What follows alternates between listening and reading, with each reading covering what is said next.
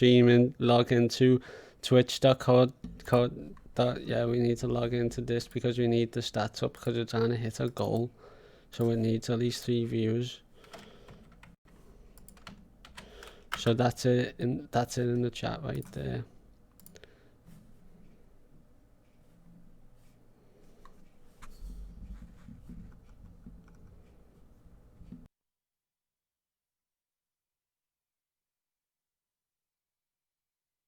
I'm just going to put it out on late stage imperialism.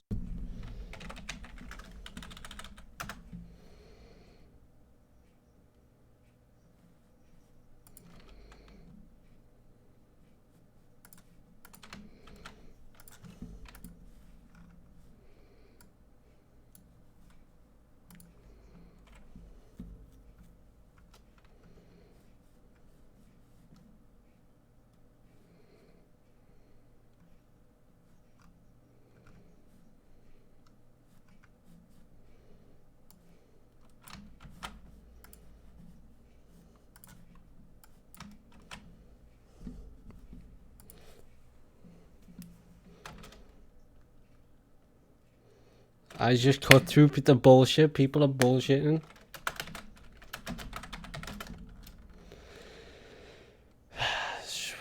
Represent. You know what I thought about this, Ryan? And you know what it is? It's because I'm out there representing the Lumpen proletariat and nobody's fucking do it. And everybody knows that if they put the faith in me, then I'm going to keep backing them. And then that's what they need because nobody's got the voices for them. And I'm going to continue to do that.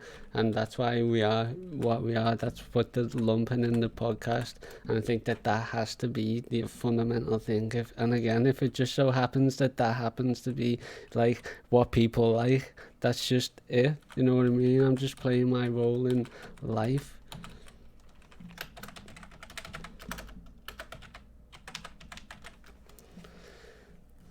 It's just no ego. Nobody cares.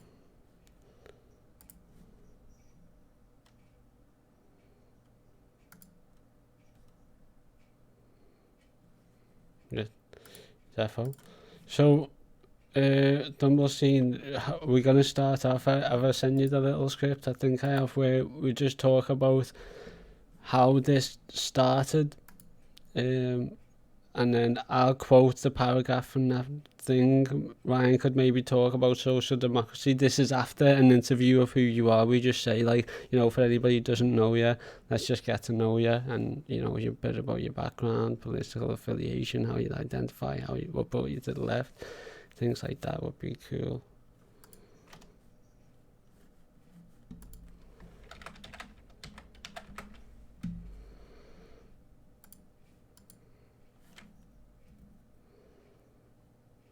Okay, dog.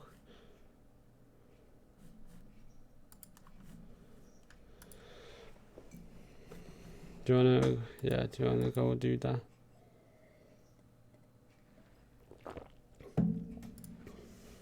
I'm gonna go for the pee dead fast.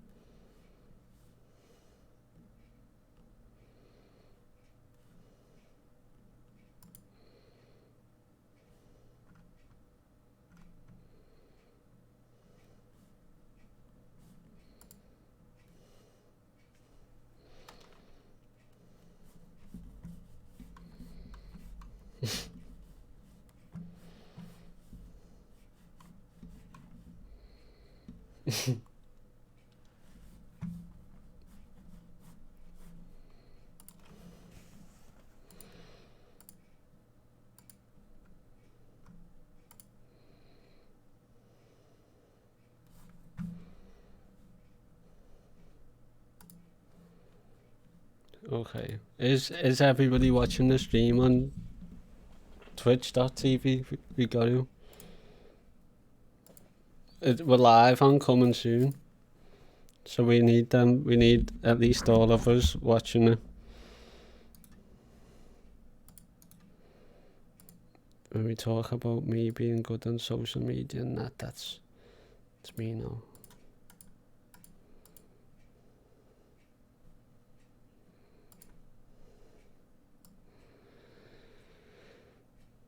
It's not me, it's life. It's life for us.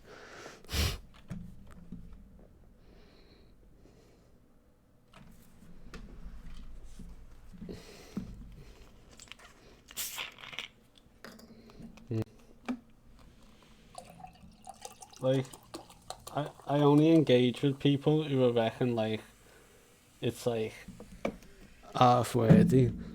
Or sometimes even if it's futile, but like the audience, like if there's a good chance to tell the audience, then that would be good.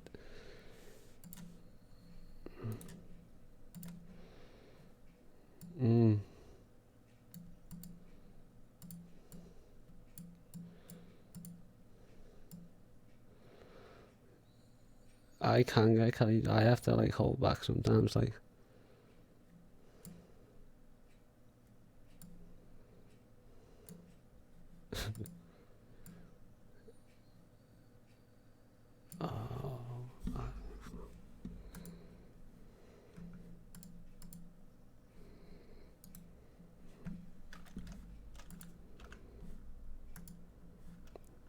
Okay. So, Thumblesteen, when do you reckon that you'll be ready to roll into this? So are you ready as you can be? You know?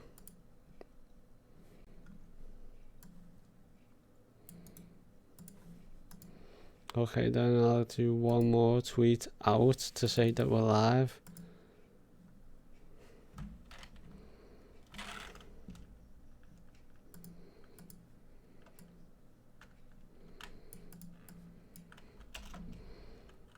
Yeah.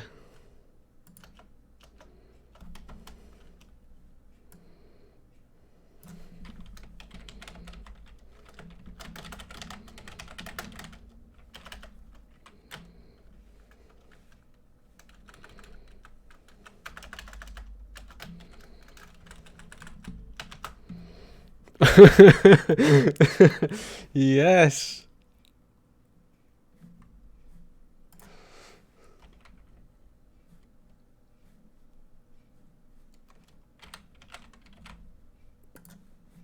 Okay, so the tweet's out. I'm gonna post that in Discord, and then we done. That's the major tweet that needs to be out. Right.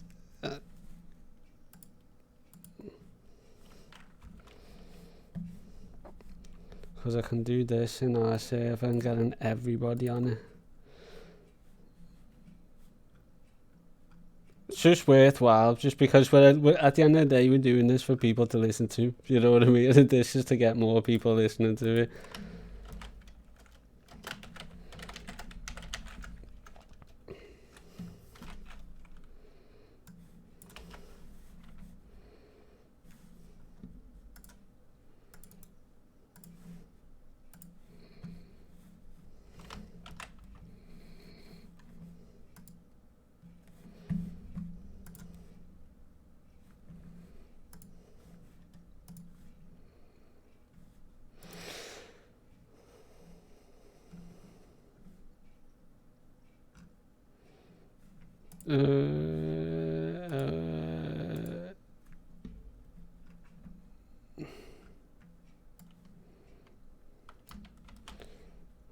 Oh my god, don't get me started on how much we were pissing about with them earlier.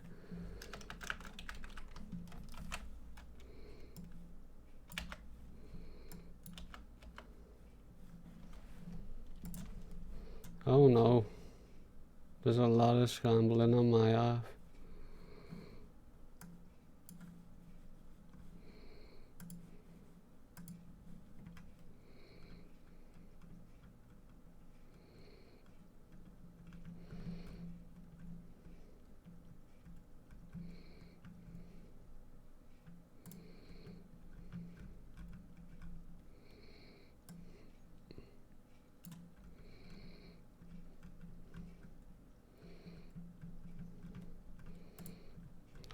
fucking forever. Yeah, nice one.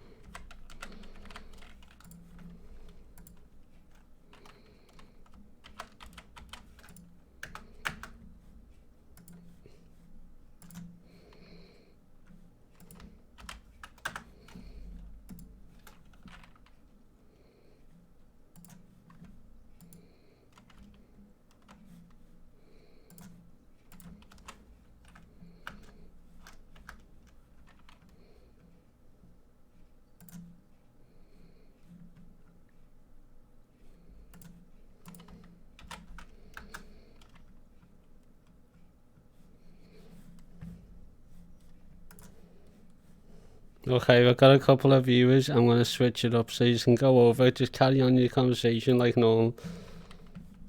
Oh, wait.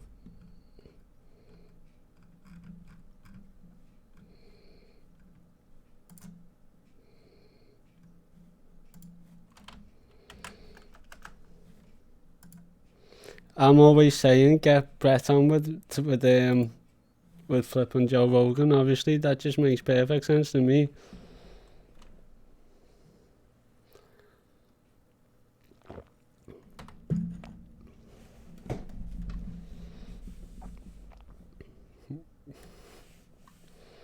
We have to. I mean, we literally have to be on those platforms. That's what I'm saying. If like, how many like followers of these like Twitter people got? Like 20,000. You know what I mean? More, and all they have to say is like just hashtag Brett O'Shea and Under the Skin or Joe Rogan. Now, if Joe Rogan gets a hashtag 1,000 people doing this, their PR team's looking at this. They're like, oh my god, this is a gold mine, because they get money for each view or something on YouTube. So they're like, automatically that's like 100 grand or something. That, you know what I'm saying? So like and also how rare is that when people actually organise to get a hashtag to get a guest on? Come on, especially like Russell Brand, like he could go Under the Skin because Russell Brand's not as big as Joe Rogan. And this is what I'm trying to get people to say, but this is why I need followers and all that, because they all rely on this social validation. So it's like, if he hasn't got that many followers, then he mustn't be worth listening to. But we're trying to just say, get them on the bigger platforms. You usually got the bigger followers. And it's like the same with capital though. If we had access to our capital, we could do more, we'd have more power. But there's also that like social capital with followers and all of that nonsense. But anyway, we are live. Hello everybody to our viewers.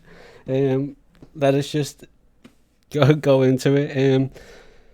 Have an introduction from yourself, Thumblesteen. In fact, we'll start from myself. I'm Shibby. If you don't know me, I'm a co-host on Revolutionary Lumpen Radio. It wouldn't be nothing without my other co-host just here. That's Ryan, the Zen Marxist. He's got the YouTube channel that's linked up here. And who have we got down here? Who is this person, this figure who's going to expose social democracy and its eugenic plot and its moderate wing of fascism? Who have we got here? What can you tell us about yourself, mystery gentle person?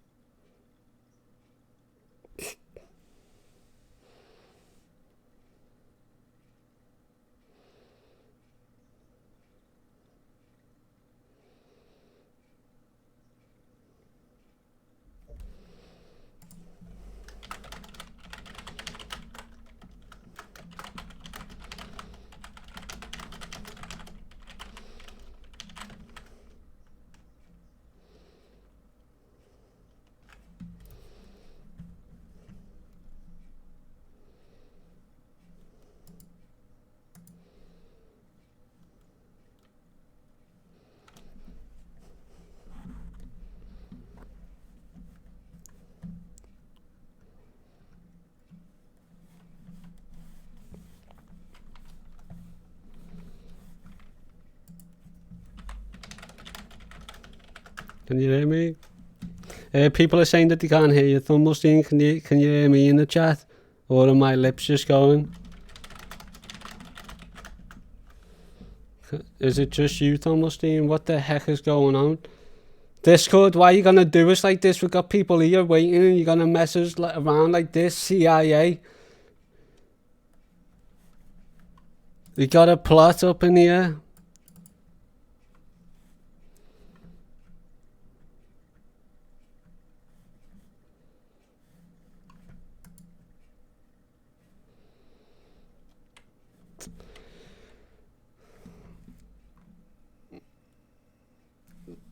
Thumblesteen, do us a favour, just drop out and join the call again, and then, you know, I'm going to go into some of the script here for everybody who's listening, and also just for the sake of time, because...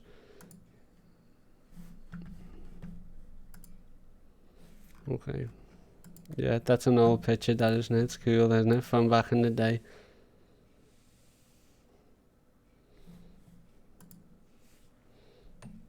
Cheers, comrades. Okay, so... Thumblesteen, I hope you can hear us.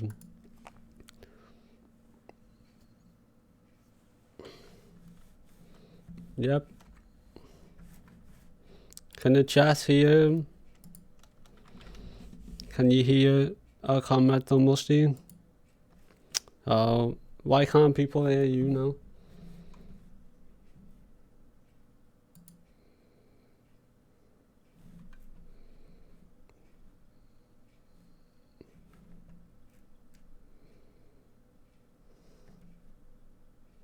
Unless maybe that. Can you talk? Can you hear each other now? Is it being really Marxist soberist? That's hilarious, dude. You tuned in.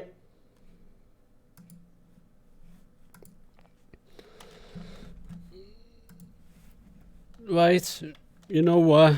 Right.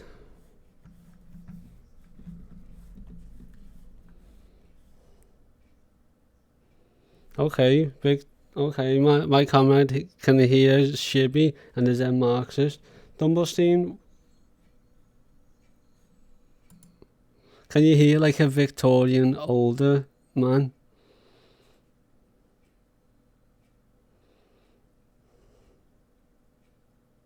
Who's saying he can share them? What do you mean? What? Why, man?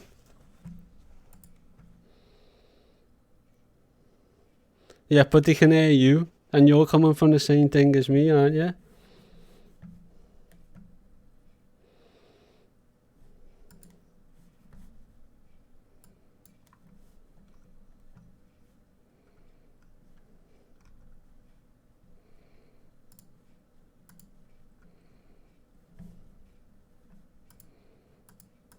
How about on this screen? Can you hear the comrade?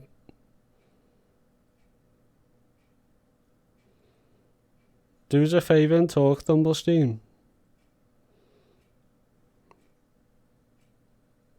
Tell us. Tell us. No, we got.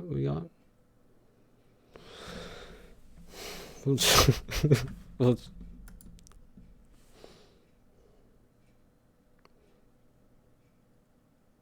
did that do it?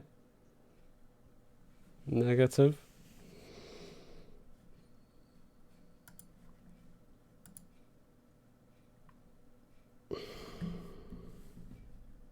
Shouldn't that just capture it? Why? Like, I can't think why it'd be, because it's literally, right, look, the only thing, right, I'm gone. Bugger is, nah, I'll join you back now. Is everybody normal? Can everybody just please be normal for a second? What?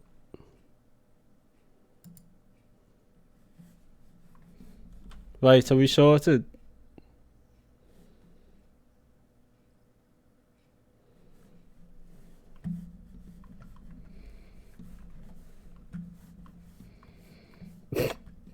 Yeah, just do it, because I'd rather do it from there.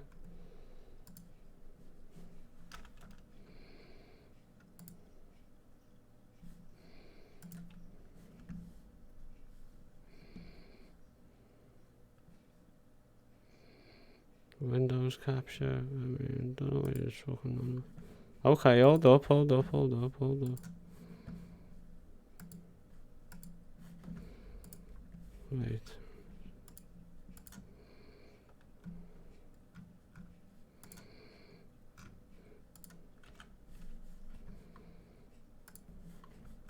Well, now we'll switch it to a display capture, so...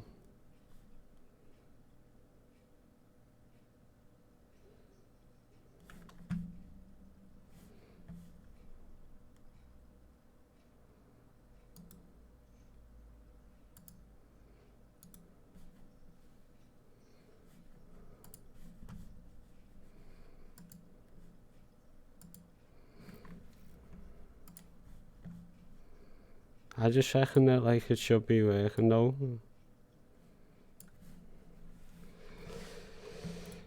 What are people saying?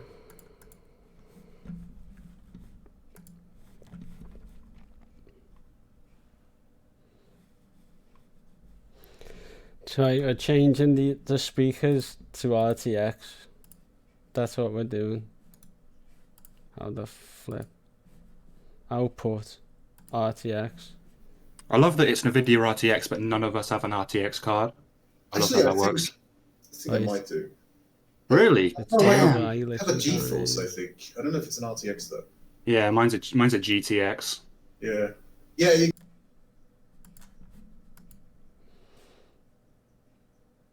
Oh wait, hold up. Is it still working? Is it still working? I think we might be here.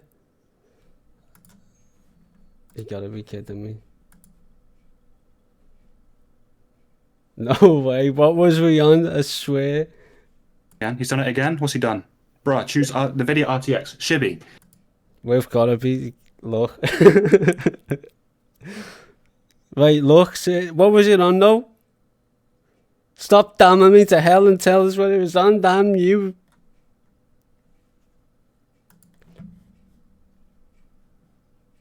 Yeah, and I'm doing that. So oh, yeah? that's it. Yeah, the bottom one, that one. Yeah, that one right there. Leave it there. Just don't touch that one. That one right there. This is what you don't get with those like academic Marxist screens. Is you don't get a live feed of actual. What about if I do that? Yeah, exactly. Yeah. Because look, look, it works. Don't touch it, Shibby. Right, Everything's good. Hold don't touch it. Put the buttons down. We can hear. Everything's good.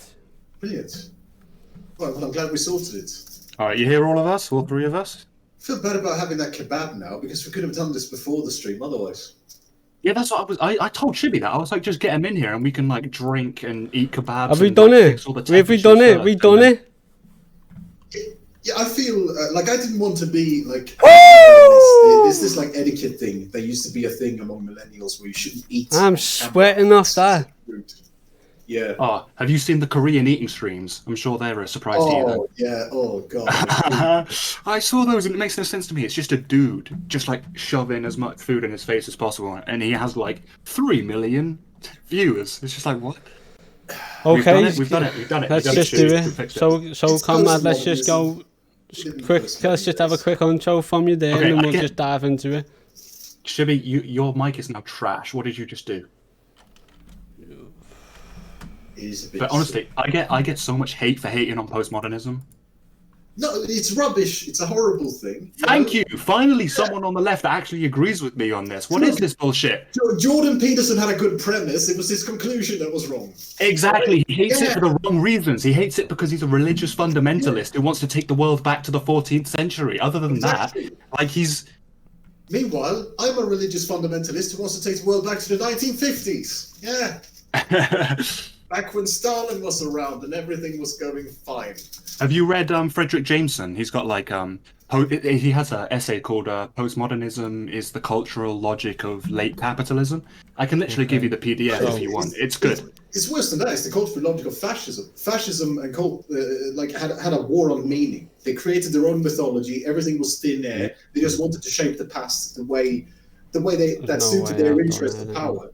That makes sense, honestly. Yeah. It makes even more sense when you realize that like capital is the driving force behind both capitalism and fascism, right? So that makes sense. Yeah, absolutely. Like if you look at, for instance, because it is like the fever dream of power to just be able to change collective and societal memory in a split second. Thank you. Yeah, 1 second they're talking about like the Bolsheviks and the Asiatic hordes. The next second, the Japanese, they're honorary Aryans. Like, that's postmodernism. There's no consistency. It's all just made up on the spot to suit the ruling interests. And this whole attack on truth thing, though, like there's no such thing as progress, there's no such thing as truth, there's no such thing as meta narratives. It's like, no, fuck you, this is bullshit, right? Yeah, meta narratives are real, truth is real, class struggle is real. That's bullshit. That's gotta work. You can defo hear him.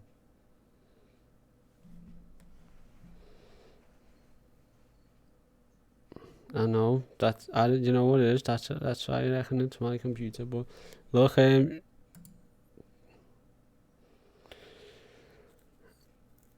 yeah, because then I couldn't hear you. So look, oh my god.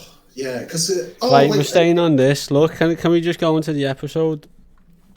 Yeah. Because I need to get show on the road because I missed all that conversation because like the sound really is proper bugging me ears. Yeah, we were just playing for time for you while you were sorting things out. We're just keeping people. Yeah. We can also just lead this conversation straight into that conversation. Like, there's no. Yeah, that's true. They do fit into each other, so we can just. For sure. Yeah. Okay. Well, look. Okay, so I'll just go because, honest to God, it's proper crackly, this signal. Like, it's hard to understand what you're saying. So for a lot of this, I'm not even gonna understand what you're saying, but the audience can hear it and it'll be recorded like that. So I'm fine with that. You know what I mean? I'd just rather ask the questions, even if I can't really contribute to the answers because I can't understand you. You know what I mean? I figured it out. I figured it out. It's I thought of a workaround. It's a little bit mad, but it might just work. You two's got phones, right? I do somewhere. Yeah, so maybe you could communicate outside of this network on the phones, and that way, like Ryan. What it is? No, I've just killed. Right, it's okay. No, I fixed it. Right, I can understand you. What's going on? What have I missed? Okay, cool. We were talking postmodernism. About postmodernism and how rubbish it is, how evil and sinister it is. Yeah, I'm with you. Yeah. But what about that social democracy, though? Oh, yeah, it plays into that. What is that like? Okay, so what we were getting at was that how fascism is very postmodern in how, like anything can be anything. It's all thin air based on what people in power want. So one moment, the sky is blue, next moment the sky is green if they want it to be green, and everybody has to kind of play along. And that's a very postmodern idea. What do you mean by postmodernism though? Like, what does that mean? It's an attack on truth. Yeah, kind of like it's the idea there's no objective truth, everything is relative, there's no morality, there's nothing like this. Everyone is just their own individual subjects in like a world without consistency. And it's, as you can imagine, fascists love that idea because what better way to create systems where you kill millions of people than to have the idea that there's no truth and no objective morality? I mean, obviously you can do whatever you want, and you can just think your way into justifying any atrocity you like. So they very much enjoy that idea.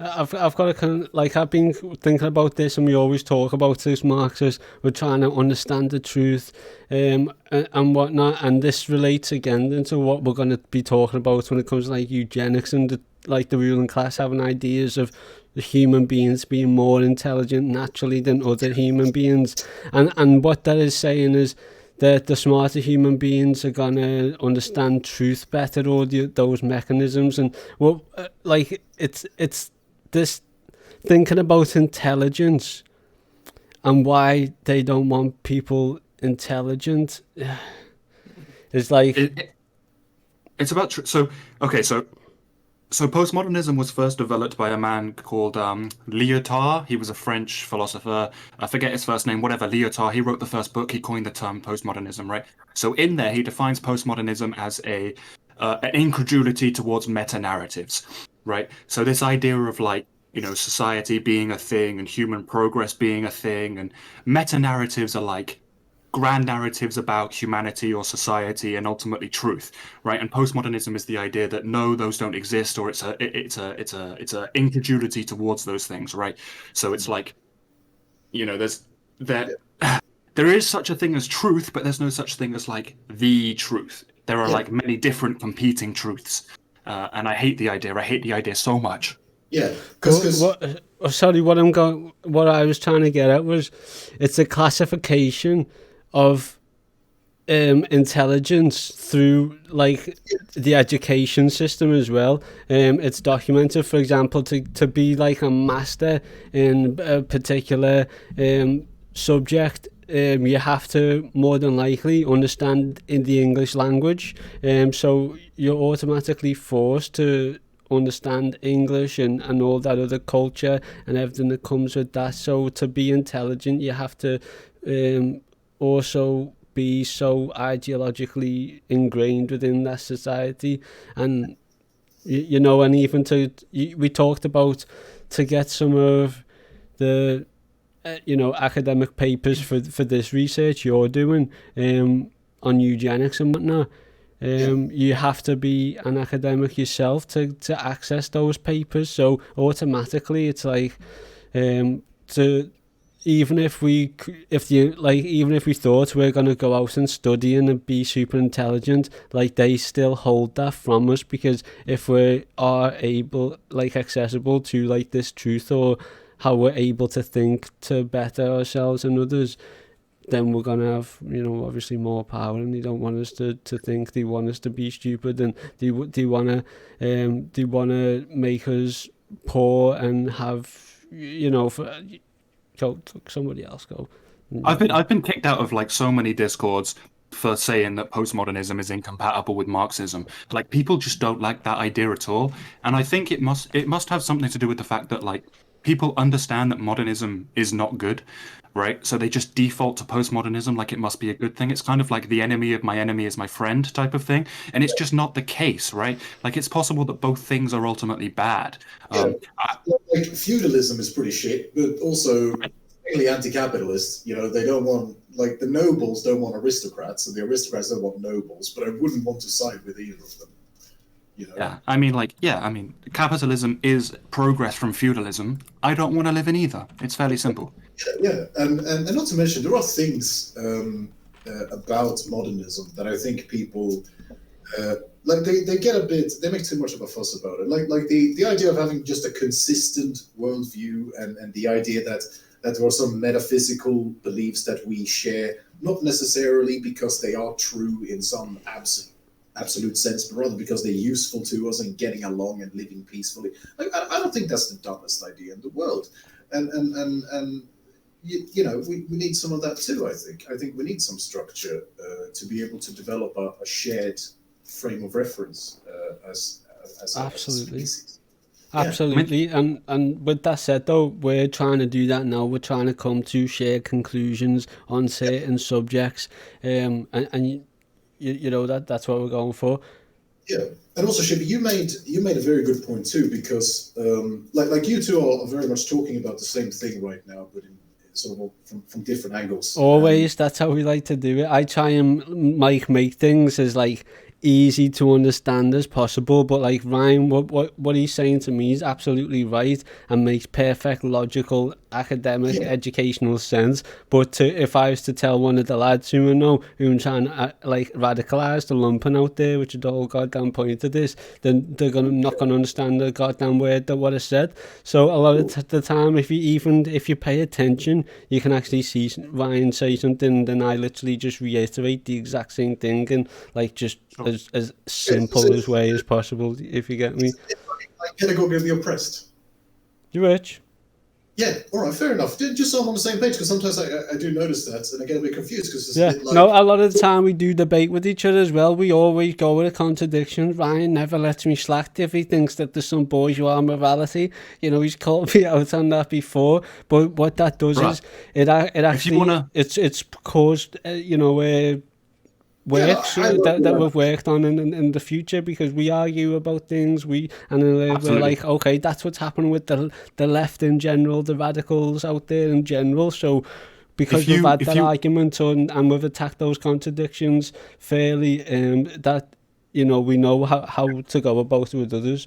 It's a practice at the end of the day, and I'm lucky to have a comrade like Ryan to engage in these the discussions and contradictions properly.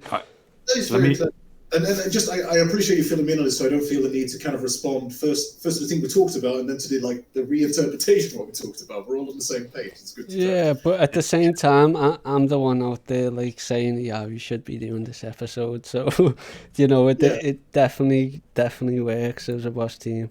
Yeah, but I mean, on the point of intelligence, there was just a quick note I wanted to make, because you're right, and it also brings us into a little bit of my own personal experience, because during my childhood, my mum, she would hide my diagnosis because I had a learning disability. She would hide that from the school, because, you know, the moment they found out about it, the moment it entered some kind of government record, I would be segregated. They would keep me behind, it, keep me out of normal classes. Okay. Yeah, like they would literally call it, the word they would use was särklass, and that literally means separate class. That literally means segregated class, to separate. So that's what they did, and it was me, because I eventually ended up there. You know, the jig was up eventually. They figured it out, and I ended up there. And it was me and another kid, and the other kid, it was the most interesting thing, because I knew him since very early on. We lived across the street from each other, so we were mates. And he was a totally normal kid. He had a totally normal mind. Only difference was that because of a physical birth injury, he had a slight speech impediment. So they assumed that he was thick, but he wasn't. He was a perfectly normal kid. But they just, yeah. So it wasn't about intelligence. It wasn't about learning difficulties. It was just that they saw him as flawed. He was a flawed stock. He had a speech impediment. Yeah. So he wasn't Aryan. Away into the separate room where we just did fucking bullshit all day. And just that's that Lumpen love that I love you for, comrade. And yeah, no, everybody, you know, we talk about these car accidents all the time, but they're attacking people, and I think everybody knows somebody who's been involved in a car accident, maybe banged the head, had some kind of accident, been diagnosed with ADHD ever since then. It's because of this accident, and it is those Lumpen who are out there with so-called disabilities, and you know I have those. They're not, and yeah, I mean it's a lot easier for them to have lives and not work, and it can be extremely difficult for them to try and get a job if they actually, you know, really want one, because of just the the logistical difficulties of dealing with somebody's disabilities in a system which aims to exploit everybody with these, you know, able-bodied working hands, which I'm lucky to have, you know. And it's also just a psychological impact as well. Like when you're segregated from like as young as you can remember, like whatever, 5, 6, 7, whatever, when you start school and instantly you're segregated from the rest of the class, that like has untold psychological impact, right? Because you're like, oh, I'm not the same as everyone else, I'm different from other people, I need to be separated from other people, right? Like that psychological impact on people, they carry throughout the whole lives, right? You can't just expect that to disappear when you've segregated them from the rest of society. So we look at things dialectically, it's always the individual and the collective, and in that instance, Ryan, so you as an individual, you know, oh my god, okay, so I'm different to everybody else, but the collective, the kids in the class looked at you and saw you got took out of the collective thinks you're now part of this class, so it's a mutual thing. And obviously because we're social creatures, we accept these social norms, and it's the institutions on like the base that we talk about in the base and superstructure, the school, who obviously the teachers there in the state to fill out these roles. And again, you know, it's these little distinctions, everyday things in people's lives that really we can just analyse and really just bring out the fascism operating on kids. And you're absolutely right, because that is literally what happens. And not only that, it was, and again, this is where you see the difference between just sort of regular old capitalism where people can be sort of apathetic and they can be sort of dickish, but at the end of the day, there's not this very deliberate and premeditated thing. But here there was, because the teachers would not only they wouldn't like turn a blind eye or be like too tired to get involved, but they would actively encourage the other kids to mistreat us basically and to shut us out. They would actively encourage that in several ways. Sometimes they would just straight on do it. Sometimes they would even join in on like bullying and stuff. It was really weird. One of the teachers actually almost got dismissed because he assaulted me once. Because they still have to follow the law on some level. We can't be attacking kids. Ironically, he was in charge of the anti-bullying league, and he attacked me in broad daylight. Yeah, he thought he could get away with it because they knew I was like in the drag class. You could do what you like with those kids. And one thing that got me too was that if I tried to do things the proper way, if I was bullied and I tried to sort of, people would say, "Oh, we'll just tell the teachers, it's a bully, let them handle it, don't worry about it." So I tried that, and the teachers would accuse me. They would say, "Oh, well, what did you do? What did you get up to?" We all so they were useless. The only time I could ever get rid of bullies was by fighting them, and of course that doesn't end well because then they have another excuse to persecute you. So you really can't.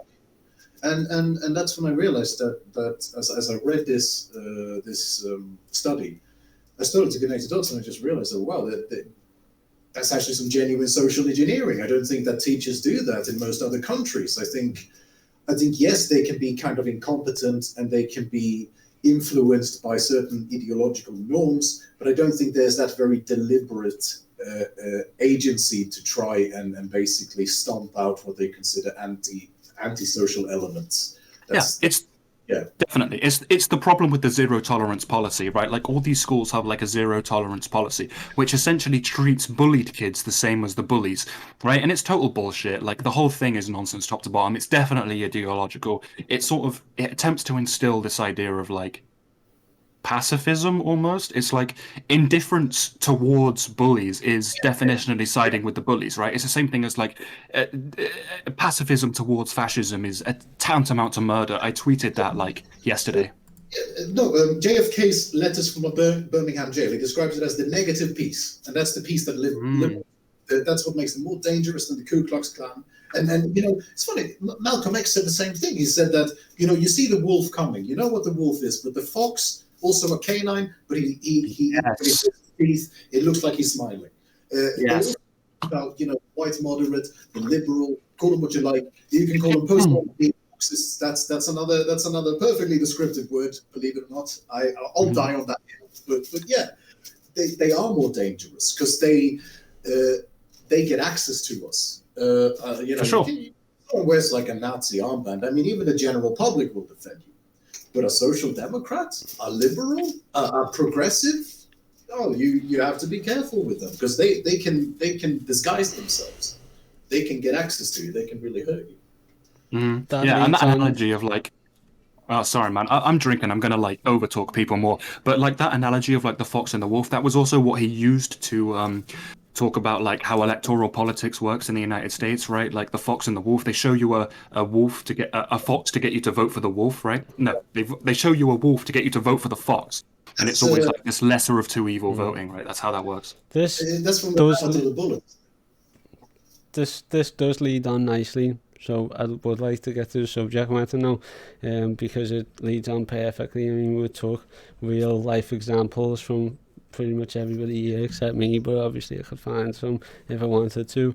And we'll just look at, again, we'll go into some of this deep academic stuff that just backs up what you're saying, Comrade Thumblesteen. You're not just pulling this out of your ass, are you? You're pulling it out of study, putting your emotions and your empathy on the line to go into this deep, horrific history of social democracy.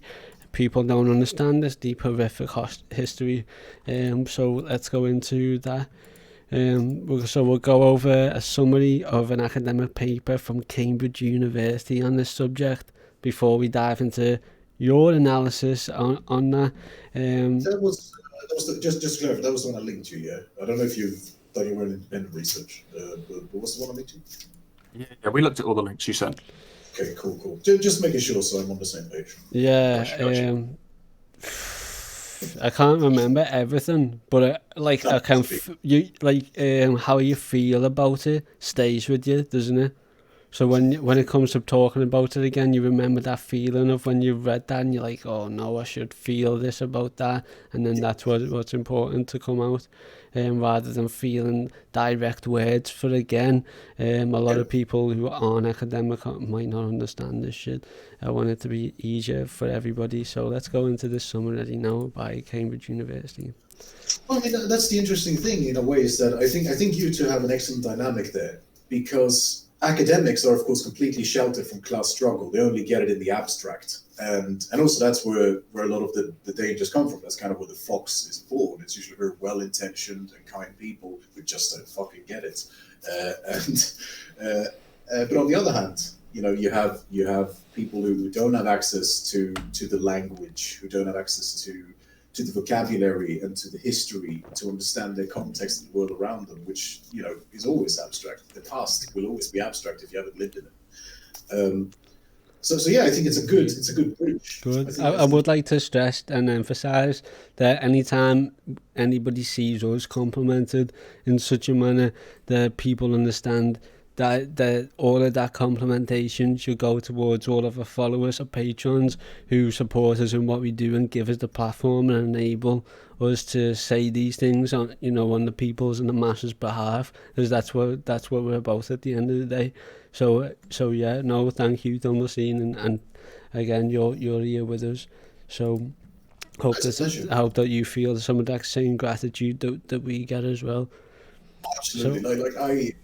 Honestly, I've had some difficult weeks, and it's fun to get out there to do something to make yourself a bit useful. Yes, my mate. No, I'm glad that you're here, Dan. Seriously, if that's what it is, I'd have done it sooner. You just gotta hit me up, with that. Yeah. I've been in a stupor too, so it's good to have an excuse to put on some good digs and comb your hair and get yourself sorted out, start living like an adult again. So yeah, I appreciate it. Yeah, yes, definitely. Okay, so summary. This article compares theories and social policies of social democrats and other representatives of the left-wing political spectrum in 6 European countries to explain why, in certain countries such as Sweden, Norway and Switzerland, weak social groups became the target of a liberal and negative eugenics policy, especially isolation and sterilisation, whilst elsewhere left-wing politicians and theorists were far less radical. One striking feature that emerges is the difference between a communitarian, organic and class-bound form of socialism. So that's not the first reference to socialism, but again. So following Zygmunt Bauman, Michael Foucault and James C. Scott, the article disconcerns the first variant of citizenship that is conditional and intended only for those with the right social attitude. So eugenics was perfectly consistent with such a view, since it offered a diagnosis at the same time as a cure. So it's like, what's it saying there? It's like eugenics is basically saying they're weak, so therefore they should be killed off. That's the diagnosis and the cure at the same time. So that's convenient to these liberals. So prominent representatives of this approach were the Webbs in Britain and the Myrdals in Sweden. Such an organic medical approach was less likely, however, in more class-dependent variant of social embedded in a strong civil society. As long as social democrats and other leftist politicians believe social problems such as inequality and poverty were caused primarily by an unjust capitalist system, there is little cause for the eugenicist solution. So what's that basically summarising, where it says as long as social democrats and other leftist politicians believed social problems such as inequality and poverty were caused primarily by an unjust capitalist system, there is little cause for the eugenicist solution. So what's that saying? It's saying that that part is actually wrong. believe it or not, because I mean it is a Cambridge study. It's liberal. I wanted to say as well, yeah, all of this is from a Cambridge study. They're from like left, liberal, ideologies. They're from liberals, so, but it's still historically accurate. Well, yeah, the history is correct, like the narrative is correct, but the way they characterize it as well. And I'll tell you why, because I actually know this history because my father told it to me. Social democracy in Sweden, because that's what I'm familiar with, because I lived there as a child. But it began with a man called Hjalmar Branting, and he was a prime minister, I guess you would say in English. State minister is what they call it in the Swedish political vernacular. But he was in the 1920s. He became the first elected social democrat. They introduced a lot of things like universal suffrage, began to introduce the welfare state and so on. But the year was critical because it was the 1920s. And of course, one very pivotal event in socialist history, just a few years prior, was the establishment of the Soviet Union. These people were anti-Bolsheviks, and they knew that if they didn't do something, particularly the rural poor in the south of Sweden would rise up. They wanted a revolution. So it was about appeasement. And the fascists, they faced the same dilemma as the social democrats, which is the Bolshevik problem. And they tried two very different approaches. Fascism, we all know, they think they can just kill all the contradictions to Marxism. They figure that, if we're all skeletons in some woods in Belarus, then we won't be a problem. That didn't work. Turns out we can fight back. But the Social Democrats realized that you need a kind of, I guess you could call it Bonapartism. You need to do what Napoleon made famous, divide and conquer, how we took down the French Revolution. And so they realized that they had to create a middle class, which is basically just working class people with a certain kind of socialization that makes them antagonistic towards what we now can call the lower class in relation to these class dynamics. But it's a social classification. It's not economic in the Marxist sense. But that's how it began. It was fundamentally anti-Bolshevism. It began during a critical period in Bolshevik history, and again, that's why I've been curious about the Bolsheviks, and particularly Lenin recently. I think that makes a lot more sense in our modern history, historical context. So that we need to understand, I think, to make sense of this, is that the middle class is almost like social Arianism. It's a way to turn workers against workers, no different from how the Nazis did, no different from how Mussolini did, no different from how Francisco Franco did it. Mm-hmm. They all did it. They created this strata of people who became like overseers. If you're familiar with the Haitian Revolution and Toussaint Louverture, who was the great Haitian revolutionary, he was an overseer because he was a mixed heritage. He was half sort of African black and half European, I believe. And he also had an uncle who was a free man. So he became an overseer. He would keep the people beneath him down, but he would also serve the people above. Hence the middle class. They have a very important purpose in bourgeois politics when it comes to this sort of class appeasement. So you need to see it for what it is that they have an overseer role in society. So I just want to further. You can also draw that line very directly, right? Like, I'm never going to miss a chance to throw America under the bus, right? So if you go back to like the 19th century, you get the sort of famous robber barons, you get the JP Morgans, you get the Rockefellers, right? Yeah. And they were super pro eugenics. In fact, like Nazi Germany actually took influence from America on how to do certain things, and they said that America went too far in certain instances. Like America was too so like when we talk about the sort of like the liberal participation in fascist eugenics, that's not an ethereal thing. That's an actual historical material fact, right? Like they did that. it happened in Sweden too. There is a place that was called, and it's in the study, Uppsala Institutet för Rashygien, I think it was called, which basically means the Uppsala Institute of Racial Hygiene, which was their word for eugenics. It's back in those days you didn't have diversity workshops, so you just called it what it was. So racial hygiene. Yeah, but then of course they realized that, hang on, this is fucking Northern Europe. Everyone's white, so maybe it's not entirely racialized. Maybe there's socialization too, because they went after us. These days, all of the, I should explain that to the people actually, is that I'm one reason why I also had difficulties was because I grew up in cultural minority. My father was a diasporic Scot. My mom was Roma, and she was also educated in America. So I was kind of brought up by a plastic Scot, and sort of a partial Yank. So that's why I'm quite good at English. I've spoken since I was 7 years old. And it also shows that thing of how it is about socialization, is that I didn't really have learning difficulties. I spoke 2 languages at the age of 7. It was about the fact that I was from a different culture. I wasn't entirely assimilated. I lived among what's sometimes known as inner immigrants. I didn't belong, and they understood that. And also, my parents were political radicals. My father was a Marxist, and my mother, she was kind of a new agey syndicalist. She didn't understand a lot of political theory, but she had some interesting views against capitalism, but she didn't know how to describe them. And I had a fun conversation. Yeah, because she for a while she became part owner of a gym that she was running it like a business and so on.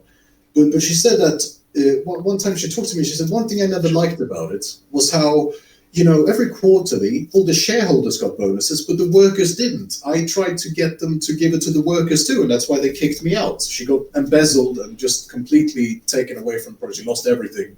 And it was because of that, because she was a syndicalist, but she just didn't realize it. And she thought, of course, that the workers should be entitled to their share of the profit, but she didn't realize that was, that was a kind of socialism. Right. What I wonder from that is, with your parents being Marxist or somewhat socialist and that, I've got a son, I've got a little man called Noah. He's going on nearly 3 years old now. So at the same time, I'm a goddamn radical, and I'm against wage slavery and all of that. But I think, how am I going to deal with the fact that I'm not going to grow my son up to be a liberal? No way, Jose, right? He's obviously going to be a goddamn revolutionary. But at the same time, that's why the baby's mum's doesn't really like me in that, because she knows I'm a revolutionary, and she's just thinking he's just going to abandon all desire for money and wealth and power, and so were your parents, do you think? I know that looking at my family, and when I talked about goths wearing all these clothes, and then scallies wear different, all Nike and all of them clothes. Thank you, Cynthia the farmer, for the follow. But so were there all of these little social groups wearing different clothes, and the Lumpen wearing looking buying the clothes from JD Sports and all of that, and the goths who were going to be working class looking different. I think obviously, because I'm from the streets, I'm going to have to buy Noah all them night clothes and that, otherwise he'll be seen as a working class, and then he'll be bullied by all the Lumpen who are out there selling weed and drugs and, get grafting and all that to get by, because they're not going to have a chance to get a good job, or they're not going to force themselves to be wage slaves for, a tyrant in work, under a class structured work regime, with a lieutenant commander as your shift runner, and the manager is the general. So I wonder, do you ever think about with your parents, and even other Marxist parents like myself, that you're dealing with 2 contradictions where you don't want your children to grow up and lacking the things that you need in capitalism to be effective and to be productive to society and to get respect and for people to listen to you. But at the same time, you don't want it to be materialistic. You can't have them as mindless consumers. You know, it's no easy task. And at the same time, you're a human being under a deeply alienated society. So you're trying to look after yourself as well as do this. Just some mad thoughts there, but obviously it's a rare chance to speak to somebody with like your experience with like Marxist parents, and no, because realistically, everybody listening, you know, if you're are gonna have kids, this is what we'll be going through, these conflictions. I mean, I have some insight on it. Obviously, it's from the point of view of a child, but I get what you're saying. And my mum was very much driven by that, because again, she wasn't, you know, she didn't have class consciousness. She just kind of, she was a very independent thinker. But my dad, on the other hand, he was, should explain that actually. His career, he had a decades-long career, both in the military, and he was also a spy during the Cold War. And when I grew up, he worked in a counter-terrorist task force. And so that added a few problems to my childhood, because and this is something that gets me to this bloody day.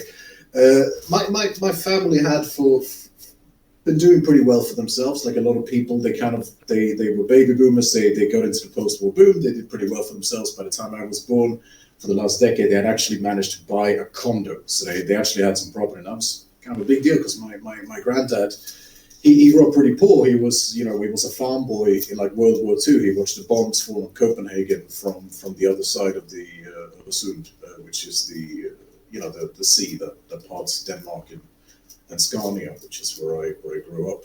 And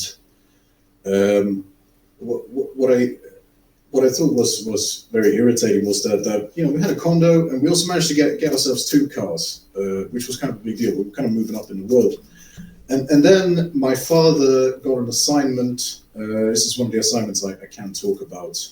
Because something I can't really mention. It's a bit, I don't know exactly what's public information, what it isn't, but his job was he was supposed to purge the fascist elements within the police, because after the post-Soviet the post-Soviet crisis in the Baltic nations, you had these fascist infiltrators, and he only partially succeeded.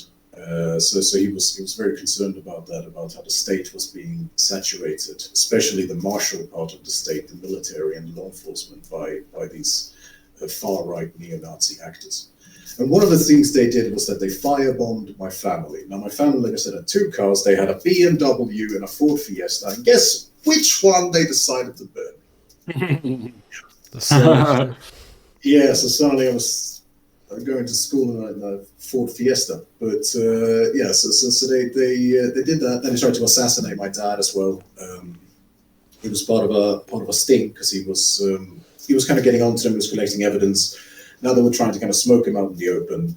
So he had a meeting with 2 of them, and these guys were apparently they had a criminal history. They were hitmen, so they had killed before, and they went to see my father. And from what I understand, and I was a very small child at the time, so I know this by stories, but it happened a few kilometers away from where I live. They picked out a meeting spot. They showed up at night, and from what I understand, they basically, the two assassins, they drew their guns, and my father had backup officers somewhere present, and they gunned him down. Basically, both of the assailants died basically in front of him. He was like a decoy, and since then he had a bit of PTSD, understandably. But that I think is what drove him to very much radicalize me, because he realized that there was a very real chance that I might grow up in a fascist government. He understood that they had started to integrate me into the eugenics program. He understood that, you know, one day it's ghettos, the next day it could be gas chambers. So he wanted me to be prepared. So he did teach me a lot of things about Marxism, a lot of things about anti-fascism, and also a few things about asymmetrical warfare. He used to let me sit in with the cadets, who were like, yeah, they were counter-terrorist guys basically. He used to sit in with them, and he used to explain things to me. He used to explain how to form a resistance movement, how to understand these things from a very early age. So I think in many ways he didn't necessarily assume I would be a revolutionary or anything like that, but he certainly thought that I should be, to some extent, a competent partisan if that ever became necessary. And of course now in Sweden with the elections, the far right is taking the parliament. So his predictions were maybe a little bit slower paced than he anticipated, but it's absolutely a reality. So I did have a bit of a strange upbringing in that regard. But of course, my mom, she didn't understand any of that. So he kind of did it in secret from her. It was always when she wasn't around, because he knew she wouldn't get it. So yeah, I mean, that was strange. But I think to get to the point that people might actually find useful instead of just giving you all this exposition is that Thomas Sankara, I believe, teaches us a very good lesson about being upright. I think that, yes, at the end of the day, we face a lot of stigma. We face a lot of persecution, a lot of bullying. We become outsiders. But at the end of the day, the best way to combat it is to have integrity, is to be honest and authentic. When someone asks for help, you help them. You make yourself useful. You show that you can be trustworthy and reliable. And yes, you might still face a lot of hardship, but at least there will always be people willing to back you up. There will always be people seeing you for who you are. And I think that's the only real practical solution we have to these problems. We can never change the world, but we can change a few people's minds and create a bit of a community that way. And that begins with us and being upright. So that's how I would answer that, if you'll forgive my tangents. That can't be underestimated. There's Thumblesteen, everything that you said there about just being a good, trustworthy, reliable human being. People say actions louder than words, and yeah, I mean, you can do the good action all day long, and you can face reaction all day long, but it'll get less. I've been doing it myself. It's tough. You're gonna come up against all kinds. Just trying to speak the truth to people and just saying, oh, that conspiracy theory you're saying, why not just look at it like this because of this world leader, because of this policy or whatever, and honestly, we'll get there. It just takes not sticking your neck out there. It doesn't take an ego to say I'm worth listening to. You just gotta say, you know what, it could be valuable to you. Just a bit of advice, maybe not. And also, take advice off others like Thumblesteen and just giving all of us. This is what I was talking to you before about like 90%. That's dumb saying, that's probably true. That's like 90% of life is just showing up. It's just doing things.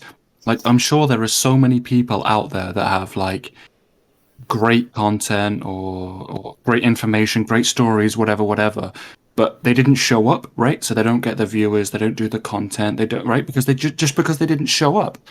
And that's just, it sucks, but that's just the reality of it, right? Like it's the people that do it that get rewarded for it, and it's a nightmare. But what are you gonna do? And in a way, I appreciate that, because in the last 2 years especially, I've had some real difficulties, and I feel like you two and also a lot of other people in sort of our little community online has helped me a lot, has given me. I hope so. Yeah, like I don't think I would have managed on my own, to be honest, because I would have broken under my own weight. I believe I was most definitely. I mean, I'm not joking. Do you know why, Thumblesteen? It's because they make this society. They make all of us. Like one day they said, with chattel slaves, when they had black people in chains, they said a human could never let themselves be a slave. They'd, fight and then be killed. or they'll live to be a slave. That was the shit that they were saying to justify, people of colour, of fucking Africa or whatever, being slaved, becoming slaves. And it's the exact same shit that's going on today. I think, like, people are gonna kill themselves. People are gonna go crazy, kill other people, desperate for they'll end up in jail, or will die, just doing nothing but being a fucking wage slave. Honestly, we're not human beings. We're not human beings at the moment. It's like we talk about eugenics, and that honestly they must think that we're subhuman, that we're a lesser species just because of how we accept wage slavery. I do, and I'm not even ruling class, and I'm not even bourgeoisie. I see us as we're not acting like human beings. We're not acting like people. They're definitely not human beings. They're literally parasites. Like, for me, so I mean, it's because what you've just said, Thumblesteen, I'm not even gonna like just slide away from the subject. What you just said was basically I couldn't have made it without like all of these fucking people to speak to, and that's real shit. I've been there myself for like no shit, you know what I mean, speaking to all these comrades and like who are there and you can speak to about like your Marxist ideas, as we haven't got comrades to our left, to our right in real life. We can't go and knock over the road and speak to a fucking communist over there and what he thinks about all this shit. We've only got liberals around us, so we need each other. We need these communities to speak to each other, because otherwise we're gonna have fucking miserable lives and we're not gonna want to live. You know what I'm saying? Thanks, Wolf from Sheep and Lego Magrino. It's genocide what's going on. It's eugenics what's going on. People are killing themselves. People are taking their own lives under capitalism, under the system that's supposed to give us the most freedom and the most power and like make us the happiest people. Look at how miserable Elon Musk, that motherfucker is, the billionaire. Watch him on that Joe Rogan podcast and he's talking and he's like saying, he ended up saying, I've got all these things, and he said, I'm going to sell all of my things. He did. He sold all of his things because it was bringing him nothing. Look at how miserable he is. Look at, and like what, like Robin Williams, that motherfucker makes you laugh, doesn't he? Guess what? Killed himself because this world's fucking grim. You know what I'm saying? It's no shit. Like, people are gonna kill themselves or they'll live as wage slaves. We're not living as human beings. They're living off all of our fucking power, off everything that has been built hundreds of years before they're born. They're still using that capital and that wealth that was stolen to fucking go anywhere to do anything. I'll go mad. Honestly, somebody else.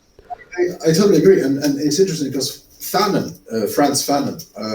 I am a Fanonist, but I'm very sold on him. I love Frantz Fanon, and also I consider like he's also from Francafrique, as they call it, French Africa. They're like my next door neighbors. They're just across the sea, because I'm very into the southern part of Europe right now. I live in Mallorca.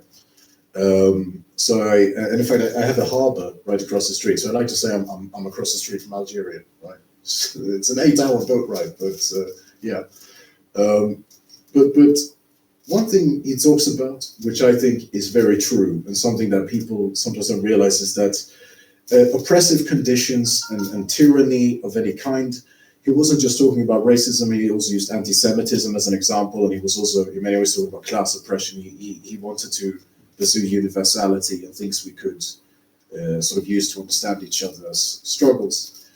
And he talks about how it's not just dehumanizing to us on the lower end, it's just as dehumanizing to people on the higher end. Because at the end of the day, what is a fascist? Is it a man with a name and nuance and ideas? No, it's a Stahlhelm. It's a monster. We remember them as faceless hordes who burned Europe. Okay. Similar to Klux Klan. They're just a bed sheet. They're just a bed sheet with a pair of holes. They're not people in history. They're not people in the public consciousness. It's just as dehumanizing to be a tyrant as it is to be tyrannized, even if perhaps their lives are easier. Truth is that on one level, it is like you say, Elon Musk is miserable. They all are. Yeah. It's It's just misery with pretense. They tell themselves life is good for us, we're better. But at the end of the day, it's a lie. I'll never shed a tear for Musk, though. Let's be real. No, it's true. Like, I'm not saying it in a sympathetic sense. I just mean it's a reality. It goes to show, it says so much. Like, he's not willing to accept it. He's just like, I'll just go to Mars. And he's like, he's not even happy about it because he knows he's bringing capitalism with him, the daft bastard. That's what's keeping him miserable. So, like but no, like, go on. Well, no, he's a bit like a bored toddler, because, you know, like, kids, they don't have like proper problems yet because they have parents who look after them, and that's kind of what rich people are like for their whole lives. They have all their needs taken care of them, and bored toddlers, they spend all day imagining going on a spaceship to Mars because they have nothing that's stimulating to them. They have no relation to the world around them. And he's just taken that to a level of satire with his billion-dollar budgets. Yeah, I mean, MLK also said the same shit, right? Like, he said, like, I bring freedom not only for the oppressed, but also for the oppressor who have hate in their hearts, right? Like, that's what I mean, exactly. So let's not kid ourselves, you know. It is just as unnatural to them as it is to us, and that's not necessarily a bad thing, because that means that they're fighting just as much of an uphill battle as we do, and that's an advantage, and we should recognize our advantages because we don't have a lot of them. So that's where I'm coming from with this. Yeah, that makes sense. Yeah. I get it. Yeah. But I think a lot of people will hear that as like, woe is the rich, you know what I mean? And I know you don't mean it like that, and I'm not going to take it like that, but like... Well, at the end of the day, I do say, like, because that's the thing, we were talking about postmodernism earlier, and one thing people do is that they try to reduce all thought and communication into like these self-contained sound bites, and anything that demands context or like a wider listening, anything that can be taken out of context, it's bad, it's not allowed, people can read it this way and that way. Here's what I say, if people want to misinterpret me, let them do so. Those sound like very good enemies. And then the people who will give me a fair shake, who will hear me out, who will listen to me without prejudice, those are the people I find interesting. Those are the people I want to associate with. So you know, at the end of the day, I feel like I'm kind of modeling my social circles by behaving in a social way that fits my needs. So it's also just that Twitter is like a terrible medium for getting across like really intricate, detailed points. Twitter is just trash for that. But I just mean, Ryan, you listen to me authentically, and that's why I appreciate you. But if other people don't do that, stop them. You know, we all need enemies. Let's pick the right ones. So you asked, what is fascism? And to look at it, nice one, paid actor one for the follow. But you asked, what is fascism? So, like, look, you was asking, is it a person behind? It's not a person behind a face. It's not this. It's not that. But what I want to look at it from an individual perspective, from an example that I made up the other day when I was actually in work, stacking caffeine-free Diet Coca-Cola on the shelf, thinking, who the fuck is buying this shit? I used to buy them when I was a kid because I was curious, and like, it gives you the like. Okay, I mean, there's no polite way of saying this. You know, you'll have to forgive me for losing my manners for a second, but it makes your piss burn like fire. God. But look, okay, no, that's one of the main points in what I'm saying is, right, the people who are drinking this, are drinking it most likely because they've got like a physical problem with themselves, so that they can't drink the original Coca-Cola. So they're avoiding caffeine, they're avoiding sugar. And look, let's be honest, Diet Coke doesn't taste like Coca-Cola. Caffeine-free Coke's not going to taste the same, is it? You know what I mean? It's just different products. So this is why I like to make this analogy with social democrats. Because the social democrats are the ones who are buying this thing, which is clearly detrimental to the health. But what they're doing is they're buying a better option.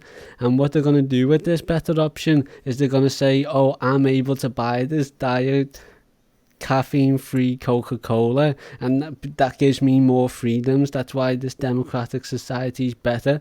But I'm over here thinking, no, one, that's nothing like Coca-Cola. I mean, normally if I have a Coke, I'm thinking this is going to give me a load of energy for like the next half an hour because of all the sugar in it or whatever. But they're sipping this caffeine-free Diet Coke with no flavour that tastes like water with loads of fizz, thinking that they're like a peak decadence in life. Do you know what I'm saying? And then they'll defend it, saying no, because it's bad for me cholesterol to have this one, so this is good, better for me health. And this is really what social democrats are doing when it comes to capitalism, democracy. They're turning something that's like clearly bad into something that's essentially just got a different flavour, a different taste. I mean, caffeine-free Coke exists just to get them people on board who have got these health problems and are trying to avoid normal Coke or something like that. And we're out here saying, you know what, maybe just Coca-Cola is like either you like it or you just you don't. Do you know what I'm saying? So it's like with social democrats, they're not willing to say that the conservative, even though in many respects and historically the ideology is almost conservative because of how prevalent and how ideologically or politically developed this is. It's conservative definitionally because it wants to conserve capitalism, right? When you talk about conservatives, what are they trying to conserve? Right, that's the real question. But social democrats want to conserve capitalism, and it's because it's because they love the decadence. They love saying no, even if I can't drink normal Coca-Cola. I want Diet Coca-Cola. I want caffeine-free Coca-Cola. I want this decadence, this luxury. I deserve it. And what is it? This is why racism is perpetuated by capitalism, because these people are up here, they don't realise that all of these luxuries, all of these decadences all around them. It's like when us in imperialist nations are fighting to be anti-capitalist and anti-imperialist, we have to remember it is not for us.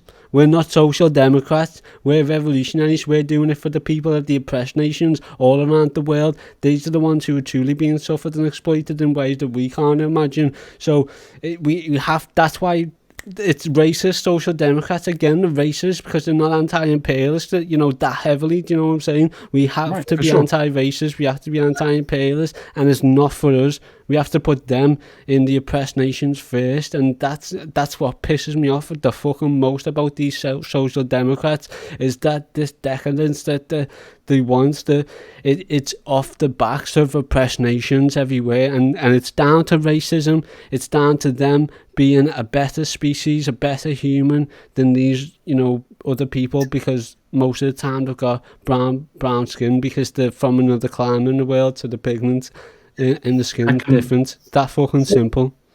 There is an interesting example of that, which is something I kind of got from Zizek, but I noticed it. He uses a different example. He talks about vaping, but I realized that the same thing was true. He talks about banning vaping on aeroplanes and how there is no practical reason for it. It's just that they do it for ideological reasons. They don't want people to be encouraged by the other passengers. They think it sets a bad example. So, compliance. Yeah, exactly. But here's the thing. Originally, when they banned smoking on aeroplanes, and it perfectly frames what you're talking about, because aeroplanes are a little bit different from the Earth, standing on the planet. It's a little bit different because they're pressurized.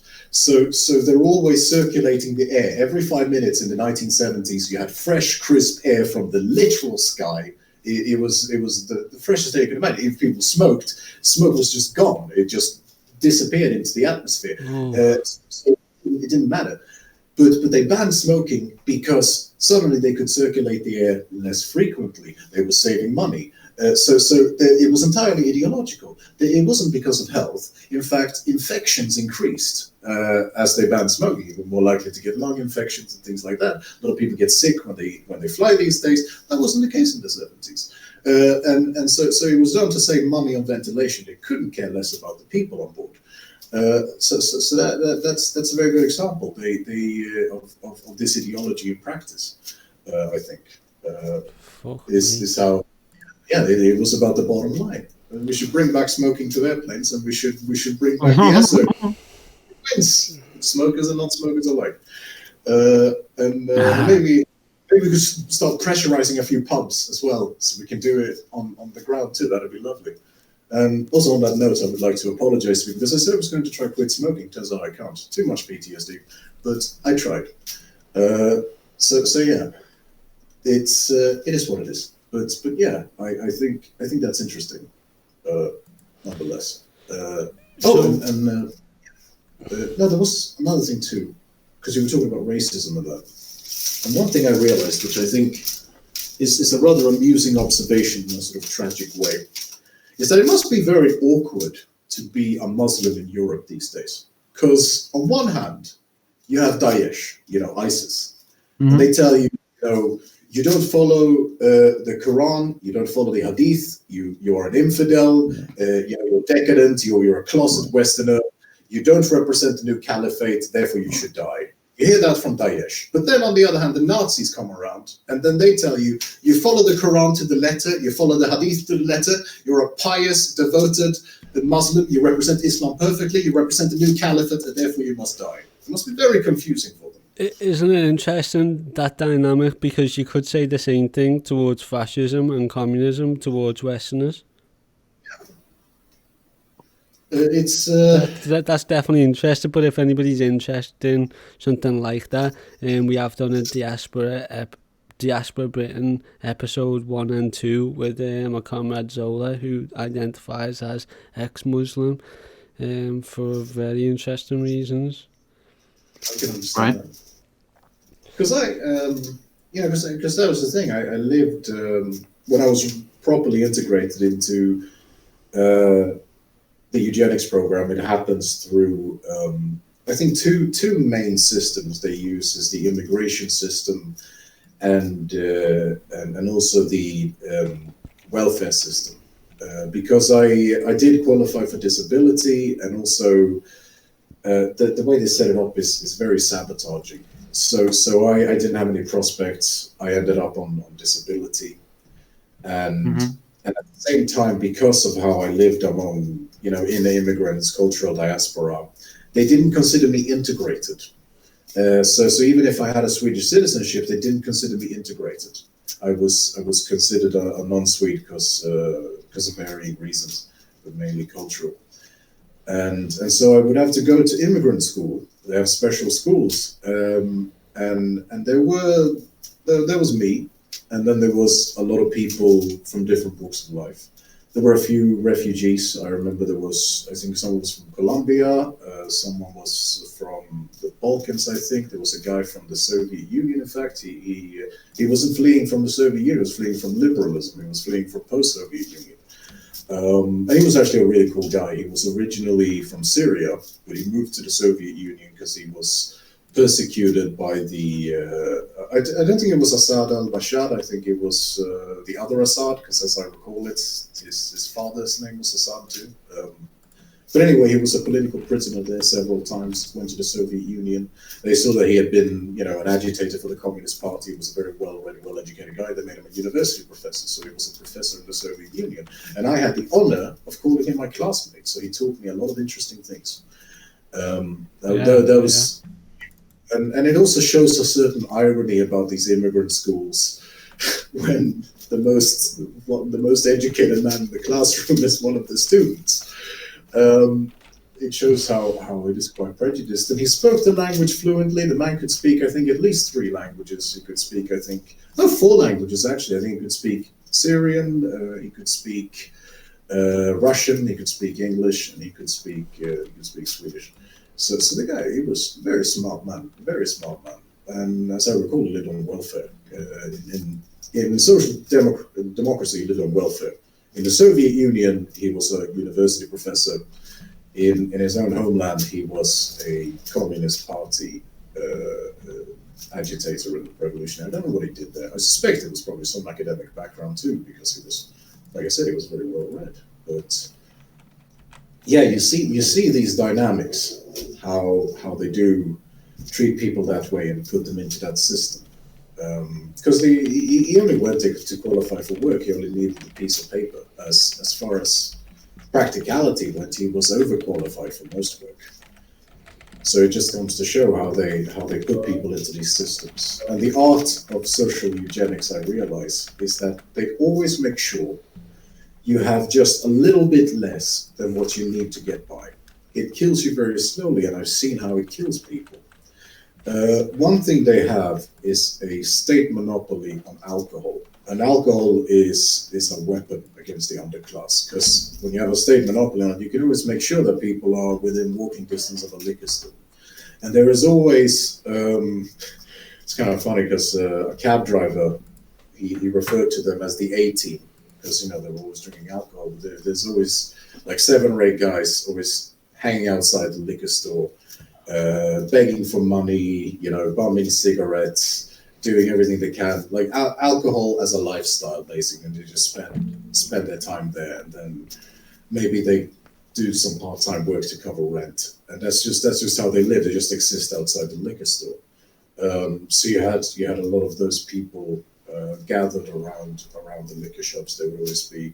I remember one fellow in particular. I always felt very, very sorry for him. He would always wander around, looking through the trash, looking for tins to put into the recycle machine. You know, they have those recycling machines in the Nordic countries, and he would always look around for tins. And I always felt bad for him. I would always give him a bit of money, because sometimes he would even nick tins from the restaurant. So I would usually catch him in the act and give him 20. You know, try to keep him out of trouble, because I knew he could get into trouble nicking those tins. So I didn't want him there. I just want to comment, because you know, giving money to people on the streets and that, like, all the time, you see it all the time. It's like, if somebody gives money, you're always going to hear this, like, you only give money to them, they live around the corner and that. But, like, there's actually, like, a homeless person who, like, stays outside. Well, I say homeless person, but he's literally not homeless.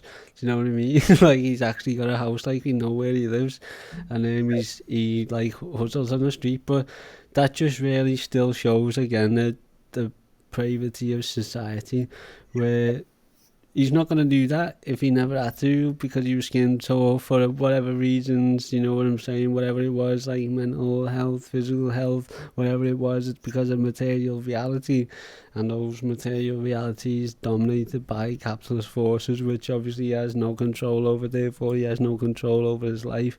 And you know, was him I going on remember the too. streets, he could be radicalised and get like the power of the people, you know, doing his actions for him. But you know, just at the end of the day, that's a lot of work. It's true. And I also think it kind of demonstrates a bit what I said earlier about being upright, because I remember I would do this, and I actually started to develop almost a bit of street cred with the local alkies. I remember one of them even would openly laud me and be like, you know, he would praise me. It was a little bit embarrassing, you know, because he was shouting across the street about what a good chap I was being. But I noticed a very, very immediate effect of that. It was a very simple act. It wasn't a lot of money. Like, you know, I'm not claiming to be a saint over here, but there was a visible effect. It wasn't. I wasn't just giving this guy money. I was also giving everyone else a bit of morale. I think that's a good example of rebellion. I think when you see that effect in people, when you see people sort of, when you stir their passions in a way. And it was a very small thing, but yeah, it was a glimpse at something bigger, something that we could take advantage of for sure. That to me is rather than like inspiring or anything, that's really frustrating again. I'll tell you why, because nothing pisses me off more than like proletarians being proud that they've picked up the slack of the state in them roles, you know, where you see these food banks and you see these people doing things for the people and that, and like they're like, you know, applauded and all of that. And it's like, if I was those people and I had to do that, I'd be actively saying I should not have to do this. It's literally only like my heart that forces me to have to do that. Do you know what I'm saying? And it's like the same way I'm doing this. Like if I if there was somebody else around the corner doing this, I wouldn't be doing it, because he'd be doing it for me, and there's no point in us both saying the same shit. Do you know what I'm saying? But nobody else is saying it, so I've got to. It's the same thing about all these food banks and all of this, and people giving money to the poor. Like, nothing pisses me off more than when the people are taking money out of their own pocket to give it to people who've got, like, barely anything themselves, and it's like, that's the state's job. And it's like, it's one of them, like, feed of man a fish or something. Even it's what was the flipping quote on this? And actually, we'll go straight to it. This flipping academic thing. In fact, you could just talk for a second, and then we'll dive back to this quote, just on homelessness and whatnot, because it flipping burns me head out, this, mate. Yeah, because I think you make a good point, but I also think you need to look a little bit at who's doing it. Because I think at the end of the day, it was a fellow guy from, like, the underclass, and he was just happy to see some humanity for a change. I think that was very authentic and sincere. But it's true. If the media did it, if I was pulled in front of a camera and they started interviewing me, so why are you doing so good things for my community? So, I would think that would be bullshit. I would think, enough of the pretenses. I would say, well, I'm doing it because you're fucking not, because the media isn't doing their job, the state isn't doing their job, people in power. But when it's like someone not from my same sort of level, genuinely feeling like something good happened, feeling a bit hopeful, I can't disparage him for that, really. I think that's different in a way. There's an authenticity to it. I didn't feel like he was taking advantage of me to try and legitimate a broken power system. I feel like he was just happy to see someone else noticing the misery for a change and doing something about it. And at the end of the day, I think that is what makes us strong, because historically, that is how the Christians took Rome. It was community. And I read a very good book about it, History as Mystery, by Michael Parenti. I think he also wrote more extensively about it in God and His Demons, but I haven't read that one yet. I'm excited about it, though. It's interesting. But it was this community. At the time, what we now call the pagans, what I'm going to call the religious Romans, and also the Jewish community, because the Jewish community was a lot older than Christianity, as we all know. It started with Judaism, but they were very much part of that sort of metropolitan zeitgeist. They didn't have that communitarianism.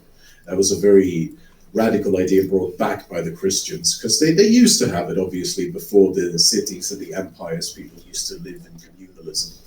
But there was the Christians who brought that back, and it gave them a lot of power, because people needed it. They needed it more than anything. And don't get me wrong, because then, of course, Rome became Christian, Emperor Constantine happened, you had the Inquisitions, you had the anti-Semitism, you had the persecution. I'm talking way before that, so don't get me wrong, all those horrible things happened, and it's also in the book. But I'm talking about the very early days, what actually captured people. Thank you for that. Yeah. So, can I just go back to this a sec? Because it's on the paper, one of the academic papers you sent me on this subject. Let's just go into it on the theme of this episode. So it said, the superficially sympathetic man flings a coin to the beggar. The more deeply sympathetic man builds an almshouse for him, so that he may need no longer beg. But perhaps the most radically sympathetic of all, the man who arranges that the beggar shall not be born. So is the question of breed, the production of fine individuals, the elevation of the ideal of quality in human production over that of mere quantity, begins to be seen not merely as a noble idea in itself, but as the only method by which socialism can be enabled to continue on its present path. And just to follow on with that there quick, I did that poll, didn't I, where I was asking people, is liquidating the bourgeoisie eugenics?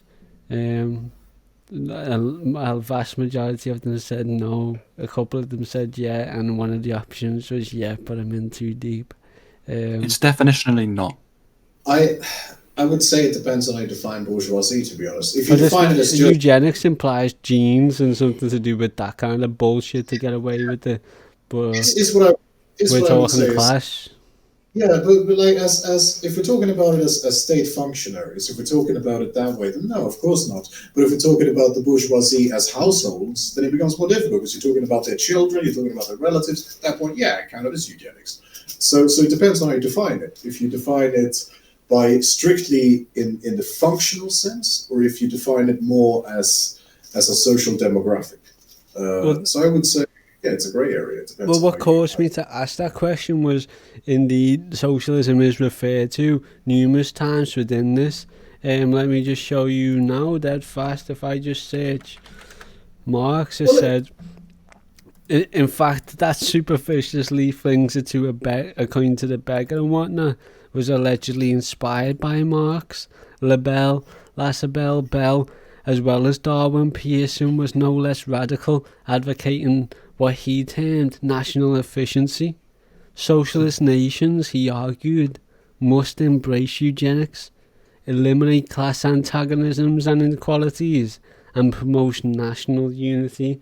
Now, when you refer to eugenics, is that something you refer to? Is, for example, socialist nations should embrace eugenics, eliminate class antagonisms and inequalities, and promote national unity? And if not, how does your left-wing identification of eugenics differ to how the left-wing eugenics is being coined here?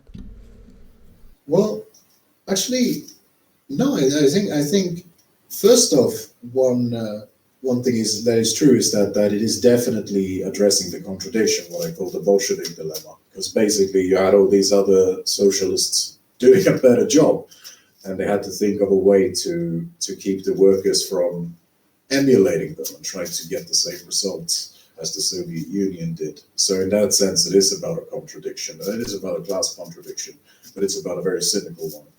And I think that they don't resolve class antagonisms in a Marxist sense. They resolve it in a very self-interested sense, because at the end of the day, it's about these social democrats who very often are from upper class backgrounds, who very often view class struggle in the abstract, who often come from academic backgrounds, and so on. It's usually what became the identity politics of the middle class.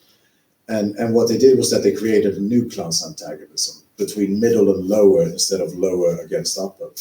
Because at the end of the day, they're at the upper end. They're electoralists, they're journalists, they're usually professors. They might not be capitalists, but at the end of the day, status-wise, they have the upper standing of society. Kind of a bit like sort of the modern equivalent of nobility. That's sort of what a PhD is in a way. It opens a lot of doors. It holds you in high regard. It gives your family name more weight. I mean, it's about that in many ways. I think it's about that status, and so I think they created an antagonism. They redefined the class antagonism, and I think that's what makes it so dangerous. Is that it does have the same social mechanisms as Aryanism does. It's just that instead of focusing on the blonde hair and the blue eyes, they focus on residential property owners, and we see the same thing in the United States. That's how the second wave of the Ku Klux Klan began, which was the one in the sort of during the Great Depression, which had a membership of at least a few million. It was a very big thing, and it was residential property owners, because yes, they weren't factory owners, but at the same time, they did have a vested interest in home ownership. They had a vested interest in segregation, in speculation, in redlining, in gentrification. They had a vested interest in calling the police on the beggars and the vagrants and the hobos, because that was a big thing. The hobo movement is very interesting. You should all read about it, the American hobo movement. So that's why you see this distinction, I think. Because there were guys like, for instance, Woody Guthrie, who in many ways represented the communist spirit. And it was very anti-sectarian, and it was very open. Some of them were anarchists, some of them were communist similar to that of the Soviets and Lenin, but they all got along because they understood that at the end of the day, we're all poor, we're all living in a depression, we all have a vested interest. But then, of course, the middle class came around, residential property became its own political bloc, and so the Ku Klux Klan returned. Because suddenly they were no longer defending slavery, instead they were defending segregation, because it kept people's homes expensive, and also the Green New Deal poured a lot of petrol. No, sorry, not the Green New Deal, just the New Deal. Well, the Green New Deal was the idiotic attempt to do it again, but the New Deal, of course, was for whites only. So that gave them more stuff to defend, more reasons to antagonize the lower stratus. And it also becomes very obvious when you study the WKKK, or the women of KKK, which was and then this sounds bizarre, but it was the feminist wing of the Ku Klux Klan. And they talked about how they wanted women who were sort of proper, who had sort of the right breeding and education, who represented traditional values, who made good wives and mothers, and so on. So that became socialization again. It was they hated poor women just as much as they hated black women. And of course, one of the reasons why a white person one of two main reasons why a white person could be lynched in particularly the South, was either for miscegenation, which is race mixing, they called it miscegenation back then, or it was joining a union. Those were the two reasons that a white person could get lynched: if you were a communist, or if you were romantically or sexually involved with someone outside of your race, as it were, as they saw things. Sorry, Thumblesteen, can you move your mic a little bit closer to your mouth? It was fine, it's just got gradually quieter. Is it better now? Yeah, I mean, you can sit back and chill, can't you? Bring whatever it is forward. Oh, bringing the mic forward is harder. It's easy to just move the chair. No, you just chill then. But as soon as I've interrupted you, if I could just respond. Thank you for all of that. I mean, everything you're saying is so interesting. You're talking about different classes of families, different sized families, particularly in the role that they play within, the imperialist nation more broadly. I've got some really interesting thoughts from my own practical experience of family, and just how difficult it is to actually have like an actual family. Like what we have today, as we all know, is alienation so far, so you can't spend time with your family because you're separated by, working for so long. That's both parts of the family is no longer. Can the woman be the slave in the house where she just commits to all the housework and that's all she needs? The economy demands more because inflation's risen by about 10 million% for us, and now both sexes have to go to work and do all the housework and everything else and all of that madness, because we live in a mad world where people actually aren't fighting and killing for progress. So what we're left with are families who are nothing more than these individualized wage slaves. And what's even harder is, fathers for justice and whatnot. So many, adult males today, and the baby's mum staying together. You talk about people aren't getting married anymore, and this was like an American tradition, British tradition, marriage and all of that. That's absolutely crumbled under the gig economy. Is this a coincidence? I don't know. Are people materialistic and demand that their partners be as rich as possible and have a job and be wage slaves and be reliable? Yes. It's actually, it's a fact. So that, I mean, I'm not with my baby's mum and all that, but I know for a fact if I had £1 million in the bank, she would be on her hands and knees begging for me back. It's as simple as that. So, I don't have that, and that's not how it is. And at the same time, my son's got to suffer by his dad not being there, because at the time, I wasn't making the money that, like, her family was comfortable with, so that they wouldn't, give me shit and over there and all of that.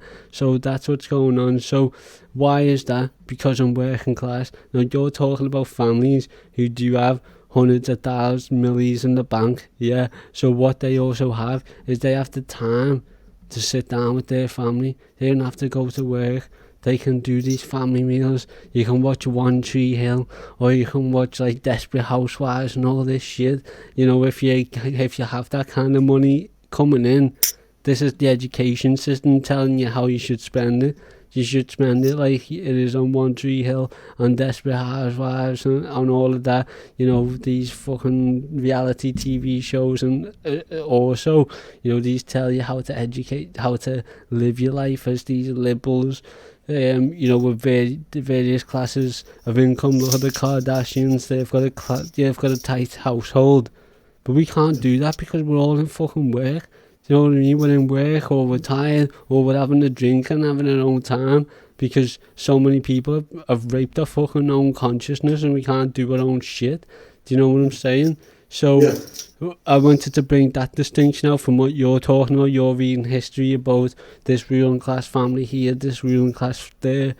And again, this is why we're heavy at Revolutionary Lumpen Radio. This is why you want to tell everybody. This is why right now you want to go on Twitter and tag us in it and say these are real revolutionaries who are talking real shit. You know what I'm saying? Lumpen, love, Thumblesteen, my comrade. Innit? All power to the Lumpen, all power to the people. You know, so let's talk about it again, because we want families. And guess what? The whole point in all of this that I was saying was, the whole point is, because guess what? If I had my family, guess what? If we all were liberals, guess what? If we were all revolutionaries, automatically we'd be organised that faster. We'd have forces, we'd have masses, we'd have banners, people organising under like the flipping, what they called at Winterfell, the Starks, you know what I mean? People would be pulling out the fucking banners again, but we can't do that because we're fucking wage slaves, you know what I'm saying? So we're all living our own petty individualist fucking lives.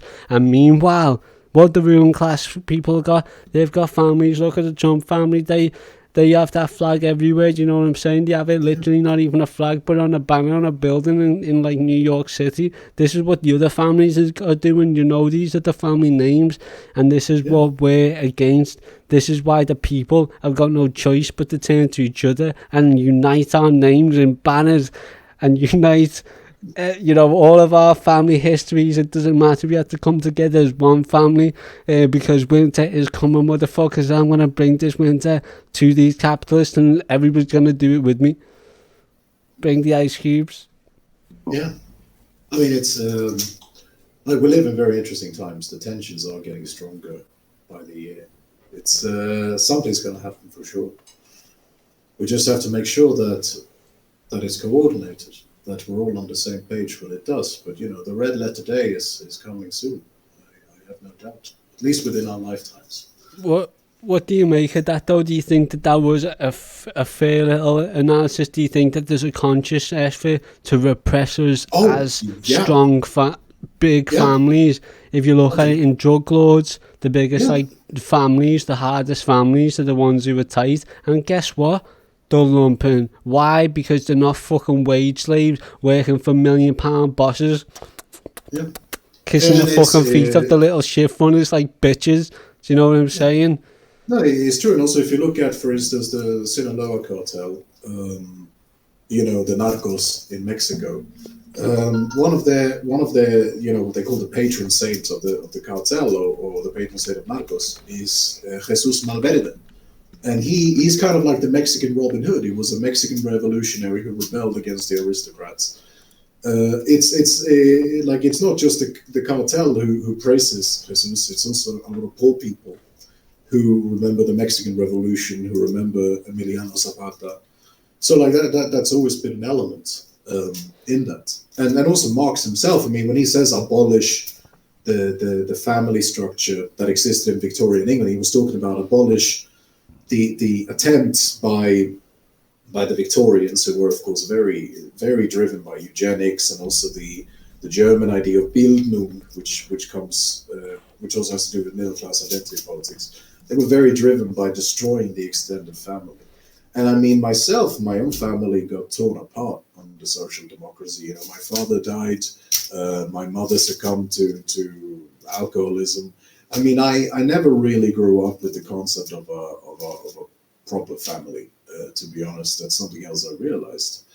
Because that is your foundation. That is how you sabotage a human being, by making sure that they live in constant precarity, that they live in constant danger, that they don't feel safe. I don't think I've ever felt safe. Yeah, I've always felt like there's some kind of looming danger like this. Like you're living week to week.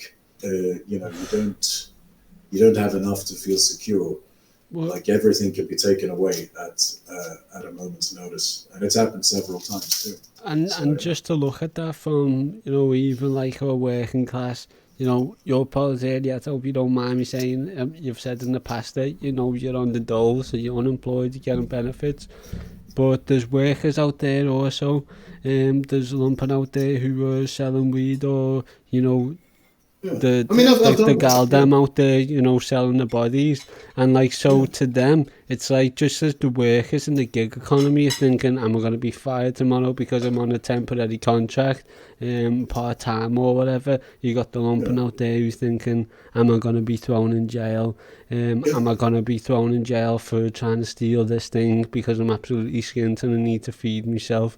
So, there's so many problems that can transcend within these social classes, and it is all of these universal truths that we all need to identify again. And again, they're all part of the same system, capitalism. And here's the thing, is that because my father did purge a lot of fascists within the police and got them into prison, he put a lot of cops in jail. Not a lot of people can say that when they work for the police, but it caused a lot of resentment, and they retaliated against my family. They actually booked my mom on a sort of trumped up Interpol warrant. Like they got the fucking Interpol involved just to arrest her for the failing to file some tax papers when she was a widow, and she was very distraught. She had them all prepared and everything. They were sitting on a desk, but she forgot to mail them, so they put an Interpol warrant on her. It was a very spiteful and corrupt thing to do.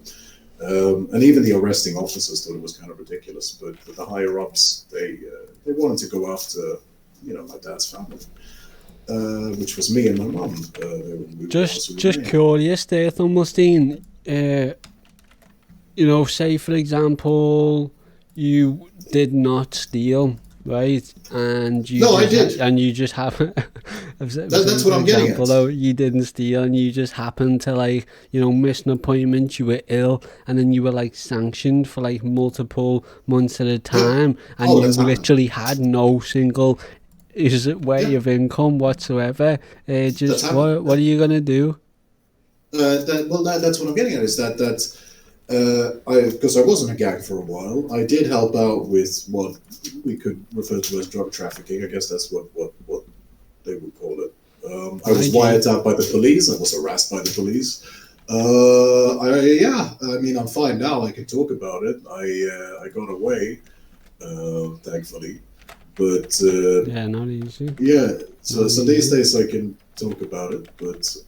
Yeah, it happened, and also I remember I was doing a bit of stealing because I didn't have a lot of food. It was actually during the Baltimore Rebellion. I felt a bit of solidarity, so I thought I should do a bit of looting on my own. So I got a big bag of groceries and I just walked out the shop. You can do that if you know what you're doing, if you know the blind spots, and pay attention to when they're not noticing you. Hold on. Yeah. You're telling me if you get sanctioned from your benefits for not bending over backwards for the bureaucracy of fulfilling everything that they need from you, then you're gonna be forced to steal? Yeah, lots of times. Yeah, sometimes I could from these billionaires. Yeah, I've been. You know that's a crime.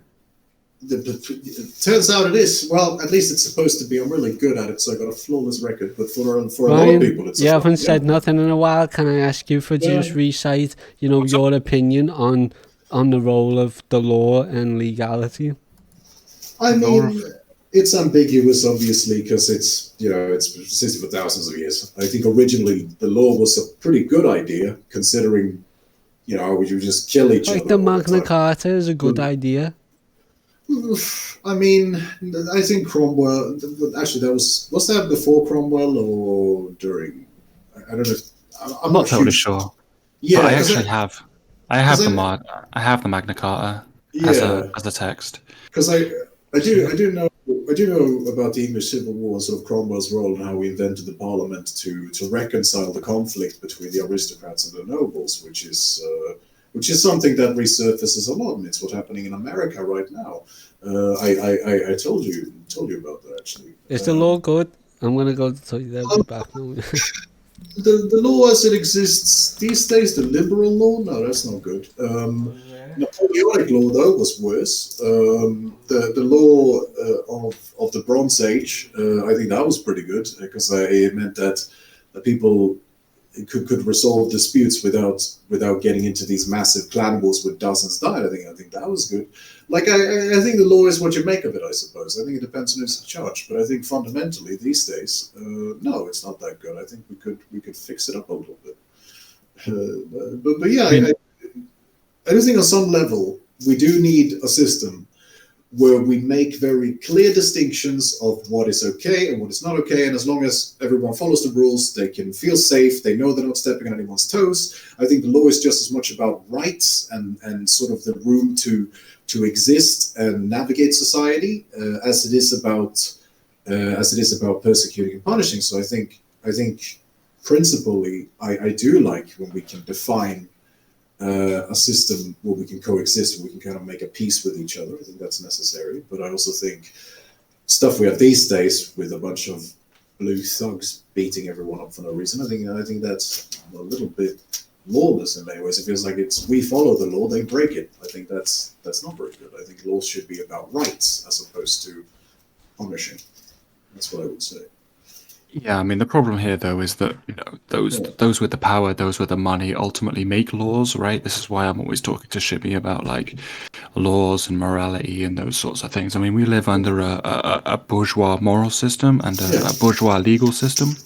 So the legal system exists to, uphold, the protection of private property and those such things, which means that people like us living under this legal system, it doesn't exist to protect us. It doesn't exist for us. Yeah, no, that I agree with. I just mean these days in radical circles, people can sometimes become absolutists. I absolutely think that there is a law of the people. There is a law that can protect us. We just don't have it. We have the opposite. We have a law that protects tyranny. And I think that's the problem. And I've experienced that law. It's not great. But what I was getting at too with the stealing was that I told my mum about it. We were talking, and she got absolutely mortified because she said, your father has enemies. Our family has enemies within the police. It doesn't matter what you do.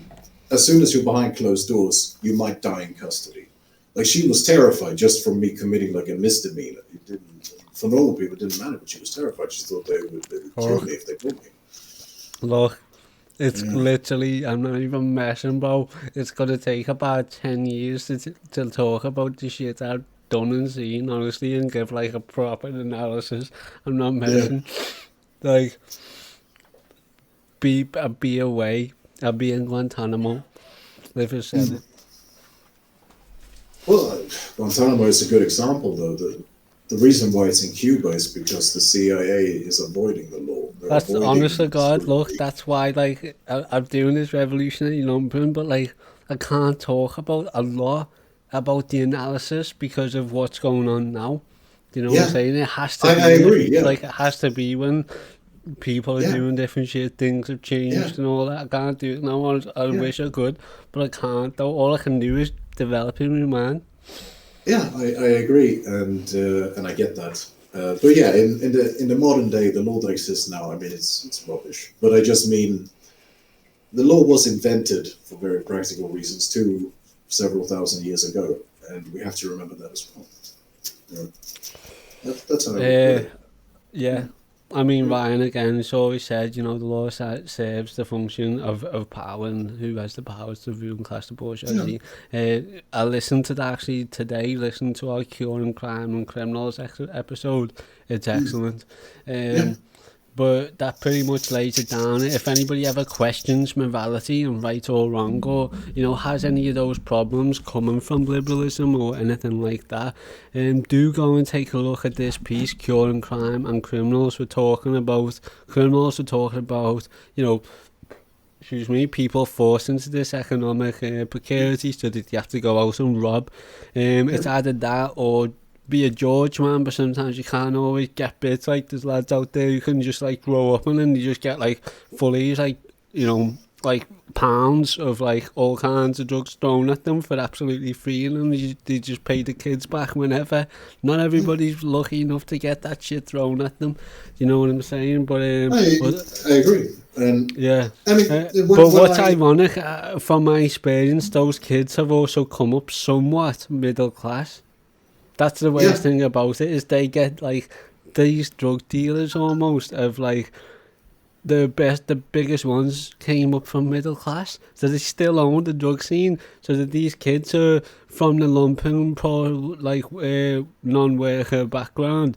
These are, you know, from the unemployed on the dole. These are gonna end up runners for middle class people as petty bourgeois Lumpen capitalists. It's so interesting, all these classes.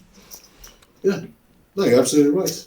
Yeah, thank you. You heard that, everybody here covered. Honestly, I am right, and it's mad because, you know what, I'd love anybody out there. There's got to be somebody who knows all of this as well, who's got similar experience in life. Please reach out to me, please. People go on. Well, no, because you know, sometimes. And that's something I often talk about, which I think is interesting, is that, you know, you play in, like, GTA, and obviously the gameplay and so on, I mean, that's nothing like criminal life. That's just pure fiction. You don't spend all day blowing up cars and stuff. It's nonsense. But the cutscenes, like the dialogue between the criminals, that's very authentic. That's surprisingly authentic. I've had a lot of moments like that. I thought, it reminds me a lot of the cutscenes in GTA, you know, where you gotta sit in a drug den with all these, like, strange characters. And people sort of talking. Like, I talked to this one guy, I'll never forget it. He was extraordinary. He was a government worker. He was the most corrupt man I've ever met. Brilliant. He would deal weapons. He had all these, like, criminal connections. He once interviewed me for a job.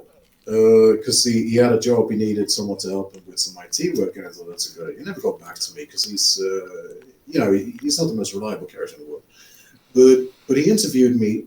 We were sitting in a drug den. We were getting high, and he asked me to sign a pledge, like a sobriety pledge, like an anti-drug pledge, while we were getting high. It's just, it felt like something you would see in, you know, maybe or something. Some of these characters out there, though, are no joke, like, legitimate characters. Like, you would not believe if people, like, told you some of the shit about them, like. Yeah, no, really. It's also bureaucracy, right? There's a lot of that too, and the bureaucracy is very clever. Don't get me started, honest to God, what pisses me off, the mismanagement of, like, just simple communication, and because they're all Lumpen lords and they've all got their egos and kicking off, and then you see them, you're just looking at them like, lad, are you fucking messings because of this, you daft twat? Honestly. No, they always set it up so that you're always treading water and slightly sinking, so that, you know, it won't kill you in a week, but it'll kill you in 30 years, and I've seen people die from it. Look, I've seen kids like who sell heroin, you know, just to come around, like, literally, like, needing a joint when you don't normally smoke weed, and like fucking, like, oh, I need a joint, and I'm yet cattle, and you're like, what's happening, and that, and he's going, one of my punters there, I went round to see him, there's loads of blood outside the gaff, and he's dead. I'm like, oh yeah, and so he's like, obviously sold him heroin, and he's dead, and like, he's flapping, but a lot of it, and I could genuinely see, because it really happened to this person. He's really done this, and then, like, I could genuinely see and feel he felt sorry for selling them it, and he felt like he killed them. But at the same time, you could see that cognitive dissonance and, like, that Lumpen realism in his mind. Like, no, you know, this is just George, this is how it is, and I'm just saying to him, lad, obviously, if it wasn't you, it would have been someone else. Do you know what I'm saying? And he was right, like, yeah, you know what I mean? And it is, and it's not justification. That's why Ryan, dead soon, but we need to do this legalise all drugs episode. Because that's no joke. Like, if we can take the power away from these dirty drugs, from You selling come them on around the on streets all for drugs crimes. Yeah, And then if we can take the dirty drugs away from these, criminals, and then give them an option to get it for fucking free, and so the point that we can even stockpile and just think, you know what, I'm not even asked, it's there, I could take it if I really want to, but it's there. And it's the problems where you're trying to interact with these lumpen criminals. That's where a lot of the problem comes from their lives, and obviously it's not cheap. Even a bag of weed, it's not cheap, bro. You know what I'm saying? I smoke shit from where you're from in Spain. Do you know what I'm saying? I get a little 20-second there. It's not cheap because motherfuckers have had to import it and that from where you're that's true. Yeah. No, I mean, in my case, I got a lot of stuff got a lot of Afghan stuff, and that's the fucking Taliban market. That's Afghan Kush. Yeah, well, that's what I was thinking. In my case, it was hash. I also did some lead for a while too, but that's better. Yeah, but I got to know these Afghan gangsters, and they eventually had me over. They started extorting me and robbing me, and this whole big mess. But for a while, I mean, that stuff it was well powerful, and they did import it themselves. They never explicitly told me about their operation, but they always hinted at it. And you could tell the difference because the lead, it's usually, I think it's all right, but it's very middle shelf. It's always a bit dry, a bit stale, a bit weak, but it's not terrible. But you can tell the difference. You can tell the quality difference. So there is a reason why people will pay top money for that kind of import.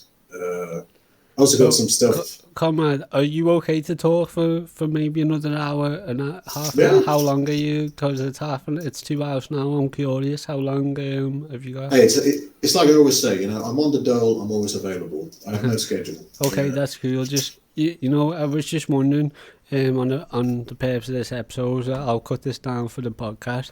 But what made you want to discuss COVID? What made you want to discuss social democracy being a moderate wing of fascism as a project for yourself, and something that you feel other people should consider as a premise? Because I see the dangers in modern day. I see them gaining ground. I see them becoming more influential. I see them, since the Soviet Union fell, I've seen them gaining a lot of popularity with the bullshit anti-communist propaganda. It's just recycled from the fascists. If you want another connection, there's one for you. I've come to refer to them as Panzerfaust Twitter, because they, anti-tank, right? And I think there is. Do you think Thumblesteen has just gave a good enough answer? Is that something we should be worried about? Is there a legitimate concern there behind social democracy and what it can bring out, or what it can bring out of fascism? Yeah, I think so, because at the end of the day, the metaphysics of the 1900s, they are slowly dying. And I'm not saying racism is over or whatever. No, I'm saying that the average person on the street, they might have racial biases and so on, but usually they're not conscious of them. Usually it's unintentional and informed by very passive influences. There's no one, people on the street, they don't have conversations about anti-Semitism and how they're worried that the Jews might, sneak into their homes and, I don't know, leave what are they called, menorahs in their windows or whatever. That doesn't exist anymore. Those kind of metaphysics are over. It's more subtle these days. And I think that's why the Social Democrats are going to be, in many ways, the new forces of reaction, because they represent a new kind of metaphysical class oppression that's working extraordinarily well. I think that if you want to justify imperialism these days, then you don't get Otto von Bismarck talking about the greatness of nations and the struggle of empire and the grand narratives of history. No, I think you bring in a social democrat to talk about how the arms sector and the military sector has a lot of good work opportunities, and how the trade unions depend on it, and how it provides social mobility They love that word, social mobility, because that refers to integration of working class people into this artificial middle class. I think those people have power these days. I think it's Bernie Sanders who has power. I think that it's not, you wouldn't get a guy like Adolf Hitler to kill thousands of socialists in Yugoslavia in the 90s. No, maybe in the 40s, but not in the 90s. In the 90s, it's a guy like Bernie Sanders. He's the guy who's gonna convince people that it's a good idea to drop tons of depleted uranium over agricultural land. That it's a good idea to arm the. I'm gonna stop you there, comrade, because I'm triggered right now. Sorry. I'm gonna have to attack your contradiction. Yeah. Okay, so wait. Are you telling me Bernie Sanders, come on, Bernie Sanders, he's a good guy. He can't mean anything to do with this social democracy that we've read about, where it's so intertwined with eugenics. And even, I didn't touch upon it earlier, but it was interesting when he referred to that speech about the beggar and saying that was somewhat inspired by Marx, but this, taking socialism, it seems that historically social democracy has always tried to reframe socialism as something, that is intellectually in common ground with social democrats in favour with eugenics. That's not true. That's not true. Marx wasn't in favour of eugenics. Are you still with me, Ryan? Yeah, and so you. But is the social democracy Bernie Sanders talks about the same social democracy that we're reading about here in these academic papers? Well, I'll give you an example of something that might be a bit of a red flag, and not the good kind. And that would be, how does he talk about housing for all? Does he talk about employment for all? Or does he talk about, Medicare for all? Interesting. He wants to nationalize the health system so that everyone is part of it and thereby beholden to whatever regulations that the state puts on it. Now that reminds me, dare I say, of the 1920s. That reminds me a little bit of what happened with the other social democrat countries. I think it's a little bit interesting how there is this focus on what Michel Foucault would refer to as biopolitics. So yeah, I hate to tell you, but the guy is no different. He's laying out the groundworks. I think obviously people should have access to healthcare, but I also think he's selling people a bill of goods. I think that he's going to give a lot of people access to healthcare, but he's also going to give a lot of people access to something that looks like healthcare, but isn't quite healthcare. I think he's going to give a lot of people access to diagnoses. I think he's going to give a lot of people access to stigma. I think he's going to give a lot of people access to segregation. I think he's going to give a lot of people access to fixed income poverty. He's going to give a lot of people access to maybe even forced sterilization. That's something that's always been on the table with them, depending on how the winds are blowing. You never know. But I think it's interesting that the first thing he does is to tell the working class to go to the hospitals. There's a housing crisis. There's a national pandemic. Yet they're talking about healthcare access when in truth medical infrastructure would be far more crucial. Just having a good public medical infrastructure, and the two are actually a bit different. But yeah, I think that's curious. I don't think they're gonna. I'll go on mad. I can't take it. I've got to interrupt you because what pisses me off so much is about goddamn this Bernie Sanders. Let me just get it straight, people. Yeah, he was never gonna win. He was literally playing every single one of you so that you weren't looking for a more radical option. Let me just picture this in your goddamn mind. What was gonna happen if he had to if he had to do the Soleimani airstrike because the military fucking generals were telling him to do it, everybody was telling him to do it, and then he went on and said, oh, you know what, sorry, we had to flip an airstrike Soleimani with a Predator missile. What the hell would the sock them say then? They can't ever defend this blatant imperialist vicious action is inhumane, because he sees Soleimani as nothing but another sand N-word. That's how it is, though, people. No fucking bullshit. That's how they see him. That's how he was going to do it. And that's why Bernie Sanders was never going to be that guy. But he was always going to take your so-called fucking socialist ideals and then put it into this social democracy. It's nothing new. It will be nothing new in the past. We need to learn now. We need to educate now. And we're doing it right now, so thank you for viewing, thank you for listening. Give yourselves a goddamn pat on the back and tell motherfuckers out there, because I'm furious. You saved me my goddamn blood pressure shooting sky high. Yeah. Social democrats. Let mine go, because I reckon he's dead drunk and I'm half excited to hear him stumble his words. Yeah. No, sorry, I just said you've been awfully quiet. Nah. But Thumblesteen's a guest, obviously, I don't mind. Obviously, all power to Thumblesteen. Yeah, I love letting guests just go on. Honestly, like I love that shit.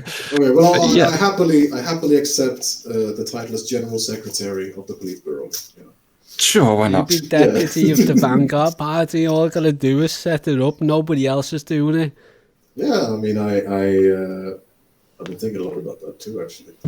That's a bit of a long-term project, but yeah. They're becoming, I can't say nothing. Secret projects in the work here, viewers. Don't tell trust anyone. me. Yeah, keep No, it I can't. I Just won't, turn because us. it's too good of a like. It's on the way, and Shibby's gonna do it because I'm not out here looking for goddamn viewers. I'm not out here for the goddamn good of me health. I'm not a goddamn content creator. I'm a goddamn revolutionary. This is all I have to do to reach people, because it's flipping 9:45 at night. What do you want me doing? People going out and waking people up and telling them about socialism. Come on, I'm doing what I can. We do out here do what we can. Yeah, and also there was something else I should say, just so that people don't give me crap for my criticisms of Bernie, because he's a fucking sacred cow and all that. But I should just say this, is that the problem in the United States isn't actually healthcare. The private healthcare system is a class barrier, but what makes it such a powerful class barrier is two things, and that is housing and that is debt.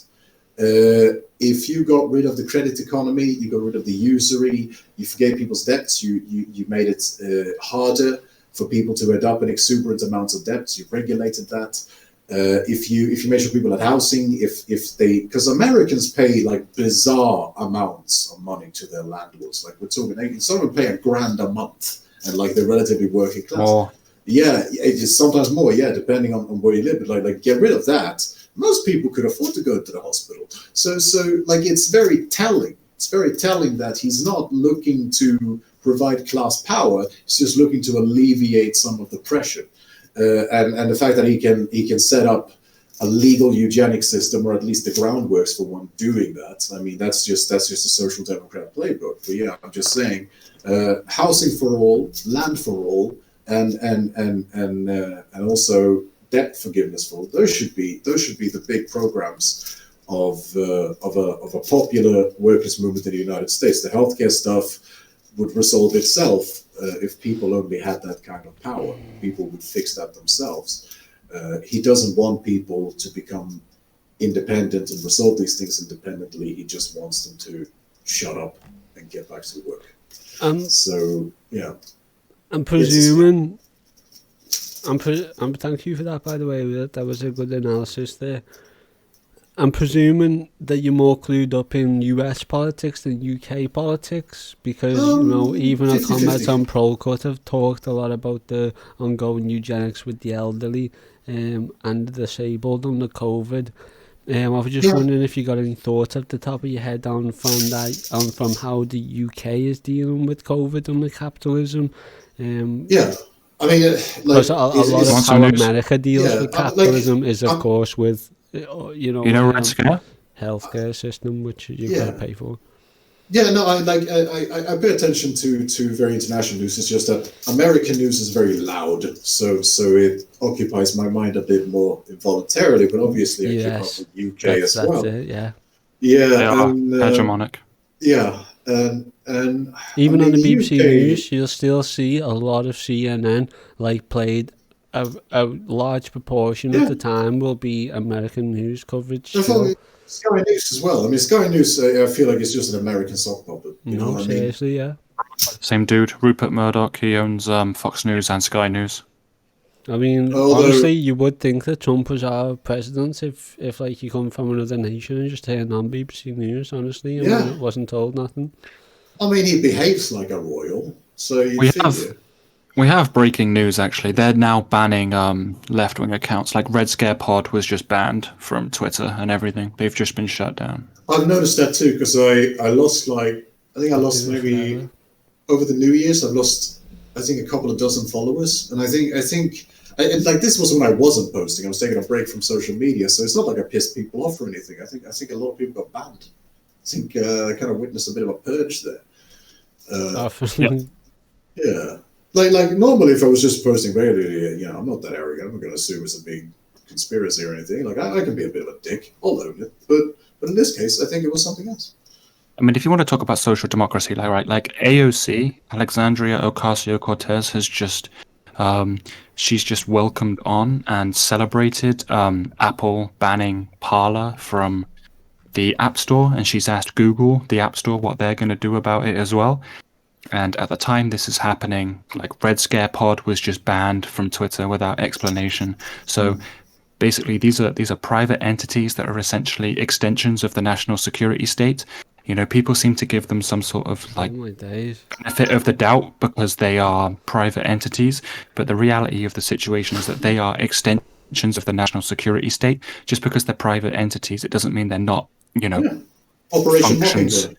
Yeah. Right, for sure. Yeah, they are extensions of the national security state. And that is what's happening now. So they're now using this as an excuse to crack down on left-wing advocates and podcasts, of course, because that's going to happen. That's perpetually going to happen. It's always going to be the case. They're going to use things like this, Trump, quote-unquote, protesters storm on the Capitol as a pretense for increasing the security state, increasing police violence. They're going to crack down on, black and minority neighborhoods more, and online as well. They're going to crack down on, general left-wing podcasts. Red Scare Pod was literally just removed from Twitter as I'm looking at Twitter now. It just happened 2 minutes ago.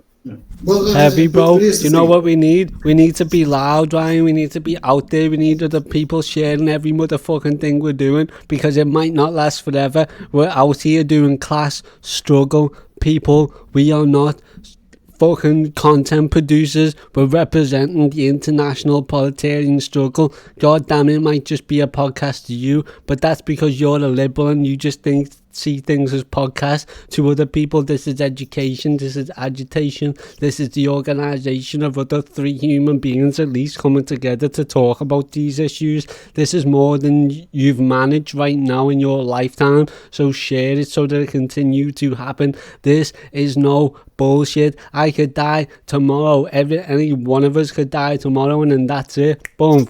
Never mind the fucking ban of Twitter. When I say people should be sharing, liking, retweeting this shit, that's what you should. Who gives a shit like who you're loyal to? If you're loyal to fucking so-and-so podcast, you're loyal to so-and-so podcast. Nobody cares. It's class. Fucking, you want to radicalize, you want to agitate, you want to spread class consciousness. That's what we're doing here. What the hell can I do? Like, you know what I'm saying? We're doing everything. It's up to yous. Listen, share, retweet. If we get banned, I don't care. I'll come back over another name and I'll continue to do it, and I'll do it until I've got no life in me. But how much life is in you people? How much life are you going to share this, people? I'm talking about the other media platforms out there. I'm talking about all you so-called leftist media platforms out there with all your 20,000 odd followers. How many people are you genuinely agitating so much with, they're actually getting pissed off and then telling people in real lives, or just listening and then being content with your production so that they don't have to be aggressive in real life? What are you doing? Is it just what do you call it, into passivity, as coined by Mark Fisher?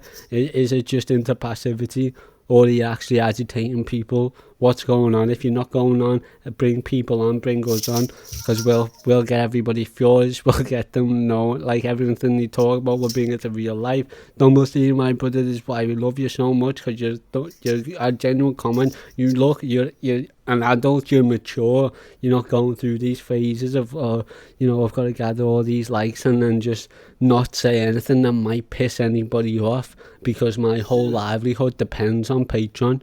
Do you know what I'm saying? That's how it is. And a lot of left-wing content creators, they can't say anything, they can't like saying shit, they can't retweet every single episode of every other comment in case they lose followers, as if they're posting spam, when it's class consciousness, when it's revolutionary shit on a platform, when we're all being kicked off from each other and we're not even supporting each other on. I'm so close to talking about this massive project, which everybody best get on, or I'm coming at yous. Yous are getting denounced, seriously. These left-wing platforms have got so much responsibility in their lives right now, and I'm gonna seriously lay it down on them, because it's honestly, it's not just me, it's the people who I'm doing this for, and honestly, people are slacking out there. Like, they got so many followers and they're slacking out there, and they're not a brand. We should be like terminated like death. I'm surprised we're going this long, Ryan. What the hell you know what I'm saying? Everything I've said, everything I've done on this podcast, I'm surprised we're still going. But it is what it is, and you know what, until they throw me in jail and I start writing the shibby prison diaries, what's people got to be afraid of? You know what I'm saying? What have they got to be afraid of? Everybody's biting back to say that they should fight that protester, even though they were Trump supporters, storming said it, getting shot in the neck. They were all armed to the teeth, and they had it was written in the Bill of Rights to be armed to defeat tyrants in government. That's what's going in government now. They were armed. They should have defeated the tyrants in government. They were in the government building to do that, and they failed. They never shot back. Absolute maggots, muppets, waste of human being, terrified. That's what's going on with America right now. They're absolutely terrified, broken things, typing shit up on Twitter. And look, honestly, I'm sorry, but I'd be saying this shit with 1 million followers. I'd be saying a lot more than that, and I'm never going to stop. And other people are slacking. Where are the revolutionaries? Honestly, it is true that I've noticed that with Yanks sometimes, is that and I think that's a bit historic too, because they've only faced sort of European tyranny for maybe 500 years. We've lived in it for thousands of years. It become part of our sort of historic character. So we're not as dramatic about it. We're more casual about being stomped on, and we just figure, all right, fine, just get a rifle, hide in the woods, do the thing. That's what the partisans did. They were rather calm and casual about it. Maybe not here in Spain, because Spanish passion and all that, but like in general, I feel like we're a bit more calm than the Americans. The Americans, they always make a big fuss about it, like they're special. Like, oh, I wasn't supposed to die. Millions of people have died in history. Billions of people have died in history. Loads of people have lived under tyranny without democracy. Loads of people have lived in poverty. Loads of people have watched their families die. But I'm special somehow. That wasn't supposed to affect me because I'm the main character of the story. Like, I feel they have a bit of that complex going on, and it's holding them back, honestly. But you know what? I come back to that is they are special. That's the worst thing about it. But you know what? Because we're part of the individual and the collective, even if they believed it, the collective would have to believe that they're special too. And they wouldn't, because they're seen as just workers, competitors. Oh my God, that breaks my heart. We just need love and solidarity so we can have all our power, all people. No, I agree, but I just mean life gets a lot easier when you stop thinking you're an exception to problems that millions of people face every day. That's really helped me. Like when I got an eviction notice during the pandemic, I got an eviction notice. I just thought, that could happen to me. I've seen it in the news. Loads of people are complaining about it. I've had it. Yeah. I mean, I've had an eviction notice. I've saw the bill date, and I'm like looking at it like. Yeah. But I just mean. I wasn't in hysterics about it or anything. I wasn't. I just thought, well, this c'est la vie. This is my lot. This is my problem. It's just like, in a couple of weeks, I'm literally going to be homeless, and there's nothing else to it. Unless Well, you got some family who'd be willing to take you on, but I wasn't thinking nothing like that. I was like, oh, Sam, we're going to be homeless. Well, I thought about being homeless, but I also I don't know, I had a lot of friends who were homeless, and I just thought, well, they're getting by, they have lives. I mean, if I'm like them, I mean, I'm not superior to them, I'm not inferior to them. If that's how I have to live, then that's how I have to live. I'm not different from them. We shouldn't be, ideally, but I don't know. I wasn't that broken up about it. I just didn't think I was very special. I thought it was annoying, but I tried to look at it more as a problem that I needed to solve, as opposed to a problem that I was too good for. Like, you know what I'm saying? That's what I'm getting at. Sure. Yeah.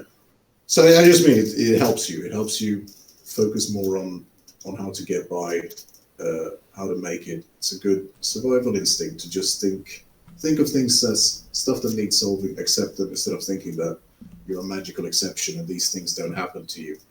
Because a lot of people think that, and I think it fucks them up. Yeah, no, that makes sense for sure. Yeah. But that is essentially what like AOC is now. I mean, when you talk about like social democracy, right? It doesn't exist independent of people. It's the people who are currently championing it, and that are at the spearhead of it are what it is, right? So you've got like the Bernie Sanders and the AOC of the world, currently advocating for more private censorship and crackdown of and not to individuals. mention Corbyn. Like, he's a bit more radical than them, but let's not kid ourselves. We all know whose side he's on. We all know that, during the Troubles, he was all friendly with the Marxists in Ireland, but these days he's denouncing the IRA at the drop of a hat. Yeah. Listen, this is, again, you say, anything to do with us being good and that, and it's like, we're spitting absolute fire here that like other podcasters never would, and I'm saying right now that Jeremy Corbyn's again just like I've them. got a He's podcast in mind you're friendly with too. Yeah, I got. In fact, to all you Corbynistas out, to all the Corbynistas out there, I've got what are you something saying? for you. Take a look at that. Read it. I want to hear it. Didn't hear it. No, I'm not gonna flame him on here. Go on, tell me. No, I don't know if they really get down like that, but like Last Cast follow like Jeremy Corbyn and all the sort of like establishment Democrats and all those kinds of things, and like Everyone get it. go and like, follow Last. No, that's how Last Cast got into politics. I listened to the podcast today. They got into politics by being disillusioned by the left-wing politics. That was what it was. They followed Jeremy Corbyn, they followed everybody else, and he was like, this is not doing enough for the people. Okay, cool. That's great. Yeah, so that was in the latest podcast. Really good, Ryan. Again, go and listen to. We're going to have Last Cast on the podcast to talk about education in the United Kingdom. We're going to focus primarily on the hidden education system, the hidden curriculum. That's teaching you to sit down, to shut up. That's teaching you what you said, Thumblesteen, with your experience about being disabled or whatever able body that they say, so and so deficient, then, or like, being a naughty kid and then going to the units and being separate from them and then going to home early so you don't have to walk out of school with all the other kids and that because it's too much for your fucking little brain, even though really you're just like, bro, I do not want to be here. What the fuck am I doing here? Like, what is this? Yeah. Well, that's the funny thing is that, again, there was a lot of socialization even there, because here's the thing.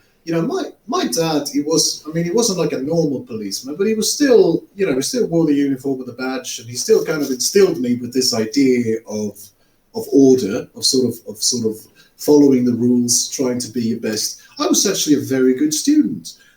What they did was that they started accusing me of things I didn't do to kind of create a troublemaker. Like, they manufactured that. I was actually was very good at following the rules, but they profiled me until one day I just thought, well, fuck it, I'm getting punished anyway.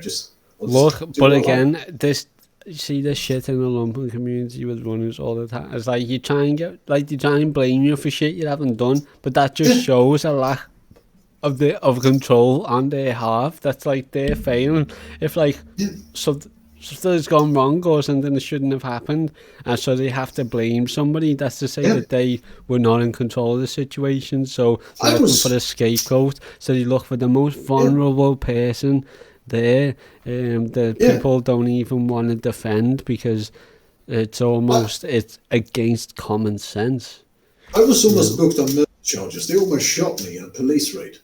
So you're not wrong. And I didn't murder anyone. Turns out the person that I murdered was alive. Fucking idiots.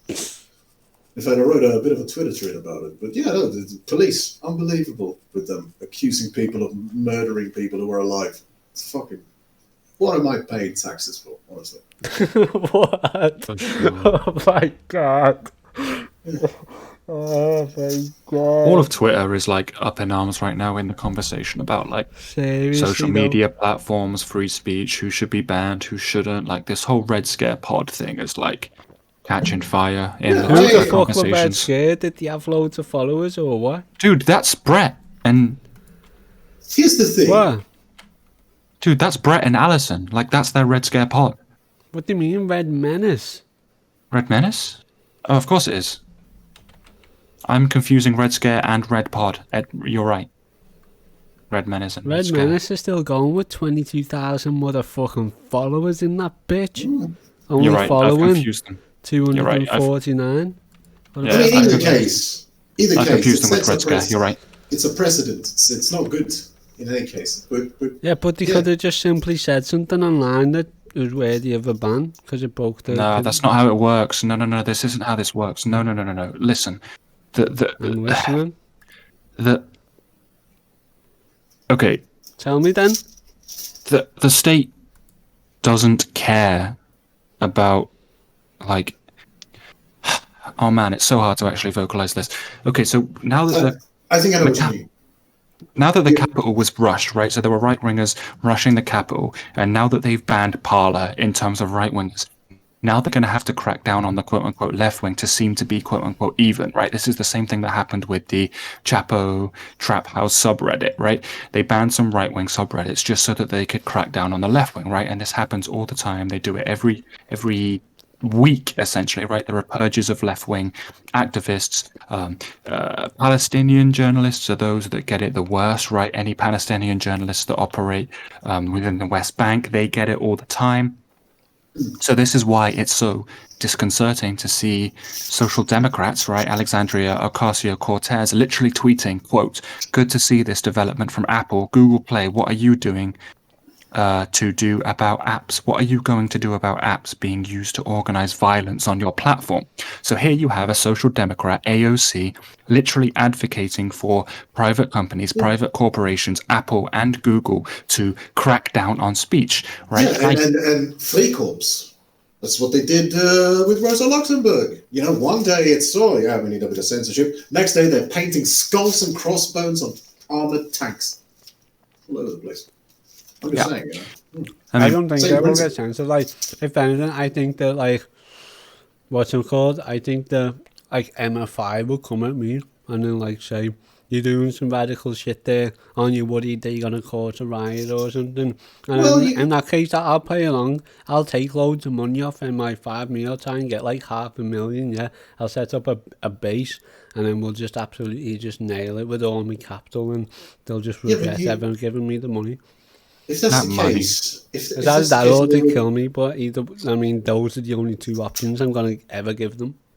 you're saying this on a Twitch stream, they would have seen it. They would have figured it out if that's the They case. see They would have everything. injunctions. Yeah, they would. Like, you just revealed your plan. They wouldn't do that now because you just said it. You don't understand, Thumblesteen. It's like the fact that I'm literally a capitalist, and all it is, all the Patreon, is just simply just to make that pasta you just seen was paid by a Patreon. You know what I'm saying? And I'm relishing in it. Do you know what I'm saying? Well, yeah, So, like, I'm okay. literally just a capitalist. I'm just providing a service for Patreon and Libsyn, paying them storage fees and that. So everybody's Although happy. if you're curious, because I mean, I know I have. All this shit about revolutionary, no, that just sells the brand, honestly. I'm a literally capitalist. Yeah, but I should tell people this, considering the big censorship wave and how I do have a bit of inside baseball there, because I was raised by a guy who kind of did this kind of stuff for a living, even though in his case he was going after the far right. what they usually pay attention to is direct threats, like when you threaten named people, or sometimes when you say certain things that they associate. Like it has a lot to do with the language and keywords. You can actually say a lot of radical things by inference. I know, but at the same point though, because of everything that I have said historically, again, if they put me in jail, I'll be the next Gramsci. There's nothing they can do about it. Okay, but didn't Gramsci die? Yes. Who cares? Like humanity the next lives. Stalin, man. It's not my life. Gramsci, it's humanities. they fucked him up. It's not my life. It's humanities. That's what I'm saying. To get the next Gramsci, there's nothing they can do about it. Did I have to be the next Gramsci in jail, the next Ed Mead, or did they have to kill me? There's no alternative. Okay, but what I mean is, like, what I'm saying is that Gramsci, he lost. Be Stalin, he won. That's what I'm saying. Like, be the right guy. Because I'm like, but I'm the right guy.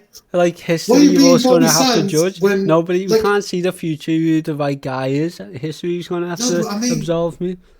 Yeah, but like, I would never aspire to be Bobby Sands. This is the problem, Thumblesteen. People are scared of jail. People are scared of death. We have to give up our lives to the struggle. Fascism is here. People are suffering. People are dying. We can't be bourgeois morality, decadence up in this bitch. We have to be willing to give up our lives, and we have to be willing to fight as long as we are alive. And it doesn't matter who's watching this podcast, what snake at MI5 is looking at this podcast, and if they want to come over and find out what the fuck we're really talking about, I'll tell them about their snake role, and they can either choose to live with it or fucking be a comrade themselves. But there is no alternative. Like, what we're fighting here is freedom or death. Like,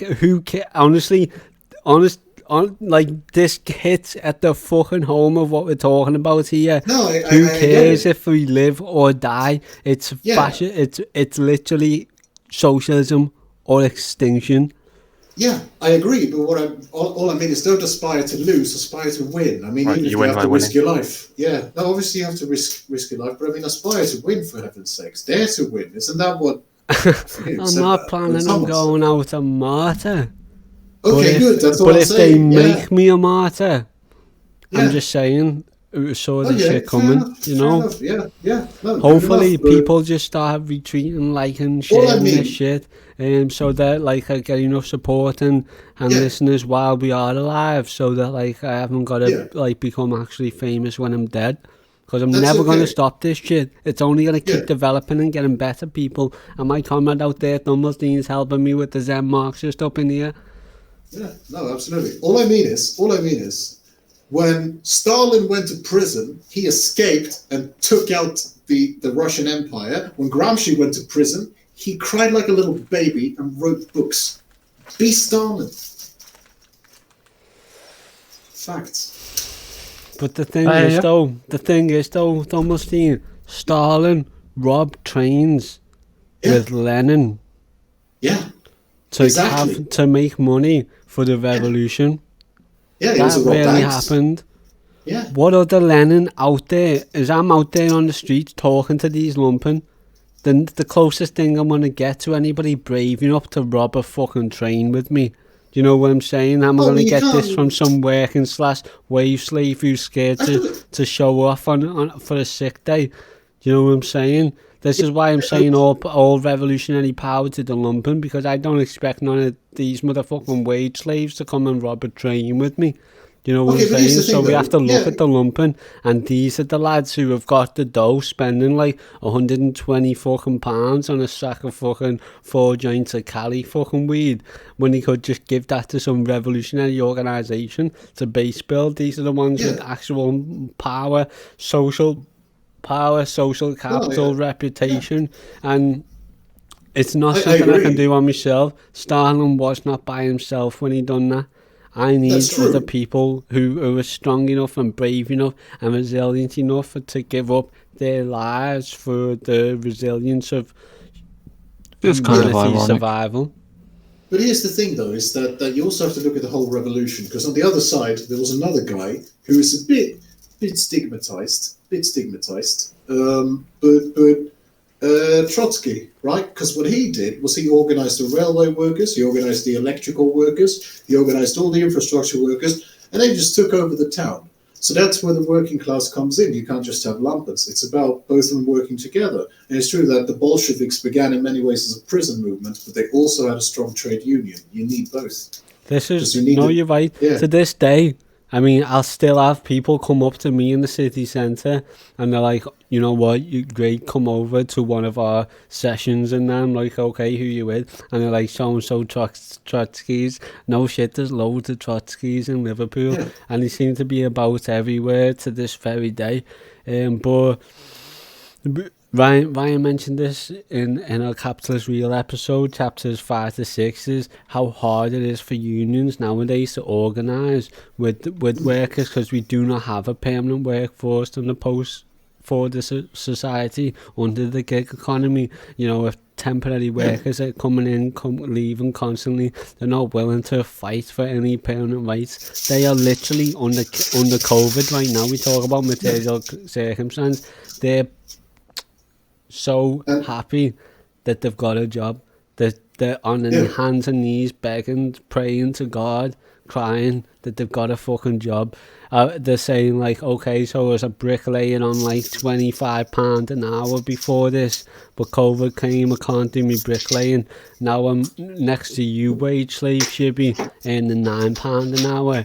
And I'm over the moon. Do you know what I'm saying? They've got like less than half of what they earned before, but they're absolutely fucking made up with themselves to have a temporary job potentially for 2 days. Yeah. And that's what unions are working with nowadays. So what revolutionary potential are there in the workers? And of course capitalism would try to take that revolutionary potential away from them. I would say that they've succeeded in that manner. No, they haven't. That's the thing. This happened last time too. That's the thing. Precarious labor is nothing new. You know, you had migrant laborers, you had day laborers, you had, again, the aforementioned hobos. This is nothing new. You had tinkers, you had toilers, you had all kinds of precarious labor. In fact, loads of it.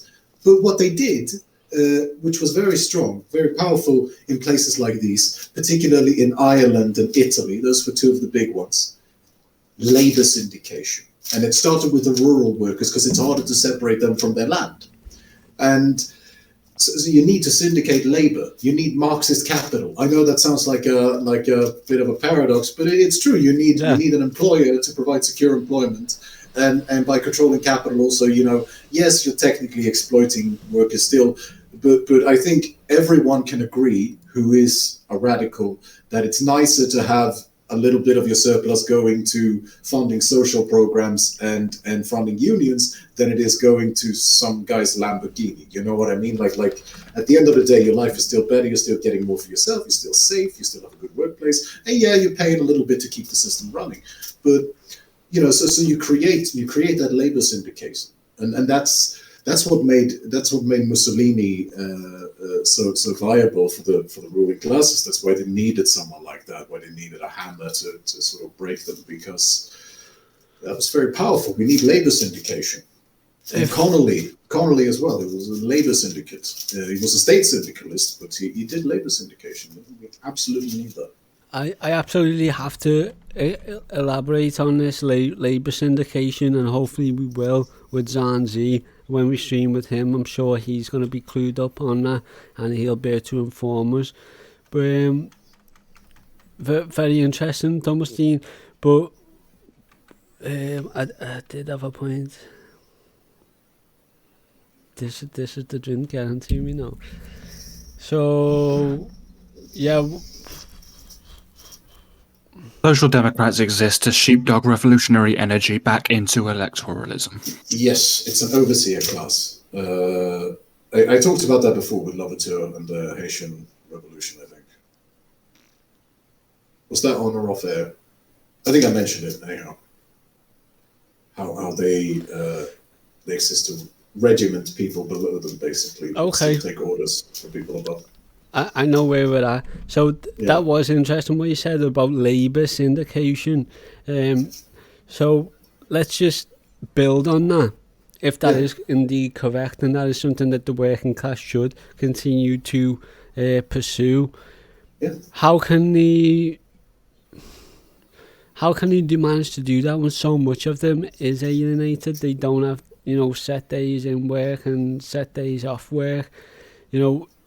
Let me just say that when I finish an 8-hour shift on work, I come home, I want to speak to Ryan over here. I want to speak to, our PR manager, Jordan, to get out there and speak and say, what have you been up to? I'd really like to work on this or go over some theory for a future episode. But I can't do that because I'm genuinely tired. I'm mentally, physically tired when I come home after 8 hours, and I always think, this is literally on purpose. I'm thinking they could have had me in 6 hours, 4 hours, and I'd come home feeling nice, but I'm coming home at 8 o'clock and I'm fucking shattered. You know what I'm saying? All I can do is have a little joint and then go to bed, and even if I don't, I could just go to sleep. That's how tired I am. So I think it's almost unfair asking workers to because what we're talking about, Thumblesteen, right, is when people say organising and then that shit, and that's what people should do and go out to it. That means getting on a bus. That means going to the city centre. No, I agree. So people, please hold those thoughts though, because I think you'll like what I'm going to say as well. To be able to expand on it, I'm looking forward to hearing it. It's like these comrades will go to the city centre after work and they're organising with those people. But I always think again, it's like you organising with people in your city centre, you're speaking to people who were already shopping.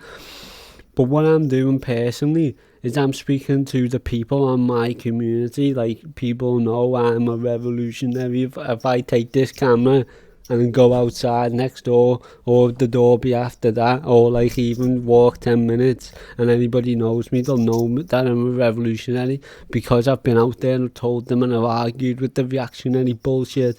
So I think that like workers can fill the role of class consciousness and revolutionary potential. Maybe it's not always joining a revolutionary organisation that primarily sells newspapers.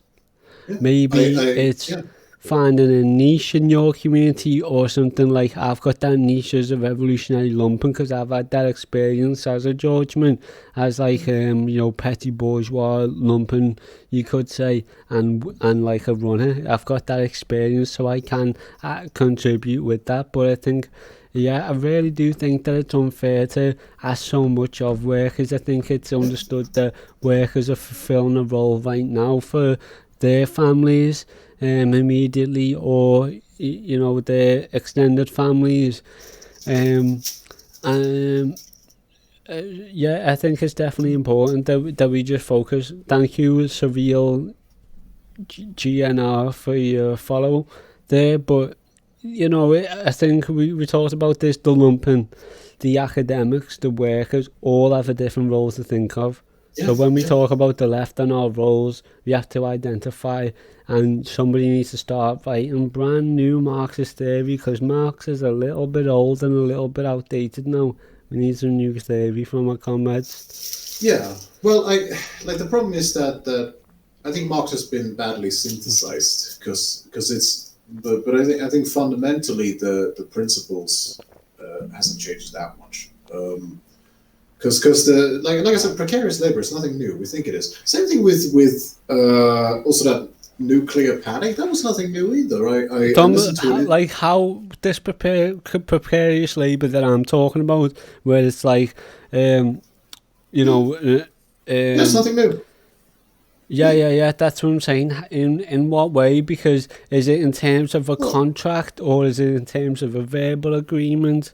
No, I'm like okay. If anything, it used to be. I mean, first of all, it was worse, wasn't it? Because we had slavery. During Roman days, during the colonial days, we had literal slavery. That's way more precarious, surely. And then after that, you had domestic servants. Yeah, but then you have debt, which slavery had a guaranteed job. Yeah, but you have, and then you have you either have slavery or you kill yourself, or you're killed, and that's what we're dealing with today with wage slavery. You have wage slavery, or you're imprisoned because we can afford to throw you in jail, whereas they couldn't afford to feed you back in those days, etc. This is eugenics that we're talking about. But Australia was built on prison labour. Like, that's nothing new either. It pays for itself.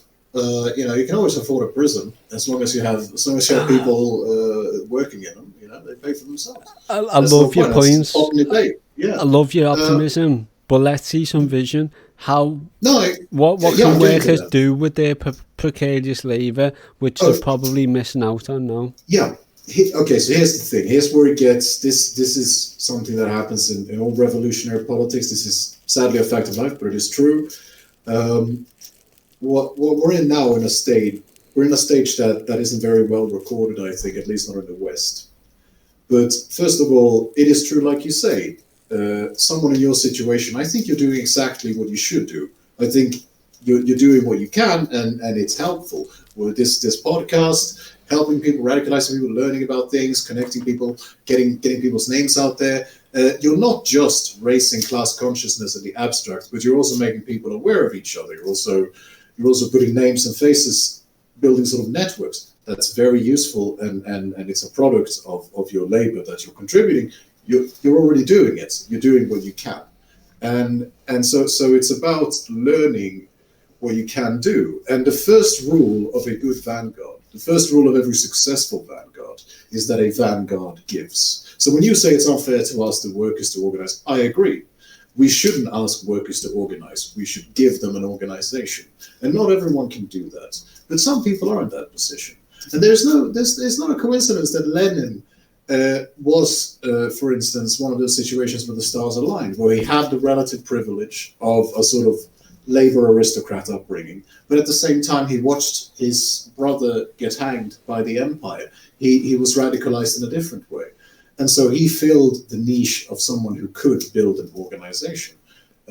So it begins with finding that rare cadre of people who do have the surplus time, but at the same time who rely on others to do what they can, like you're doing, for instance.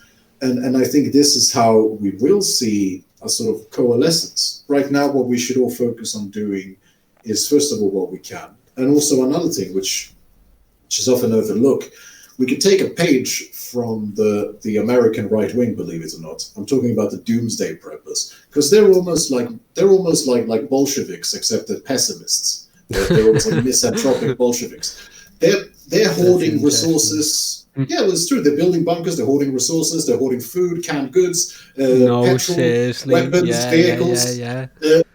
Preparing for the end of days. We, on the other hand, should do the same, but we're preparing for the beginning of history. You're saying that honest to they God. understand. Whoa! Honestly, that's gonna go as a little clip there. I'll put that out here. I think that's fire. But look, I'm gonna go for the smoke dead fast. You talk, Ryan. I'm gonna hand it over to you. I'm gonna come back because I can't smoke in the house. My mum will punch me head in. So I'm just gonna have a smoke and then I'll be back. And I've got some really interesting thoughts that I wanted to share on eugenics, but actually really quite funny too. I'll be back. Over to you, Ryan, the Zen Marxist.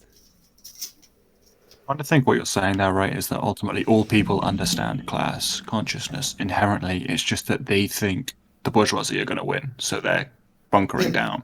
Yeah, absolutely. I think so. And if you listen to some of these doomsday preppers, I mean, a lot of them are fundamentalist Christians, and Christianity has always had idealistic class consciousness in the Hegelian sense. The devil never really existed as a physical idea back in those days. It was a metaphysical idea representing the Roman Empire, representing the emperors and so on, because they couldn't talk about them openly because they would censor and persecute and so on. So they would, the beast, for instance, the beast came from the sea, it wore 9 crowns and so on and so forth. It's all about the Romans invading places. The beast come from the sea. That's ships. That's army ships invading places. That's what they were talking about in the Book of Revelations. And the Doomsday Preppers, they believe in this, but because they think that the devil is actually real, because they've misunderstood the metaphor and the allegory, it is a kind of inverse class consciousness. They don't understand that the problem isn't some evil man in the sky. The problem is the evil man in the White House. And he's a human being like the rest of them. He can, he doesn't have to abuse them or tyrannize them if they stand up for themselves. The power is with the people. That's democracy. That's the foundation of democracy. In any case, it begins with the people organizing and standing up and taking back their society from the tyrants. And that's always what the devil was. So, yeah, I totally believe that. Yeah. I mean, I guess it depends if you see it as a metaphor or literal, right? I mean, I'm sure there are many religious people that would, But that's what I mean. Like back in the historical context it was written, it was never meant to be literal. It doesn't make sense literally. The Antichrist is, of course, the Romans who killed Christ. That's what they meant. That's why they call him the Antichrist. And then there's even a part in the Revelations where they say that he's gone now, because it was always about humans.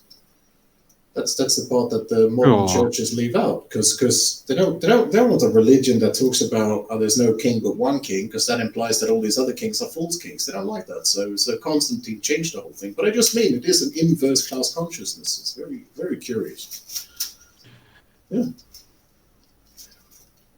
Yeah, I guess. I mean, I'm not a Christian, so I'm not going to get into interpretations of the Bible. Yeah, because honestly, at the point at which there are any interpretation, there are definitionally people who disagree with any one interpretation of the Bible. Totally.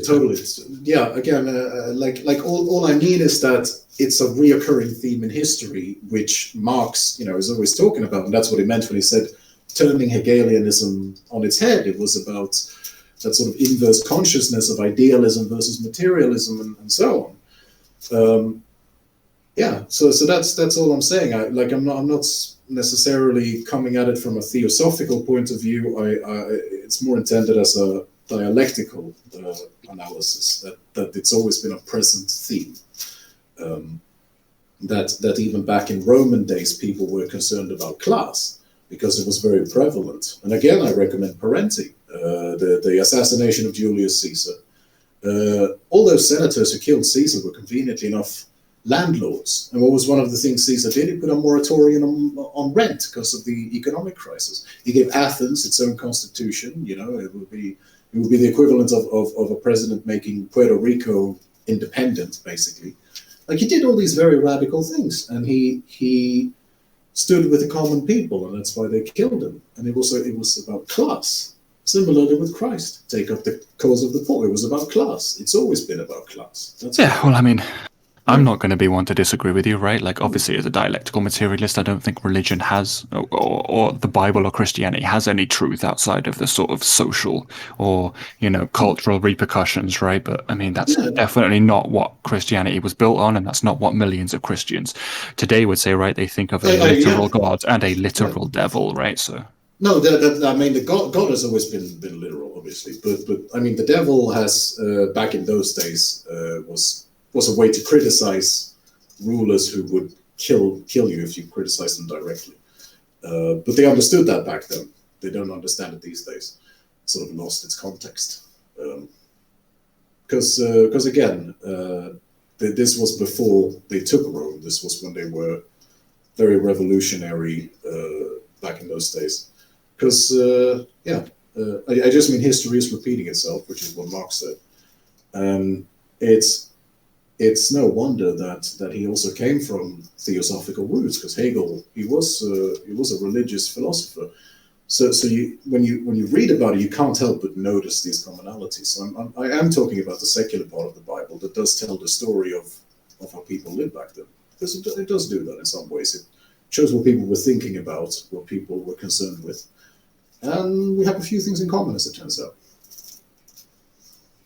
Yeah, I guess so. I guess it just sort of... Yeah. I'm a secular Buddhist, right? So I don't think any of these things have, sort of literal truth external from the society or culture that they exist in. But that's the weird thing, right? Like, there are certain Christians that would totally agree with me on that while still believing that, devil isn't a real thing, but God is a real thing. Or again, like, that's why you get like 3,000 denominations just of Christianity alone, right? Like, they can't even agree on anything themselves. So how are they expecting other people to agree on them is beyond me. But to be fair, because that's the thing about materialism, is that it is the material conditions. And we can see the same thing in Buddhist history, of course, with particularly Tibet and the Theravada Buddhists. Because they started out, again, very early on as radicals, but then the temples got more powerful, and before you know it, they became the new monarchs, functionally at least. Right. And that's why the revolution was so popular in Tibet. That's why they joined the Chinese almost overnight, at least the peasants did. Because religion is just a social power. It's an institution power that's ultimately subject to the political will of the time, right? I mean, that's how you got... I mean, I'm a Zen Buddhist, right? That's how you got Zen Buddhists siding with the fascists in World War II. Yeah, right? I read about it. Yeah, I studied that actually with Zizek. Zizek talks about that a lot, how they used a lot of Zen literature to kind of help soldiers rationalize their atrocities. How they said that, you are not a person doing an action, you are just a floating element, and so on. And it's true. We are the water we swim in at the end. And there's a whole book on it from 1970 called Zen at War, and it talks about the sort of war responsibility of Buddhists in 1975, like the Zen Buddhism under Japanese fascism. It's a real thing. Of course it is, because if you have a sort of materialist Marxist understanding of history, you understand that religion is just a social institution, and any social institution is subject to the political will of the time. So if a Zen Buddhist exists under fascism, then they're going to ultimately serve the will of fascism, right? Yeah, and I think that's also something people need to understand about religious Marxists, because a lot of the time some ideologues will often say that thing of how can you believe in a god if you're a materialist? They contradict. No, not really. As long as you see the material aspects of the religion, as long as you see a church as nothing more than brick and mortar and adornments, as long as you separate those two, it's not really a contradiction. It's not a problem. You know what I mean? Like you can have one, you can have the other. It doesn't really interfere as long as you're being honest with yourself. As long as you see what's really there. I think that's an issue. I think I mean, look at the Sandinistas. That's a good example. I guess, and there's the whole liberation theology thing right now, and I mean, I have Quakers. Sure.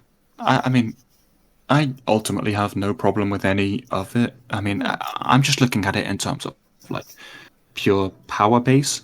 If that's a power base that's on board, I'm on board, sure. But I totally understand why the sort of Lenin and Stalin days were against religion, because those religious organizations I totally agree. espoused bourgeois morality. But that's the thing, is that I mean, I mentioned before I am religious, but I agree with their position on the imperial churches. I agree with them on their position on the Constantine theology. I think that is a very dangerous and cruel thing in the material world. I think that a lot of the anarchists and Republicans who burned churches here in Spain, they were Catholics themselves. To this day, people are very Catholic, heavily Catholic population, especially in those parts of northern Spain. A lot of those people were devout Catholics who felt like these churches had made a mockery of their faith, and that's why they burned them. It was, that element exists too. Yes. I mean, I think there's a religious conception of history that is ultimately idealist, in that consciousness precedes matter. Yeah, that is a problem. I mean, I personally reject that, but I see things a little bit differently. But the Quakers, they're a good example of people who don't do that, and it shows, because they were the first abolitionists. Thomas Paine, of course, was a massive influence on both the American and the French Revolution. He was the only one representing the common classes among the higher ranking revolutionaries. He was the guy who defied Robespierre. He almost got beheaded for it when Robespierre was starting to put in his sort of petty bourgeois revisionism. He made the first abolitionist publication, I want to say, in Pennsylvania, the Pennsylvania Journal, I think it was called. That's why Jefferson and Washington had him exiled. So you do see that as well. All I mean is that at the end of the day, we are more in common as people in our lives. It doesn't matter if we're Buddhists or if we're Christians or if we're atheists, because at the end of the day, we share the same experiences, and that's what unites us. Sure. I mean, the French Revolution was, ultimately a bourgeois revolution, right? Yeah, but it didn't start that way. Look at the Les Parish, look at the women's groups, look at you had the Montagnards, obviously, and so on.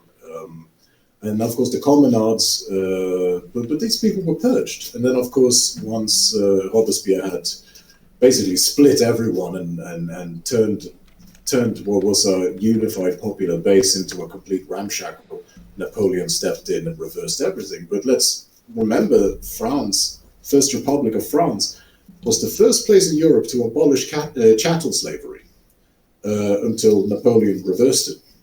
And it's also what inspired the Haitians. It's weird because I literally did a reaction video not that long ago about the French Revolution from PragerU, and they were talking about how the thing that differentiates the French Revolution from the American Revolution was that the French Revolution was an anti-religious revolution, which I get, as there were definitely aspects of that. Robespierre wanted to overturn the calendar. He wanted to strip all religious notions from society, from the calendar, from the dates, from the days of the week. He came up with different days of the weeks and everything. I get it. I have to interject here, Thumblesteen and Ryan, to bring this more back into the point of the episode. And what I'm going to do is actually quote from the Cambridge text in which we refer to that you sent over. So this is something that you'll be acquainted with, and hopefully that you could share some insight of for the podcast. So it goes as follows. Carl Pearson, a self-professed socialist, prominent statistician, and by 1911 head of the Galton Biometric Laboratory of the first Galton Professor of Eugenics.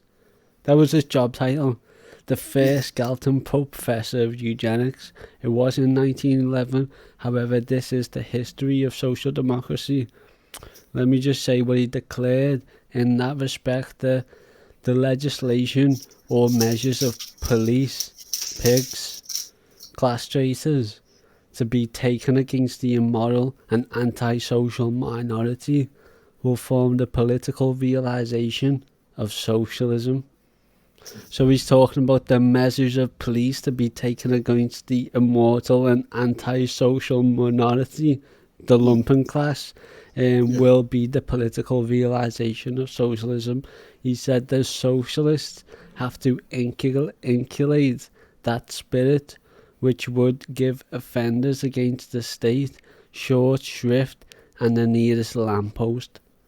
Execution. Every citizen, they said, which you were just talking about, must learn to say what with Louis, X4, L'Etat siest minanito. It just seems crazy, and what I'd like to get out of what I've just said is ask you basically what they're talking about here.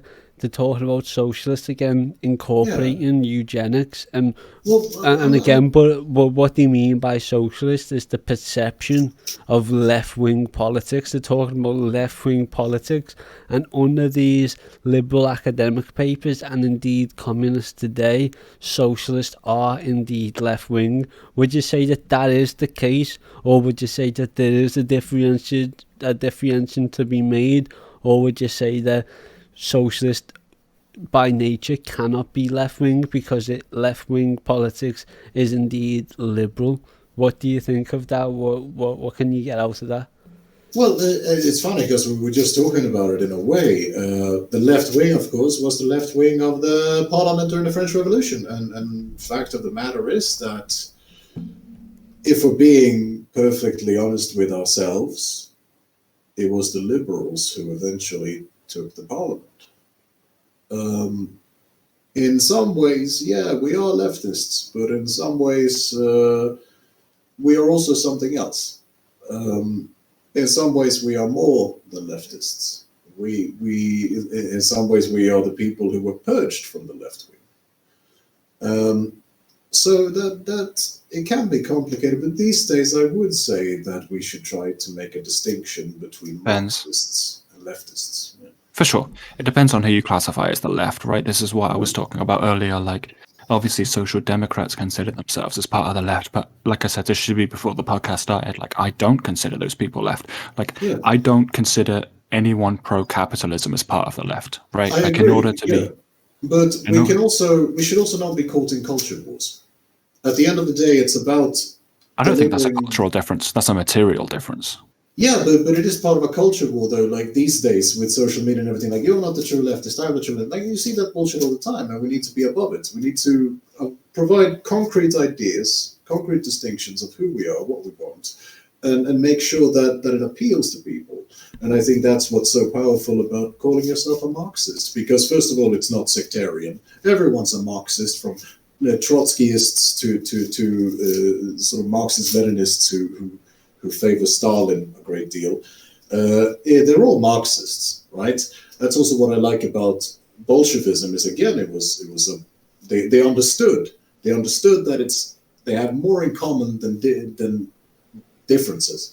The Trotskyists had more in common with the Leninists. The Stalin faction had more in common with the Leninists and each other. Yes, there were shouting matches in parliament, but at the end of the day, they understood that the Social Democrats were the enemy. They fought them, and then they shouted at each other. So we need to get back to that. I think we need to understand who we should argue with and who we should actually be trying to destroy. Right now, we're tearing ourselves apart in many ways. So that's why I like Marxism. If people ask me if I'm right wing or left wing, I say I'm a Marxist, and that's not necessarily to say I'm anti-leftist or not leftist, but I make that distinction clear. Yeah, there's a couple of things. So, as Ryan said, it comes down to who we consider as who is left, but at the same time, that's a kind of individual choice. That's something that we can do throughout our lives and recognise the truth is who is actually left wing, in the sense of who is actually a progressive revolutionary Marxist, only in so far as you have to be titled that if your goals are to topple capitalism and anti-imperialism. So that matters, absolutely, but again, as we always say, as we're going to continue to do in the future, is talk about the individual and the collective, because this is an inseparable species dialectic within human civilization. One sec, we're just going to talk about flipping, because at the same time, the vernacular understanding of what the left is different to what your individual in this understanding might be. Yeah, so that's what I if mean. that is indeed the case, should we separate ourselves from leftists, or should we vocally protest so that other people who are calling themselves left, but you know. Well, yeah, I think it's just a matter of distinction. Like, I don't think you need to separate yourself. That's the thing. I think Marxism precludes leftism. Like, it's just, they're associated. Does Marx consider us leftists? Off the top of my head, I can't remember. Does he say left? Does he say we're left wing? Does he say we're just proletarians in a class struggle? Where's this left wing coming from?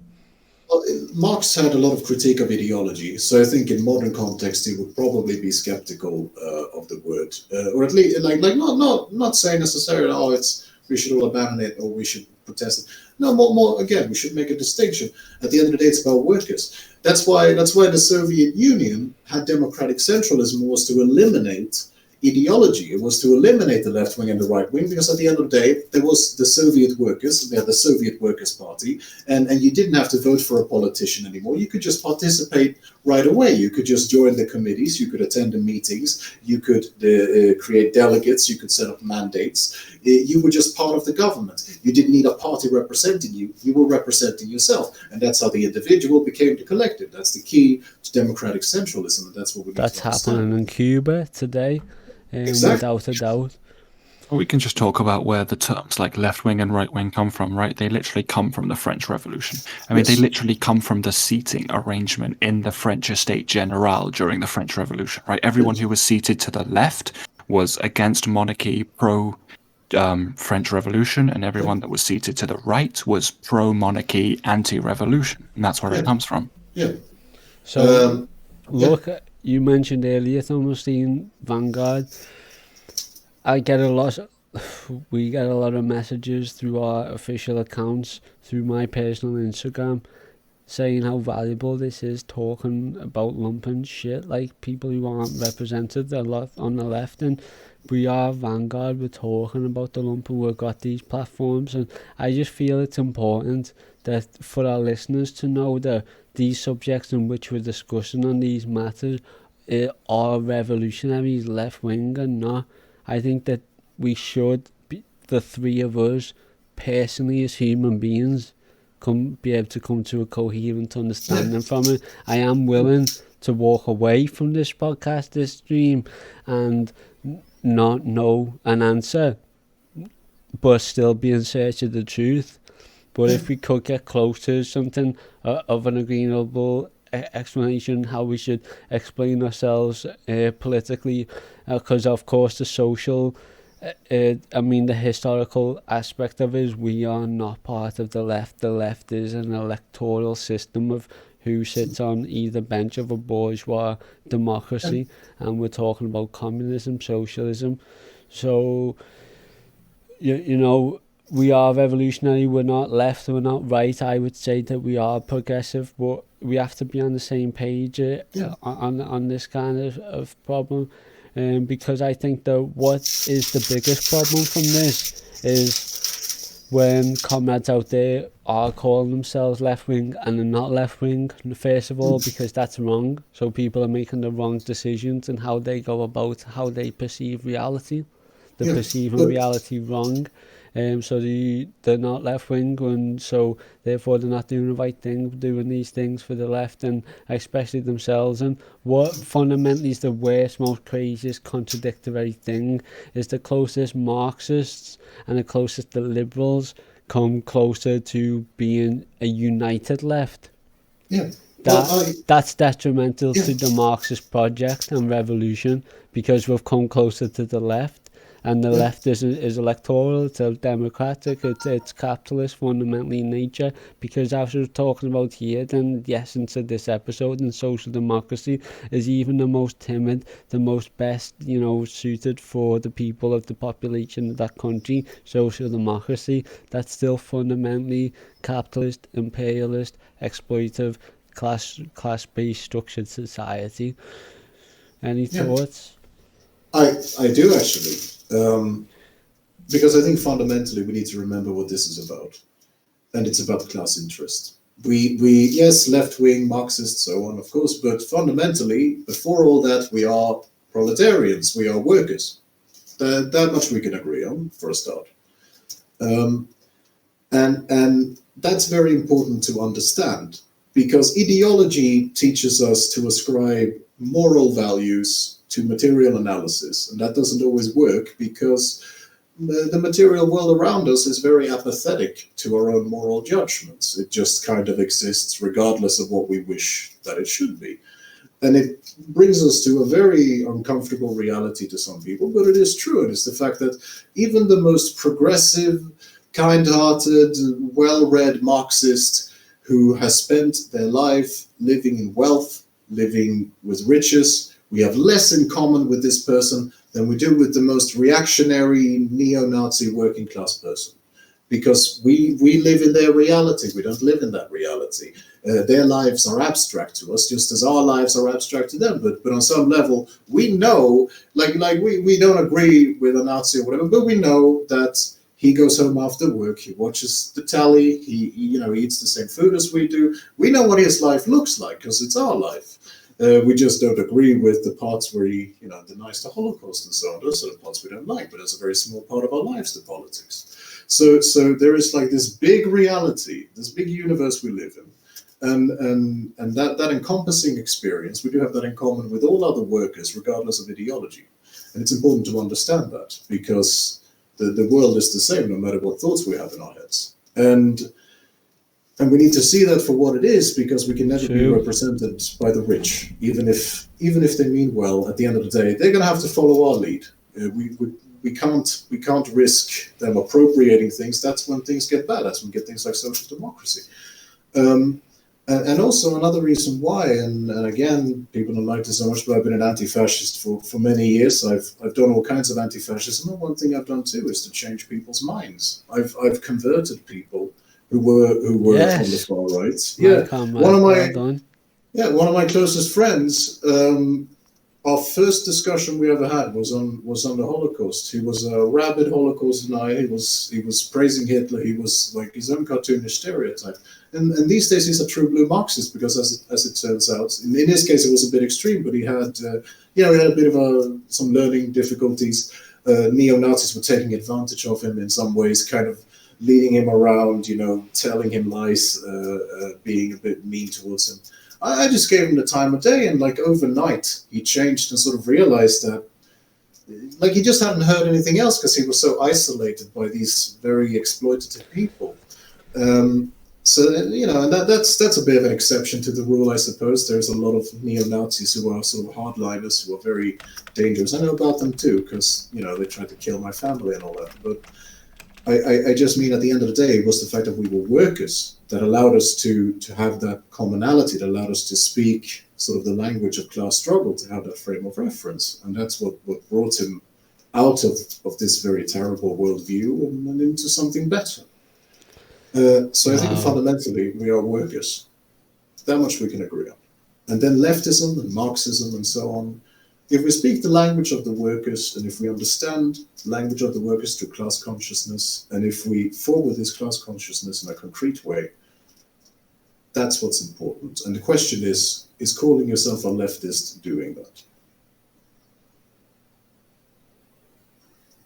Honestly, Twitter is like blowing up with this whole apparent cancel culture thing. So like Parler apparently says that it's removed Lynn Wood's post. So Lynn Wood is like, I think she was like the campaign person for Trump who was going around saying that the election was wrong and all that jazz. And Chris Hayes has just tweeted out saying outrageous cancel culture from big tech elites, exactly what Orwell wrote about. And I hate this whole conversation because it's like it's really strange, and it requires like walking a tightrope in my mind, which is like so fine. Yeah. Well, I think cancel culture has a lot to do with what we're discussing, which is ideology. And Peter Coffin does a lot of informative work on this with validation gangs. So I think it has to do with what he calls validation gangs. What happens is that people get into this kind of leftist sphere. They're not very experienced, and so they kind of walk on eggshells. They know that there are all these people you have to represent and validate and so on. And there's a lot to be said there. Yeah, and so they create these expectations. People expect to always be validated, and sooner or later they cannot be perfect. They fail the expectations, and that's when they get cancelled. I think that's what happens, is that people idealize them too much. I think it becomes aspirational. I think this creates the cancel culture. And sadly, the people who have the hardest time meeting these standards are usually minorities, are usually people who are in some way disenfranchised, sometimes by class, sometimes by their sort of ethnic or cultural background, sometimes by their nationality even. That happens. Because obviously you wouldn't, because you can't fit in, you can't assimilate in the same way as people who exist in this kind of sort of benchmark, carbon copy, westernized idea of the leftist. That's why it is usually people from sort of anglicized backgrounds in the US or in Britain who become very successful, who are part of usually university educated, who are usually middle class or maybe even a bit richer.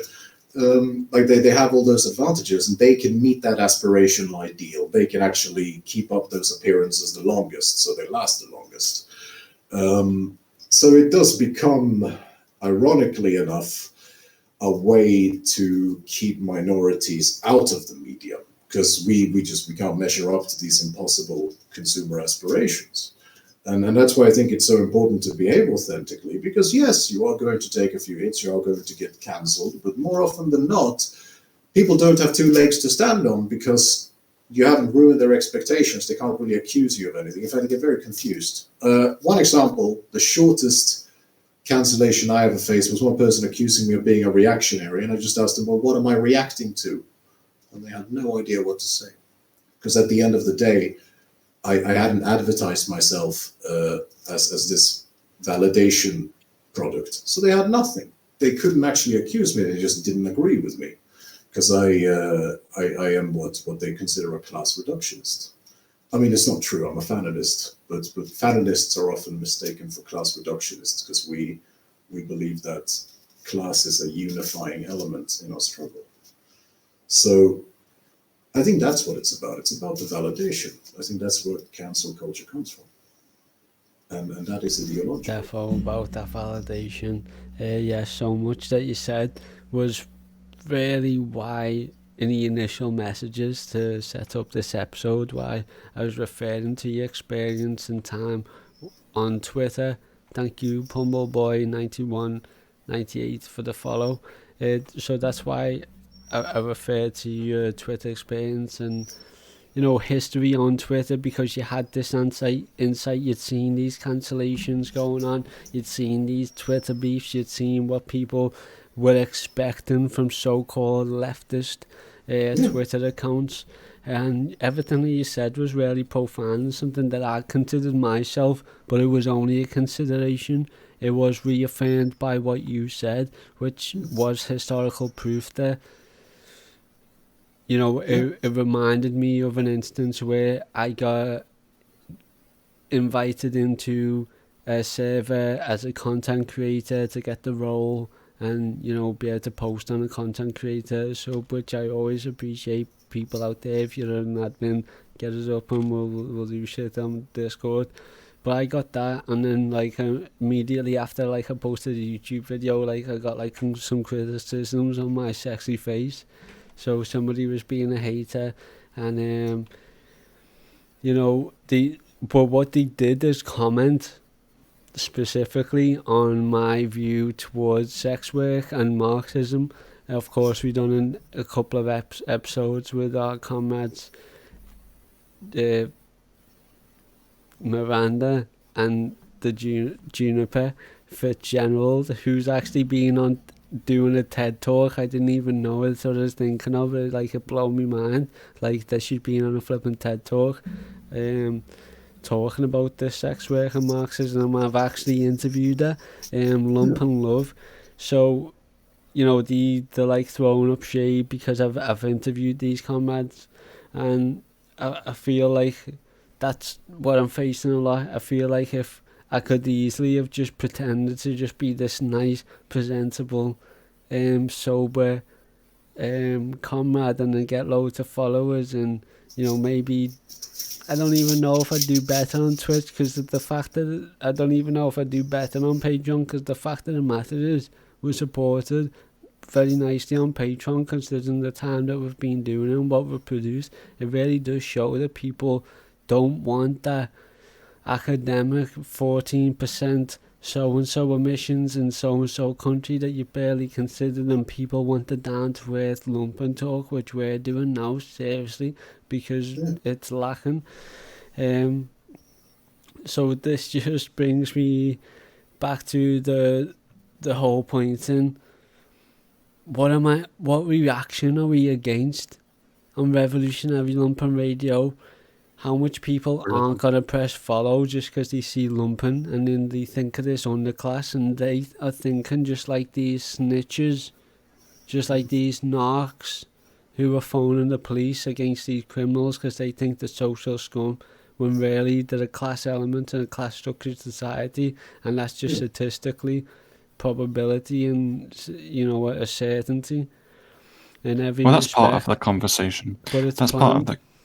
Actually, it's kind of funny you mentioned that, because my daddy used to be a beat cop for a few years, because you kind of had to in that career, and he would always get shit from his commissioner because he he was a Marxist back then too, and he would always help the homeless when he was supposed to be harassing them and telling them to get out.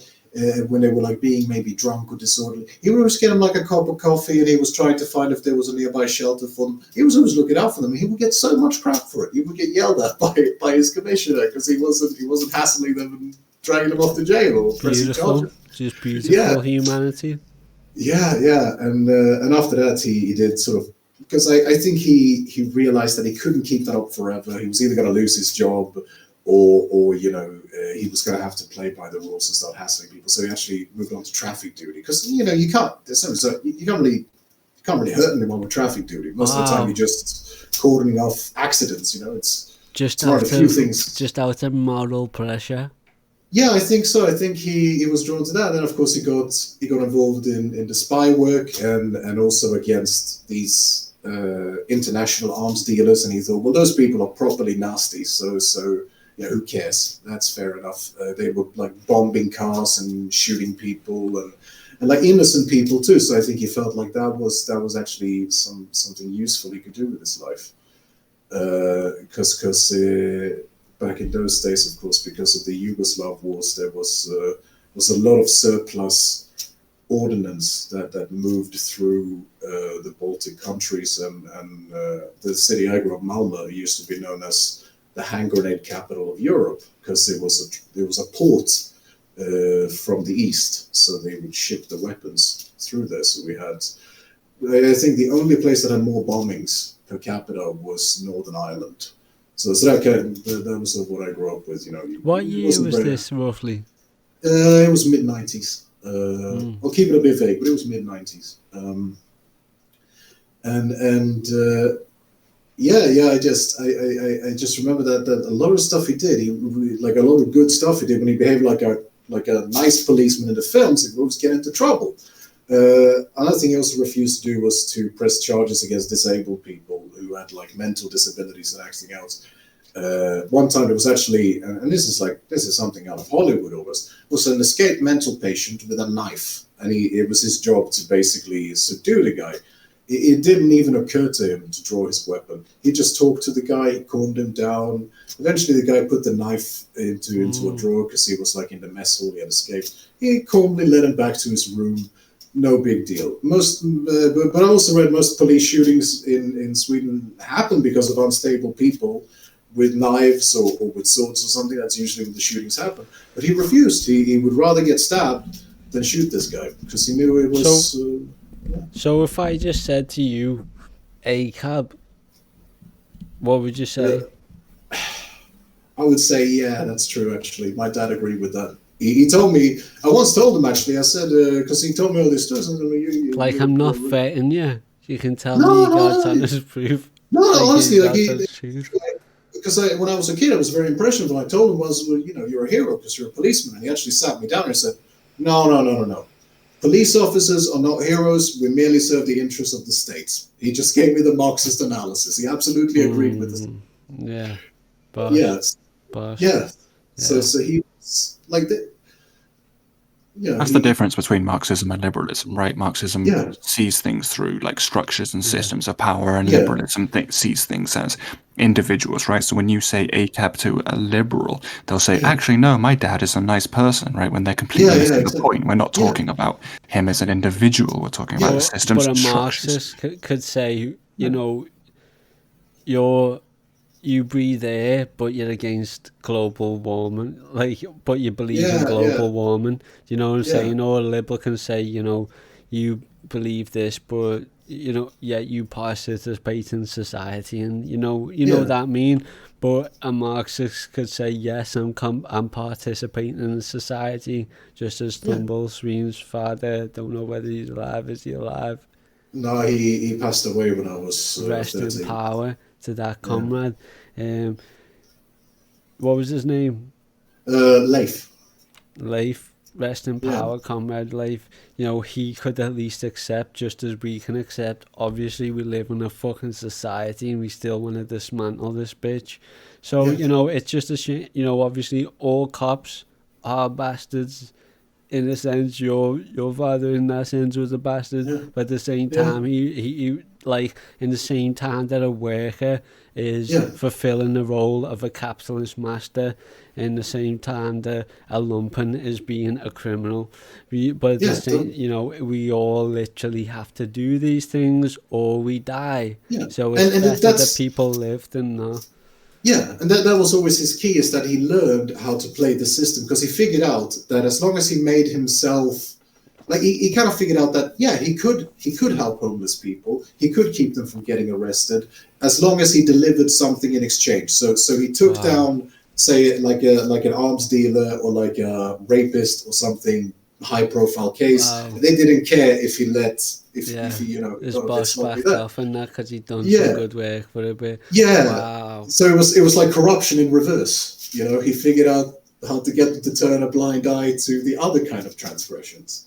So yes, and obviously most policemen can't do that, but he figured it out. That was my next point, was, you know, they're all ACAB, but the fact of the matter is they're not literally all bastards. They can be, you know, comrades, just like your old man. You know, he was a comrade, but the fact of the matter is, police as it exists wouldn't exist if it statistically had enough of your comrades to exist. You know, if more of him could flourish. I mean, at the end of the day, be serious systematic changes, but there was enough so that, like, he was a percentage, so that it wasn't enough to actually fuck up the systematic brutalization and the exploitation of the bourgeoisie by the state's forces. And at the end of the day too, he was an odd police officer in liberalism, but he was the average police officer in the Soviet Union. You know, because you know, that's a fact of life. And so. Thumblesteen, person to person, human to being, like we're talking about, you fucking dead old man, and that says, I appreciate it. Like, my dad is alive. I don't speak to him because last time I seen him, he literally tried to strangle me to death. He was a soldier again in the King's Regiment of the Armed Forces of Britain.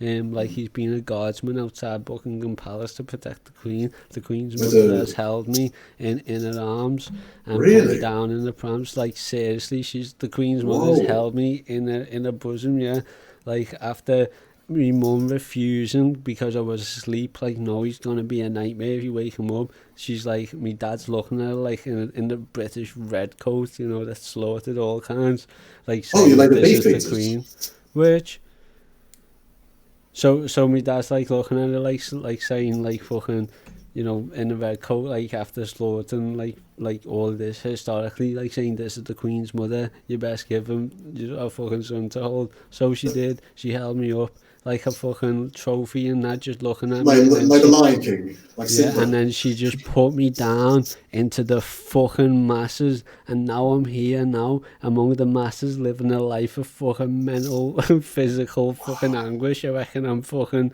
like, mentally lapsing educationally, obviously. Like, even if it was like a fucking Neanderthal that had taught me more shit about, like, me fucking place in space and time than what I'm fucking taught now. And, like, even physically, I reckon I'm, like, fucking, what's it called, like, malnourished in some sense for, like, most of my life. And the Queen's mother's held me literally, no shit, in her arms and put me down, like, and I'm among the masses and the peasants, and that was the power to just do whatever she wanted against my mother's will, saying, you know, he's asleep, don't let her. And my dad, like, saying, this is the Queen's fucking mother.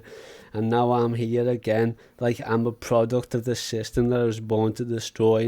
And the Queen right now, if MI5's listening, this is the Queen that we're talking about. Her mother's held me because my dad has fought and, like, fucking killed for her army. You know what I'm saying? He's fucked up mentally, like, PTSD shit. This is real shit. This is my life. So every other Middleburn in the family, my last name, has served in the British Army except me. And I'm out here now. And I'll be, like I've said, I'll fight just as much as any of them. But as a revolutionary, I can't do it by myself. I need other people to actually wake up and stop being absolute maggots and, like, literally bourgeoisie policing themselves, just like the bourgeoisie would have them fucking behaving. We need to, like, snap out of this fucking serious shit. We Honestly, really... I can. Now that you mention it, I didn't notice that you had a sort of fire that you get when you're raised by in a military household. You know what I mean? Like you're sort of taught to connect yourself a bit, to learn how to act in spite of difficulties. That sort of get up and go. You know, I think we have that in common a bit.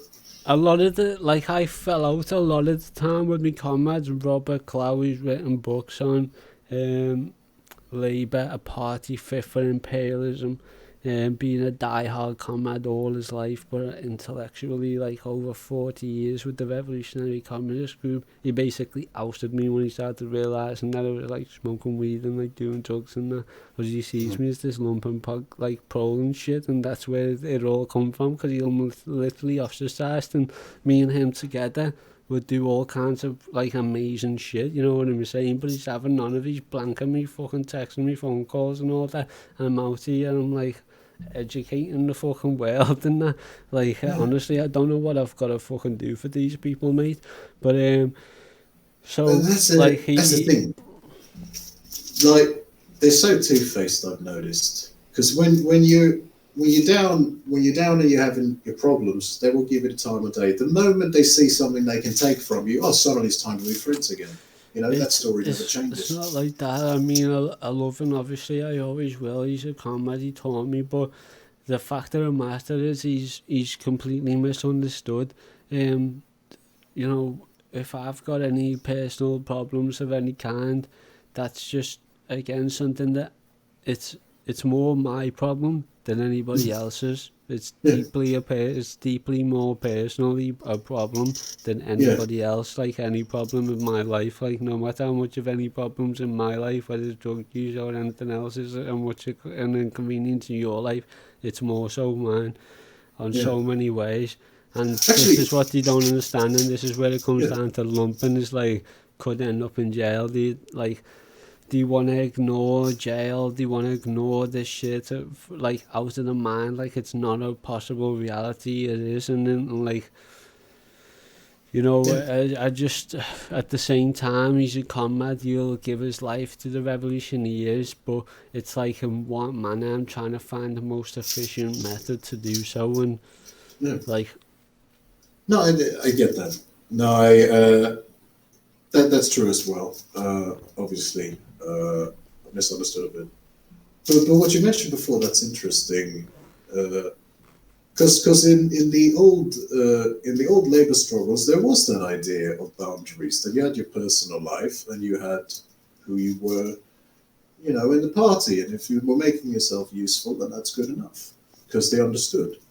You know, like take Parsons, for instance, not Lucy Parsons, but her husband, I forget his name, but he fought in the Confederacy, and obviously people figured that he wasn't that big on the Confederacy. I don't care how I was married to Lucy Parsons, but and also he was a child soldier, to be fair. But like, people didn't care because he made himself useful. So, you know, if he was a Confederate, somebody, who cares? He wasn't that wasn't who he was anymore. And I admit, again, it was a child soldier. He was what they call a powder monkey, which was the kids who would help load the cannons. Like there was that distinction of personal and political, but these days we're supposed to be our ideologies 24/7, and it's bizarre. And it's also a very fascist idea. The fascists love doing shit like that. They had, you know, all these recreational programs and community efforts where you spent all day being intruded upon and regimented, and you were supposed to do your morning exercises and participate in all the community events, and it was all very superficial. It was just there to try and socialize you into the Nazi ideology. And social democrats introduced this concept to what we now refer to as the left. And I think it's very miserable, to be honest. I think if we have personal problems, we should be allowed to have them, as long as, you know, as long as we manage them and as long as we don't make it someone else's problem, you know. Indeed. I've got a lot to say. I'm just going to run the toilet that fast. Maybe we could wrap up over the next 20 minutes. I don't want to keep it forever. No, it's all right, you know. But I'll go to loo that fast, and I'll be back, and I'll respond to what you just said, because I've got some interesting thoughts for you. Absolutely. For sure. Fun times, fun times. Yeah, nothing like discussing our horrible, traumatizing childhoods and the eugenics that created them. I believe you. Yeah. No, but it's been a pleasure being here, and you two, you're absolutely brilliant. I appreciate it. As are you. Cheers. Yeah, no, this is fun. We should do it again sometime. Yeah, for sure. I mean, I think we're just gonna like try and stream as much as possible, honestly, because like we said at the beginning, like 95% of life is just showing up, and like there are so many people out there that like have good takes, but never stream or never get a Twitter account or never put them out there. And then there are like so many assholes that have giant followings just because they showed up, right? They put the tweets out there and people followed them, and ultimately they got followings because of that. Is it appropriate for me to recommend someone on stream, or would you prefer it if we did that off the air? Because I might have someone in mind for you. I don't personally have a problem with it, but I don't know who it is. You know what I mean? Like I don't know. Yeah, no, it's this person is very celebrated by everyone. No one takes any issues. Not a controversial person at all. But Sam from Lumpy Space Pro on Twitter. Okay. Yeah, they got loads of cool stories. Right. Yeah, and as you can imagine from the name, fellow Lumpen. So, yeah. Who are you talking about?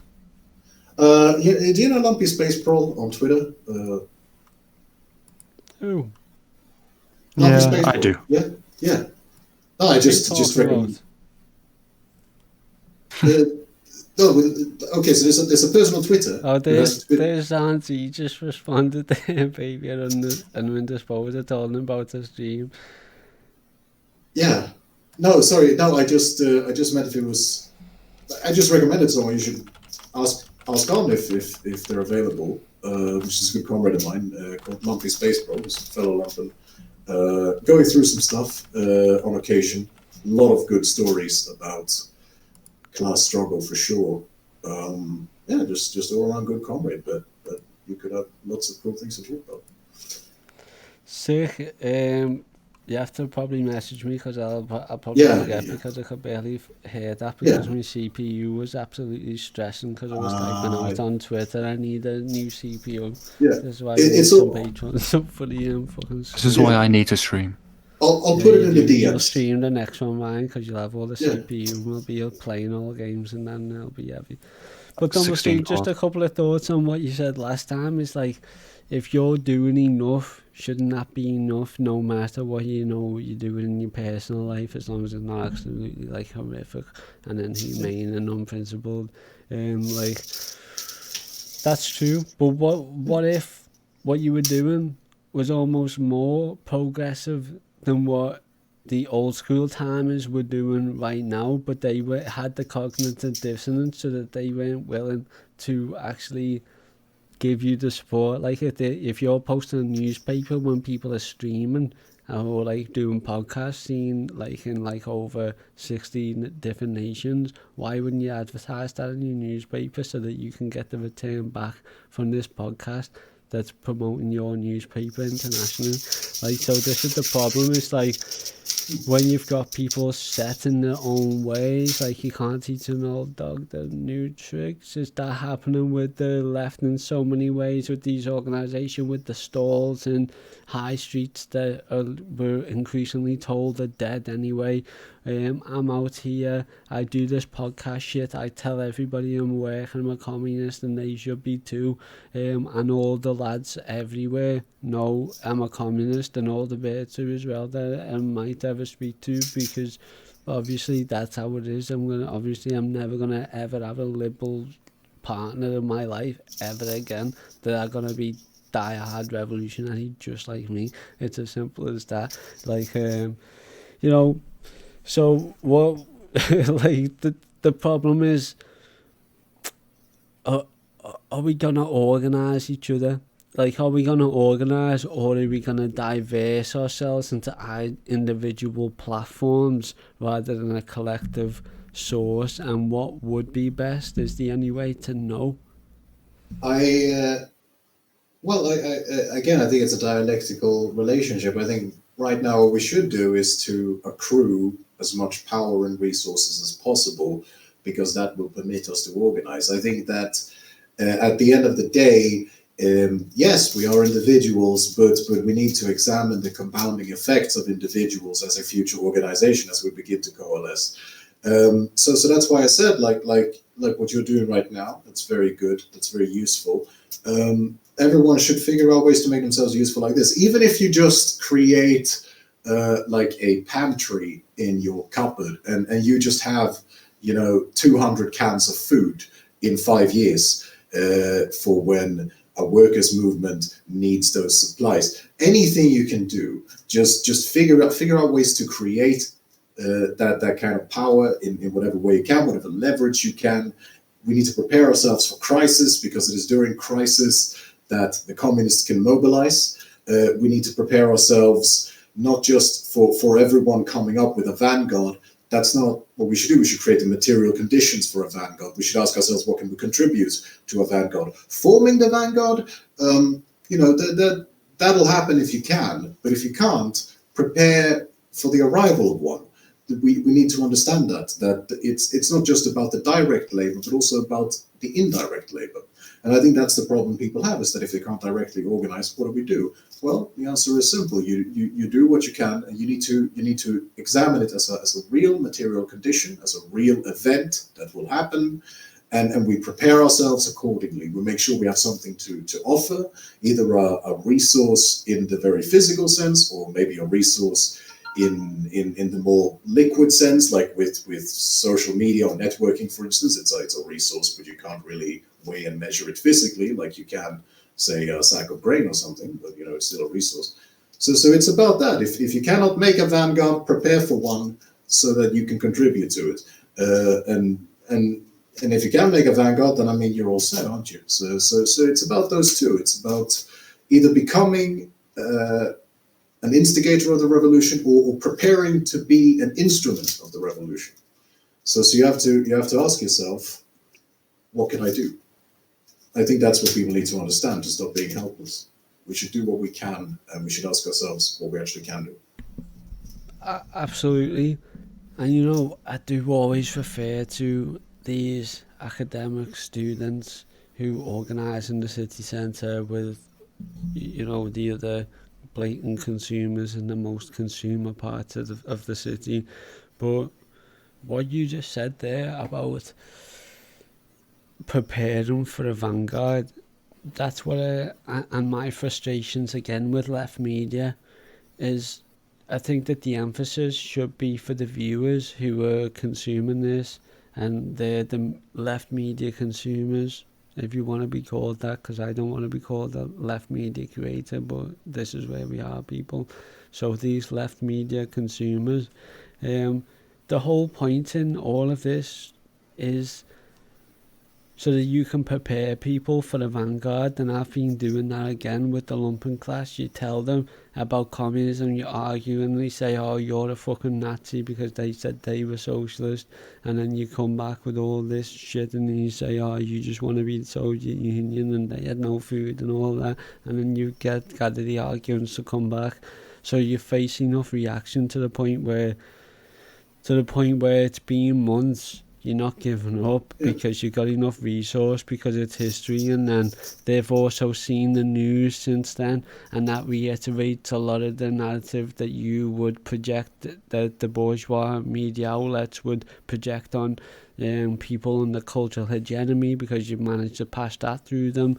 Like every communication that you have towards communism and towards this, Marxist theory, whether it's Gramsci, whether it's Marx, Lenin, all of this analysis that you can convey to other people using their material circumstances, what we need. It's not engaging with Paul Moran, like on Facebook. Love him, obviously, but it's just an example. It's not like sharing again, like, who am I going to use next time? Socialist one, right. On Facebook. It's not like liking all of Thumblesteen's post on Facebook, or the Zen Marxist, or this podcast. It is literally going out and speaking to the masses, if we don't see those likes or those retweets, but you're ultimately speaking to your people about Marxist theory and then getting them ready for a vanguard, then we're ultimately happy. This is what it's for. Again, I said it to one of the lads, and you know what he told me? He told me that, yeah, I'll defo have it with Plod. He's like, yeah, obviously if it comes down to, because I've been out of his ears that long, and honestly to wear it from him, this is like heavy, bro. So he's like, yeah, I'll have it with Plod after I've told him that the class trade of pigs meant to fucking impose the fucking state against us, because we don't want to be fucking wage slaves, because we've got to fucking make a living, you know, to have a life worth living, and that shit, just basic shit like that is all people need to hear. And this is the real shit that it comes down to. So all of this engagement's important, but it's only important so that it can reach people who are going to actually talk and have the confidence to propel this class consciousness to other people. And we hope that we've really broke down what we meant and this purpose and this exercise of spending this time here. It's not for the good of our health. It's not to throw shade on anybody else. If anything, anybody else who we have mentioned, even if you can consider negative, is ultimately positive, because we're Marxist and we've used them as examples to convey good ideas. If we're wrong, let us know. Any of yous know.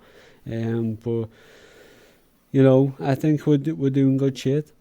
Yeah, I agree. And I would also point out something that I think is a good example for everyone, which is this pandemic. When Marx talked about the material conditions of revolution, he was talking about this. We just missed an opportunity. And so to contextualize what I'm saying, yeah, what I mean is pessimism from my man Thumblesteen. No, it's not pessimism. No, it's not pessimism. That sounded like he just was a little bit pissed off, my comrade. No, well, you're normally dead chill.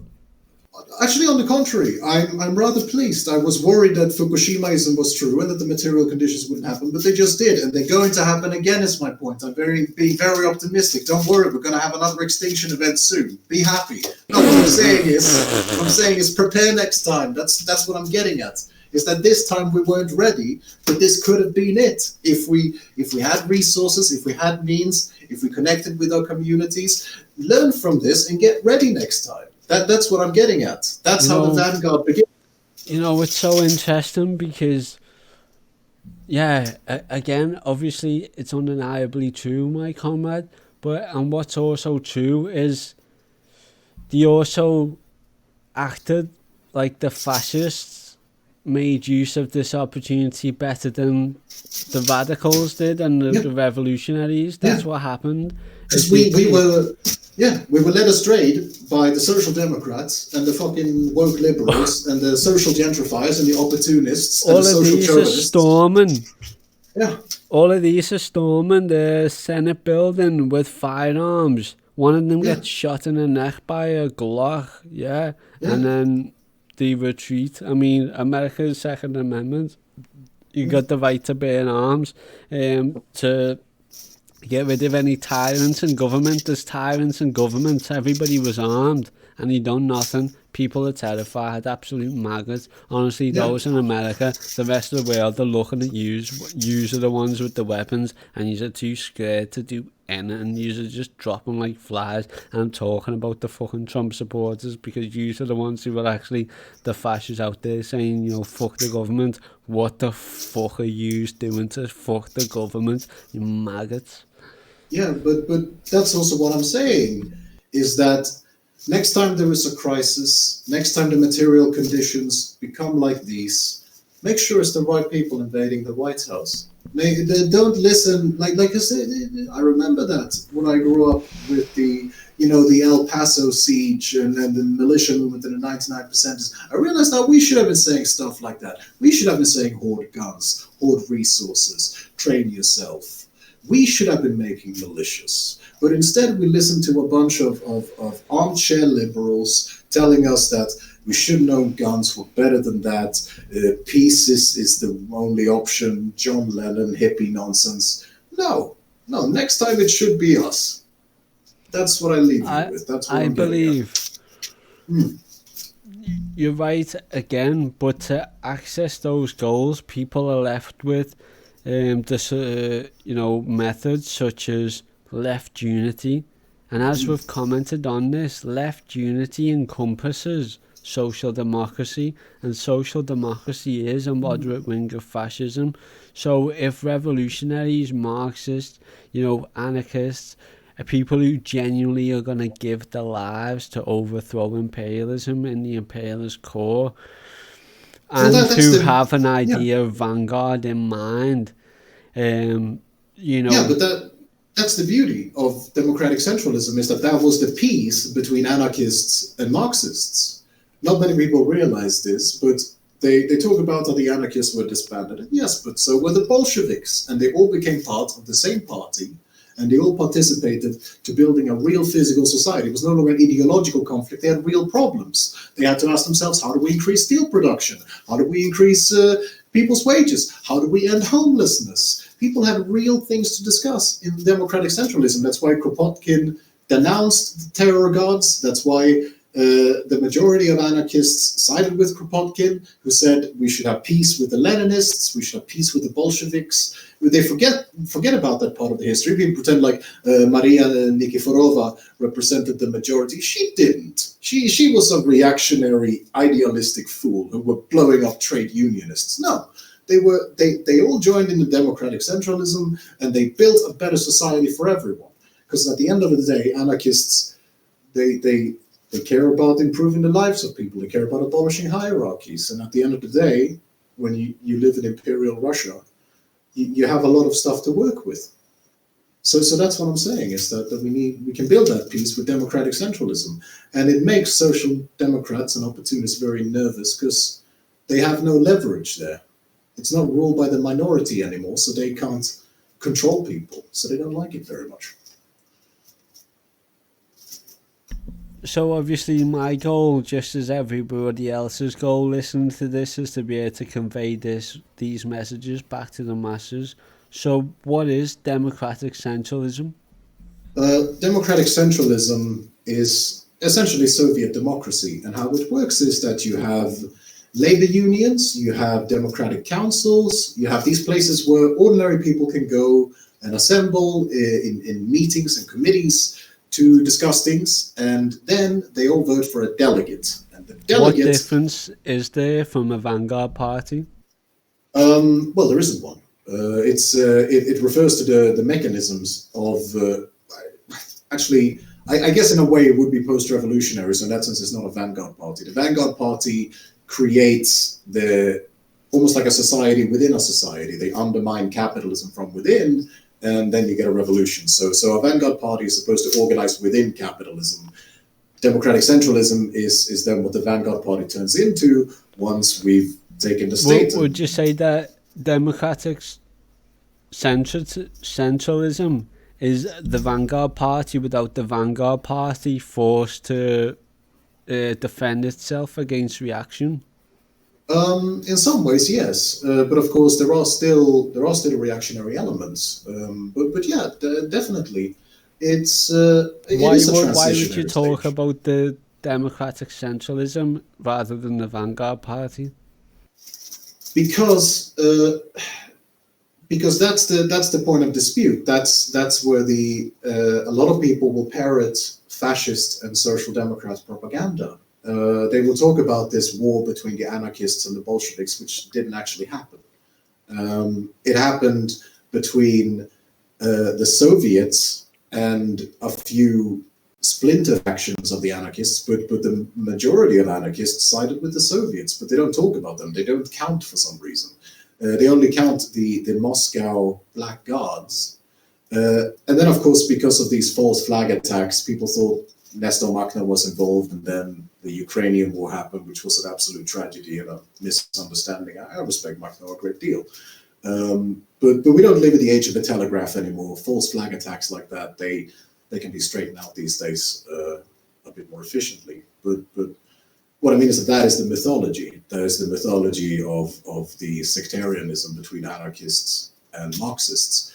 In reality, we got along swimmingly, and we built a wonderful society that saved millions of people and liberated Europe from fascism. What do you mean? Where about was this? Soviet Union. Democratic centralism was what it was called. That's what they Yes. called their form of the Vanguard Yes. Party. Yeah, exactly. Like that was their government structure. You had the labor unions that became the sort of lower rank, well, not lower, but sort of lower level in terms of accessibility. So that's what people joined. They would vote for delegates. The delegates would join the higher tier of government and carry out the sort of mandate, and then you would have a level above that, and so on. Immediately centralizing, because it was 150 million people, so you needed some degree of delegation, just for practical reasons, because you can't have 150 million people. I can't remember what they fucking called it in Cuba. We had Rerun from Fight Racism, Fight Imperialism Liverpool and the RCG to talk about Cuba's democratic centralism version, but what it was they had more members than it was in Labour and Tory put together, probably like ×5 in the UK, and it just showed the amount of people involved in the party process, in the communities split up, and there was the politicians over there have to have jobs as well, they're not simply sat on their ass turning up to Parliament making like 200 quid, just for showing off and then fucking falling asleep in the middle of a party session. So this democracy and having anarchists in the class, we had one on the other day, didn't we, Ryan? Talking about flipping democracy and community in particular, and I'm convinced that there's going to be more community, more democracy in socialism than there will under any other system, because there is no system that's able to take individual lives and then convey those experiences to those with power, and those with power forced by a sense of humanity to enact what's best for the people. Yeah, and there's a good example of that as well. The real Stalin, outside of propaganda, don't get me wrong, he had his shortcomings. There's a lot of good criticism of Stalin from the Yugoslav partisans who worked with him, because I think that's criticism from the right directions. I hate to interrupt, but look, did he kill all kinds of mad people and just say like fuck all them libs and then put them against the wall? Did he do that or what? No, they would they killed some liberals, but they were terrorists. They were armed terrorists who were slaughtering people in the streets. They forget to mention that part. That did happen, but actually, did he kill enough people?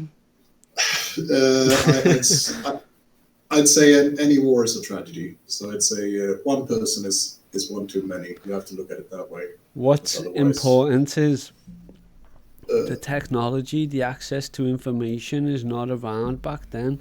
So it's almost like how are you going to educate everybody on the truth when they don't have the internet? You don't have the resources available, whereas now we can that's what I'm getting at. Now we can pull up the CIA document that says, the colour revolution, the synthetic left, and it's all there, you know what I'm saying? Yeah. And that's what I'm getting at, is that Stalin would personally have appointments, hour-long appointments, where he would just sit down with farmers, with peasants. He was a peasant himself. He grew up as a peasant. He would sit down with them and he would just listen to them. He would just listen to them talk to understand their needs. He wouldn't say anything. He would keep careful notes, and then he would know what to do. And I can't imagine any other. Well, there are a few examples, I suppose, in the Eastern Bloc, but outside of Eastern Bloc, I can't imagine any society that did such a thing. It's almost like the inverse of your story about the Queen Mother. He he always understood who he was. He started out his life as a peasant, and even when he was at the center of the Soviet government, he still had the class consciousness of a peasant. He still remembered his roots, and he still remembered his people, and he still remembered his responsibility to them. That's the part that he we don't hear robbed about. banks and robbed trains, people. That's no joke. That's how he funded the revolution with Lenin. Yeah. Stop I mean, being they had scared of jail. If Stalin was scared of jail, they would have never been a Soviet Union. That's true. He was, and actually, it's interesting because the Soviet Union had one of the most progressive prison reforms, and one of the reasons for that was because most of the people who worked on the prison reforms were themselves former convicts, and Stalin, of course, played a big role. It's in true. that. Yeah.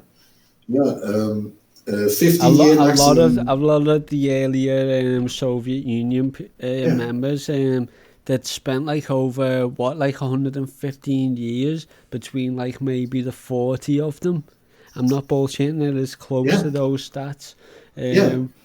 So they had a lot of years behind bars, and a lot of it was for revolutionary activity, a lot of it was just from precarity, but that precarity is what fueled the revolutionary spirit. Yeah, and I don't know if you know about the Odessa gangsters in Imperial Russia, although they were in Ukraine, obviously, but that was only recently, not of past. All right, yeah, but that's a good example. The Bolsheviks and also the Odessa gangsters, who were predominantly Jewish in that particular harbor, they met in prison and formed a kind of prison culture together. Because, of course, the Jewish gangsters were very rebellious. They weren't fully radicalized revolutionaries, but they were rebellious for obvious reasons, because they lived in one of the most anti-Semitic places in the world. So for them, being a gangster wasn't just about sort of these days, with the criminals being all flashy and showing off and so on. No, it was more than that. It was a way to say, we're not victims anymore. We can fight back. We got brass knuckles. We got Jubilee revolvers. You mess with us, see what happens. It was a big movement culturally. So the Bolsheviks were very influenced by the Odessa gangsters, and people don't talk about that very much, but it happened. Dead interesting. I was getting thoughts in my mind there, Thomas. Like I'm actually really, like this whole main project. Even if you go back to like early Patreon posts, it refers to Ed Mead's Lumpen, and particularly doing a series on making the revolution and like the George Jackson Brigade. I'd love it if you could read that chapter of Ed Mead's book, maybe a little bit more than maybe the chapter before and after, to experience that timeline of Ed Mead's serious life. He was a serious prison organizer. He was a serious prison organizer, and he was a serious terrorist in the eyes of the FBI. He attacked the FBI officers. He broke comrades out of jail. I've been trying to do that episode by myself, but I found it like somewhat really daunting. But I think maybe we could do that sometime. I would love to help you. It sounds fun. If you could just simply read this chapter, maybe the chapter before and chapter after, then you'd really have all the information that you required to get a summary of what was going on in the picture. All right. Actually, the whole book, how long is it? Is it just like a normal book? The problem with it is it's an autobiography. So half of it, the publishers demanded that he wrote the earlier part of his life. So the second half is literally when it's called, making the revolution or something, and then that's when he, for the sake of the international proletarian revolution against fighting fascism, especially in the belly of the beast, when he done his actions that would eventually cost him over 18 years behind bars, and he documents his years behind bars, and his years behind bars, and not just years behind bars. He organises mass food strikes. He organises a group called Men Against Sexism. He talks about his time as homosexualism, and he talks about that replacement for female. Look, he just goes into so much, and it's so lumpen. It's why this podcast exists, but I struggle to present it. And you've been an amazing way to again, the same way that we've talked about these projects for you, about that you were working on. If we could do that for you, that would be amazing. Sounds fun. Yeah, I mean, his autobiography is called Ed Mead Lumpen. Give me the titles in the DMs. I'll check them out. I'll send you the PDF. For sure. Even better.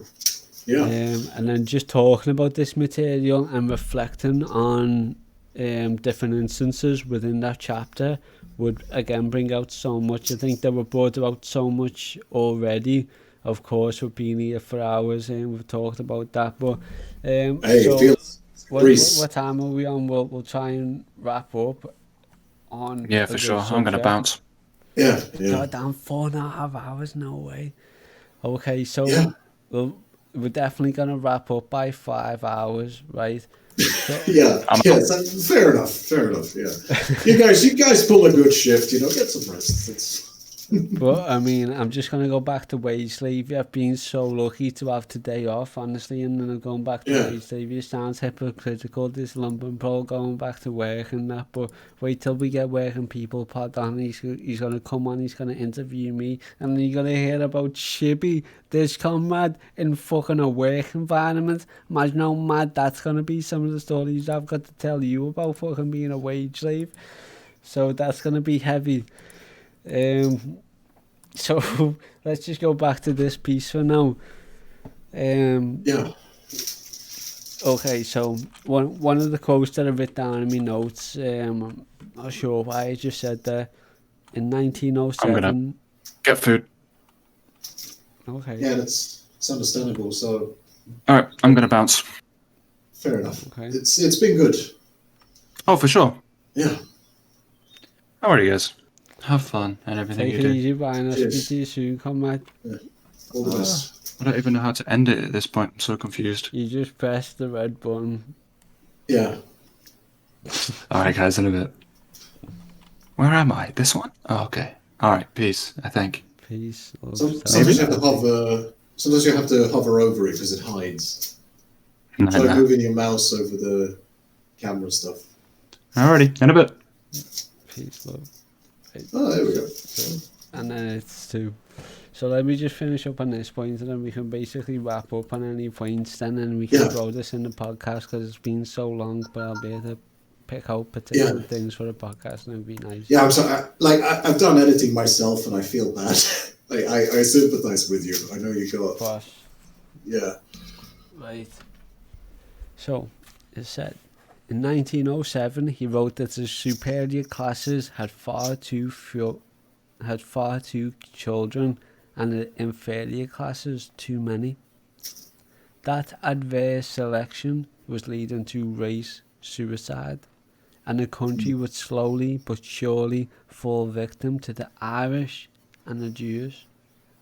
He proposed a system of stater grants for good families for the working class, and later argued in favour of segregating the feeble-minded. Now, initially, what I think of this is, the superior classes, that is the ruling class, the people with wealth, above the middle class, basically. Sometimes the middle class, if they're lucky, they breed too many. But the adverse selection was leading to race suicide. So that is to say that, the ruling classes are not breeding enough, but the working classes are breeding too many. And then, again, you hear this rhetoric from this Cambridge paper that we're reading, where it refers to, the ruling classes in terms of population birth have fallen victim to the Irish and the Jews. So these are obviously some of the most persecuted, people. Historically, the Irish and the Jews, of course, the Irish were probably slaves before any black person in Africa, and the Jews, of course, are obviously in limbo on the left and the right, and progressives. Actually, they were, in some ways, they were slaves too in certain parts of Europe. Slaves? I mean, Jews. Yeah. Yeah, I mean, of course, you can understand that if you haven't got no homeland, then you've literally got no material for that foundation, you got no capital, you're obviously, And also, I mean, I'm a Rom, and, we kind of share more a few... exploitive than losing, than having no land, and... Yeah. But and also later on, you also see that word they use, Tatara, which refers to, gypsies, as it were, and that's why experience for me. I think I mentioned it before, but just how. We've had a comment on actually something relating to the gypsy phenomena and circumstance. Go into what you were going to say, because I think that they might be able to really emphasize just what you were going to say. Yeah, exactly. Because I am Roma on my mom's side of the family, and here's the thing: is that a lot of the Roma that I met who were sort of in Sweden and who were born there and sort of lived their lives there, they look kind of like I do. They have pretty white skin, and the reason why is because, of course, the people with dark skin were rounded up and sterilized. It was those of us who intermarried into other families and other ethnicities. What do you mean? Where? Oh, right, southern Sweden, like in Malmö, where I grew up as a kid. Yeah. Just off the top of your head, you don't think of anybody but white in Sweden. You just think of sexy ladies. No, I actually a lot of the very nasty social workers that I had to grow up with, tends to be more women than men who work in the social sector. So often I associate Swedish women with fear, because they usually also deny my applications and make my life harder. But there is that part too. But I think it happens more in the north. But what I mean is that Roma in Sweden used to have a much darker complexion, like we do in the East, like 2-3 generations ago. But the eugenics programs just straight up changed our physical characteristics, because it was only people with mixed heritage who could carry on, who weren't rounded up by the police. So yeah, that's a bit messed up. But yeah. But can you hear me right now? Because I can't hear you. Yeah, so thank you. Ah, there you are. Sorry, yeah. Was I talking over you? I apologize. No, I was talking with my mic muted. So, all right. Yeah, so there was just 1 or 2 more points, and then I'm happy to wrap this up and you can go about the rest of your life. But what it was is simply, what is social democracy when we've talked about its history with eugenics, especially in the academics, scene where they try and even take Marxism as a justification in terms of class war against the ruling class, to say that there should be some kind of eugenic solution for society. Is that something that prevails, do you believe, within academic social democrats today? Is that something that some social democrats should be aware of? What can you just throw on and contribute for that? I mean, I think social democrats really, if they care about the class struggle, should pick up the state and revolution as would be social democrats, because I think it is the successful form of national syndicalism. I think that it is Mussolini's experiment, except it was successful. They figured out a way to indeed divide the working classes, pit us against each other, and resolve the Bolshevik dilemma, keep the Bolshevism out of these parts of Europe in a way that's worked for decades. I see it as that simple. It is a successful version of Mussolini's experiment. That's how I see it. Okay, so if they do declare they should pick up the Satan Revolution, what if they don't actually care enough because they're somewhat racist and they think that other black people away on like thousands of people are like thousands of miles away? What if they think that these black people thousands of miles away don't matter? I think they should visit the bad part of town, see how people are living, see how they're not that different from themselves. You know, start.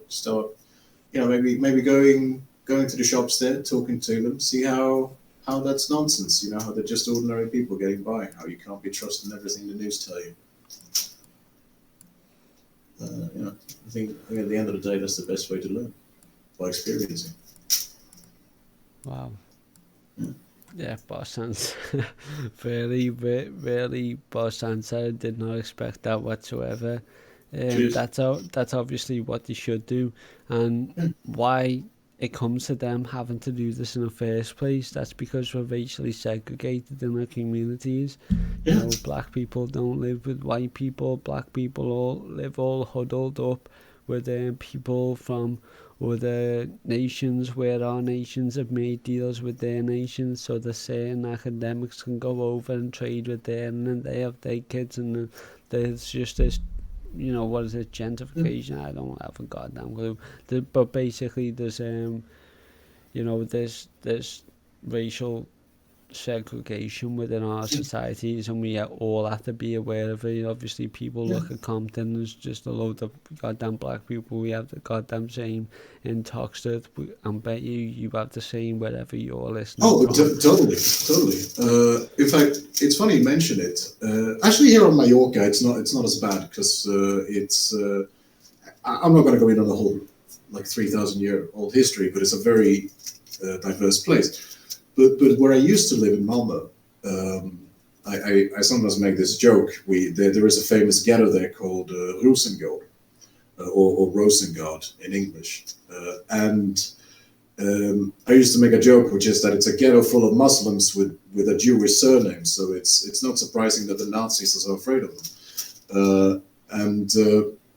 My father, he saw how there was a lot of racist news stigmatizing Muslims and Arabs and so on. And he was worried about that. So he started taking me there almost every day. We would do all our shopping there. We would go there and hang out. We would talk to people. Because he knew that was how you combated it. Because we lived in the countryside. We were kind of shut away from the cities. We lived in the countryside. So countryside wasn't like super formally segregated, but you're always kind of living in your own bubble. But that's what he did, and it works. Yeah, it totally works. And then, of course, I would end up in that segregation later in my life as an adult. So it was a very interesting experience, how it kind of taught me to get along with the people who would one day end up to be my neighbors. You know, I lived in a very predominantly Muslim area with, you know, a lot of oh my God. We're just literally brains in this body of organism that's moving the brain about, sensing different information, trying to just get by, and capitalism's making this motherfucker a nightmare.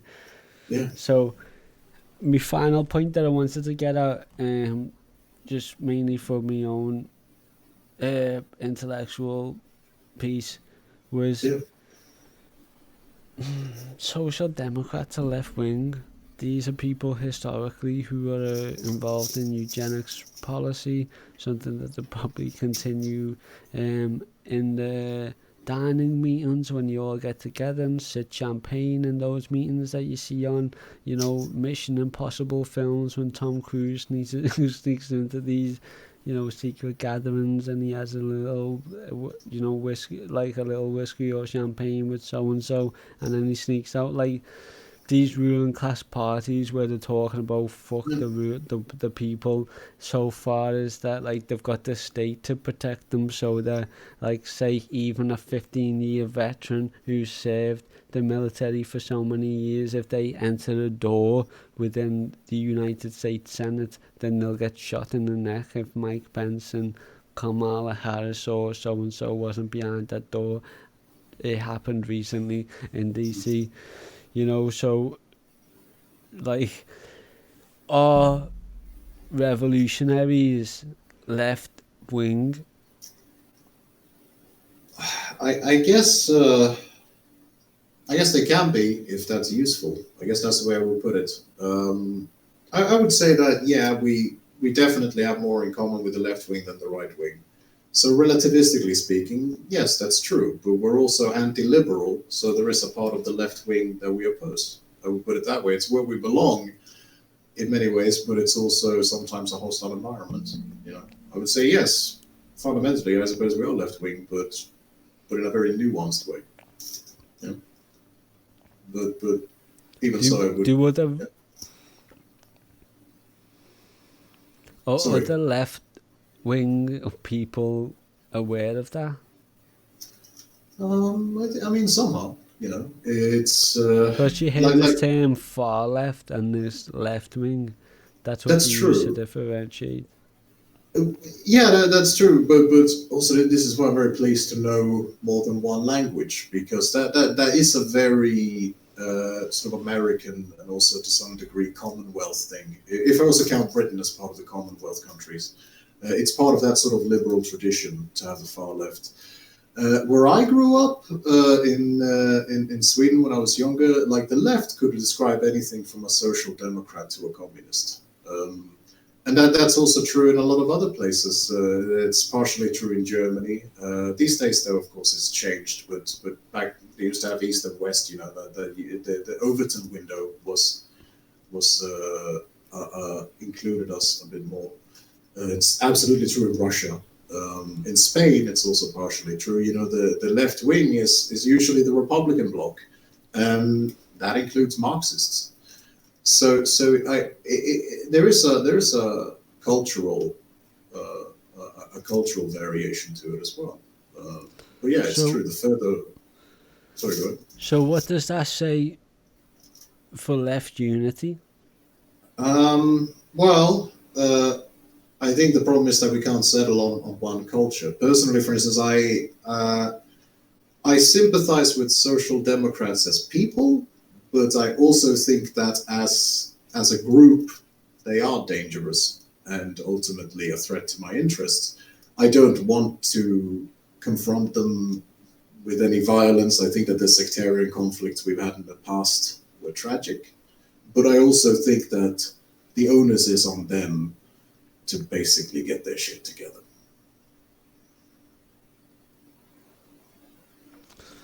So, yeah. I would love to see if in 10, 20 years' time, however long it takes, whether revolutionaries have incorporated themselves into left-wing politics, or whether left-wing politics has incorporated themselves into progressive politics in a way that we don't yet understand.